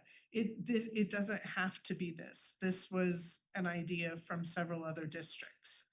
It could be simply when Mrs. Turley sends the board packet and the agenda and PSA, that there's an email to, you know, Mrs. Turley that says received. You know, I have no objection to any idea. But there have been so many meetings that we have come to where we have heard, you know, well, I didn't get that, I didn't see that, I didn't read that, I didn't, you know, whatever it is. And we've all been there in some way. You know I have scrambled for, Mrs. Turley has been printing things for me because I know I haven't had things ready. So this was an idea, again, that was presented from several other districts that they did. This was an opening conversation as to how we all, and you talking about the board self-evaluation and what that instrument, you know, looks like. Excellent idea to go to that. But I would love to have, as it is a work session, ideas and feedback on what we can do, because I think the preparedness goes hand in hand with doing a timed agenda and being able to have us conduct more business. I'm looking at our policies that need updating, and I'm a little overwhelmed at how many that's gonna be and how we're gonna get through all of them in a timely manner, because we have to do 2 reads for each of those. So that's gonna be a lot of time, you know, that we're gonna be spending, perhaps more work sessions.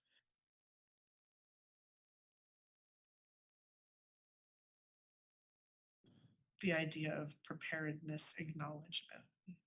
I probably am not in a position of planning things of that sort at this time, because I think that I, in the time that I need to work to review the board packet. So I don't want to do that at this point. I think that, as I said, if we're going to talk about those things, we should talk about it in a comprehensive way, so we get everything done. And that needs to be, we can do that, I think, on a regular annual basis where we do complete a self-evaluation request, the self-assessment. And then bring up these kinds of things and say, are we committed to improving our effectiveness of representing our public? And how do we become efficient and effective in doing that? And so I wouldn't, I kind of understand what you're saying. But I have to do my best in reviewing the information that is received, so long as it's received in a timely fashion. There's, do 72 hours, sometimes it's not sufficient. There are some districts that get the board materials, especially complex things, early, earlier than that, 5 days in advance, so that we can see it. If we already, so in other words, if we had a calendar that says these are the kinds of things we're gonna have, then it gives them an opportunity to prepare them and get it to us beforehand. That means kind of building the agenda, certain portions of the agenda earlier than we do. A lot of districts build the agenda the week prior, because the administration's so busy. And so they barely get done and they're already doing another one. And that's the challenge, Sure. is that they're always seemingly preparing board agendas. What I'm saying is that there may be a need to present some of the more complex information with more days in advance, Right. just 72 hours, so that we can look at it, particularly looking at test data, for instance. Do we understand it?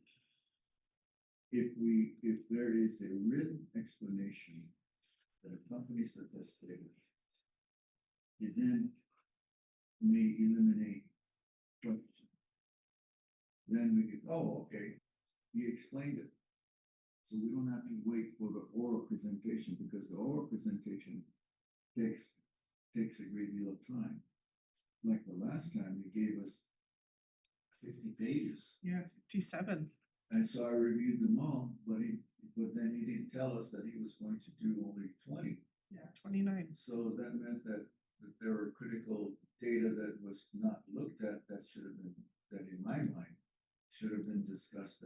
But we didn't discuss it. We basically had a presentation. All I'm saying is that with that kind of complex information, there needs to be a written explanation that accompanies that, so that we can read what the district's conclusion is, the interpretation is of that data, so that we don't have to ask the questions, it's already been given to us. And then you can say, remember that question was answered in the written explanation to us in the board packet materials.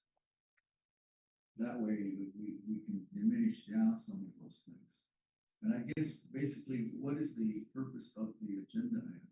What is the expected outcome? What do we expect the board to do with this? For instance, if he's going to make a presentation, but there's no action then what is the purpose of that for us to hear it? Is it building knowledge about something that we don't know about? Is it just reporting on events that he's participated in, say like going to the legislature, and he reports back, and we have to say to ourselves, that should take about 5 minutes. You'll be asking a lot of questions about who was attending there, and did any school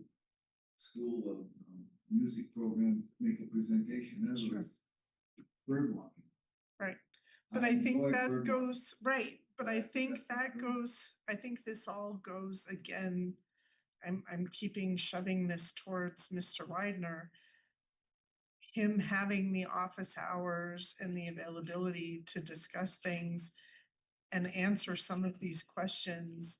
Because, and I wholeheartly agree, a lot of times we get this information and it's like, oh yeah, it on, this dash plan, we've got X, Y, and Z happening, but then this school on their dash plan has, A, B, and C. How come, they're different? But I think that some of those kinds of things could readily be addressed in office hours or time with the superintendent Madam prior President- to the meeting. Madam President, members of the board, just for purposes of your discussion, you've been discussing time agenda meetings for 25 minutes now. And I do believe that as president and under your board policy, you could try this at the next couple of meetings as your inherent authority as a board president in running a board meeting to see how it works. Thank you. Perfect, we can try. Legislative priorities, sir. So this comes from the calendar, the board calendar. It is that time of year where we need to be thinking about what our legislative priorities are. I know last board meeting, I believe, Mrs. Hunt Daly talked about the idea of having an auxiliary gym at Laguna Acoma. And so we need to be thinking about what some of the priorities are that we want to pursue, that we want to ask the legislature for. I know the mayor has been working with our CTE programs at GHS, and there's been talk of greenhouses and that kind of stuff. And so if you guys can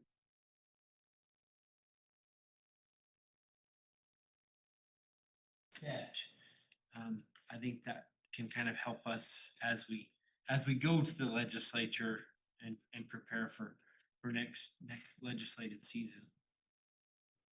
What else do you have to add to that, Mrs. Lee?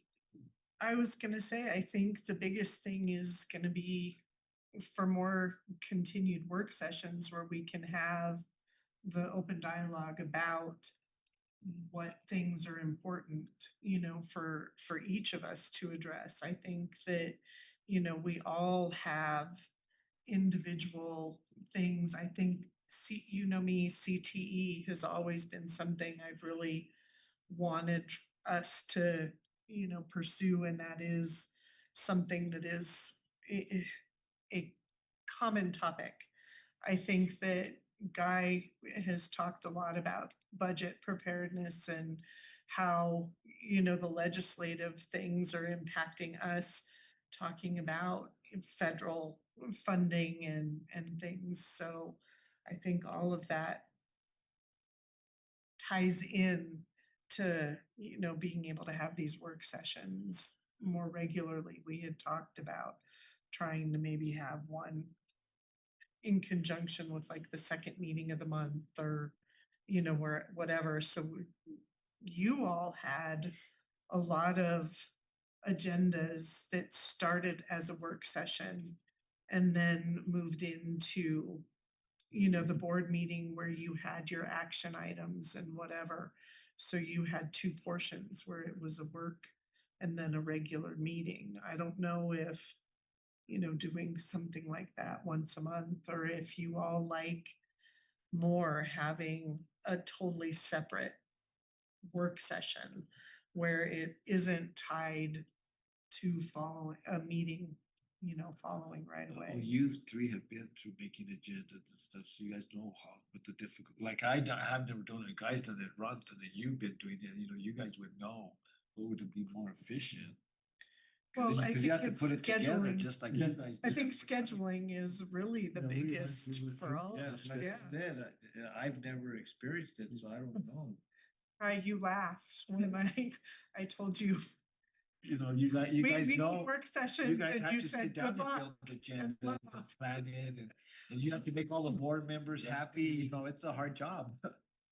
Well, I know, Mr. Jaramillo, you've called me 4 times this week about air conditioning, right? And so that probably needs to be, our systems need to be a priority. And like I said, you know, the only time I hear from Lane is when I have to call and yeah, like you said, the senator called me and he said, I gave you guys a bunch of money. You guys haven't worked on your cooling and heating system there at the high school. And I was like, yeah, we're working on it. He was getting calls from, he didn't want to say who, but Smart that- politician, yeah. Munoz. People, So then, so he goes, I'm calling you. So then I told Lane, I talked to Lane, I said, is it okay if I go by the high school and I'm just gonna go check out those classrooms? And there was maybe 2 or 3, That were but still guess who I saw working on those buildings at 5, 6 o'clock? Gary Atencio. Yeah. He was He's doing getting a them lot. going. So he's gonna get these kids ready. Yeah, I'm glad you guys found him. Yeah. Are we ready for announcements, sir? yes. We're welcoming everybody back on Monday. We're gonna do a breakfast at GHS, breakfast burritos, and we'll have all of the staff there. Kind of just a kickoff, welcome back, and then they're gonna go to their schools and look at the employee handbooks. And they'll have time at their schools, at their work sites on Monday. Tuesday, we'll be doing the Marzano training at Los Alamitos and Milan Elementary School. So we'll have elementary at Milan and secondary at Los Alamitos. And then Wednesday is our day for teachers in their classrooms. And then school will start on Thursday, the 7th. We have another board meeting talking about doing agendas. Mrs. Lee and I will start working on an agenda tomorrow for our next board meeting for Tuesday night, August 5th. And that kind of goes into future agenda items, Mrs. Lee. Absolutely. And Dr. Archambault, I have your requests for items, and as I discussed with you on the phone, a lot of those were gonna be regular board meeting, and so we have those planned and slated for Tuesday's meeting, including, you know, multiple. We can see a lot of these items on here. Was there anything beyond these items listed here that board members you would like to add for future agenda items? Well, we know what the policy says and what the rules say about agenda items. It says that basically board members can submit requested agenda items. And I've done so. Yes, sir. And I will, and so what you have is, he almost used up all the alphabet. I know, I was close to having 26. And maybe I will be.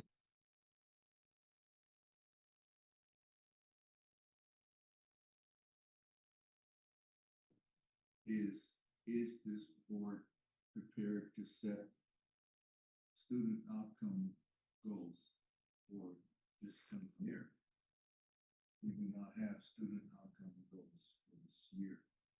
And this district needs to be one that does that. And that actually, and I've said to you, aligns with the dash plats must align with that. And that whole issue is important. But the issue of data, what does the data say? And so I'm trying to look at this to see data student outcomes.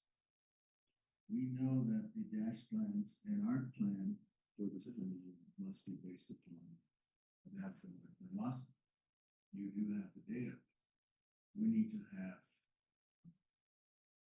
to see the data so we can have an idea of what are reasonable measurable expectations for this district, and therefore those plans and those dash plans must be presented to the state soon. So I will look at my items again and maybe refine them so that they're understandable and doable.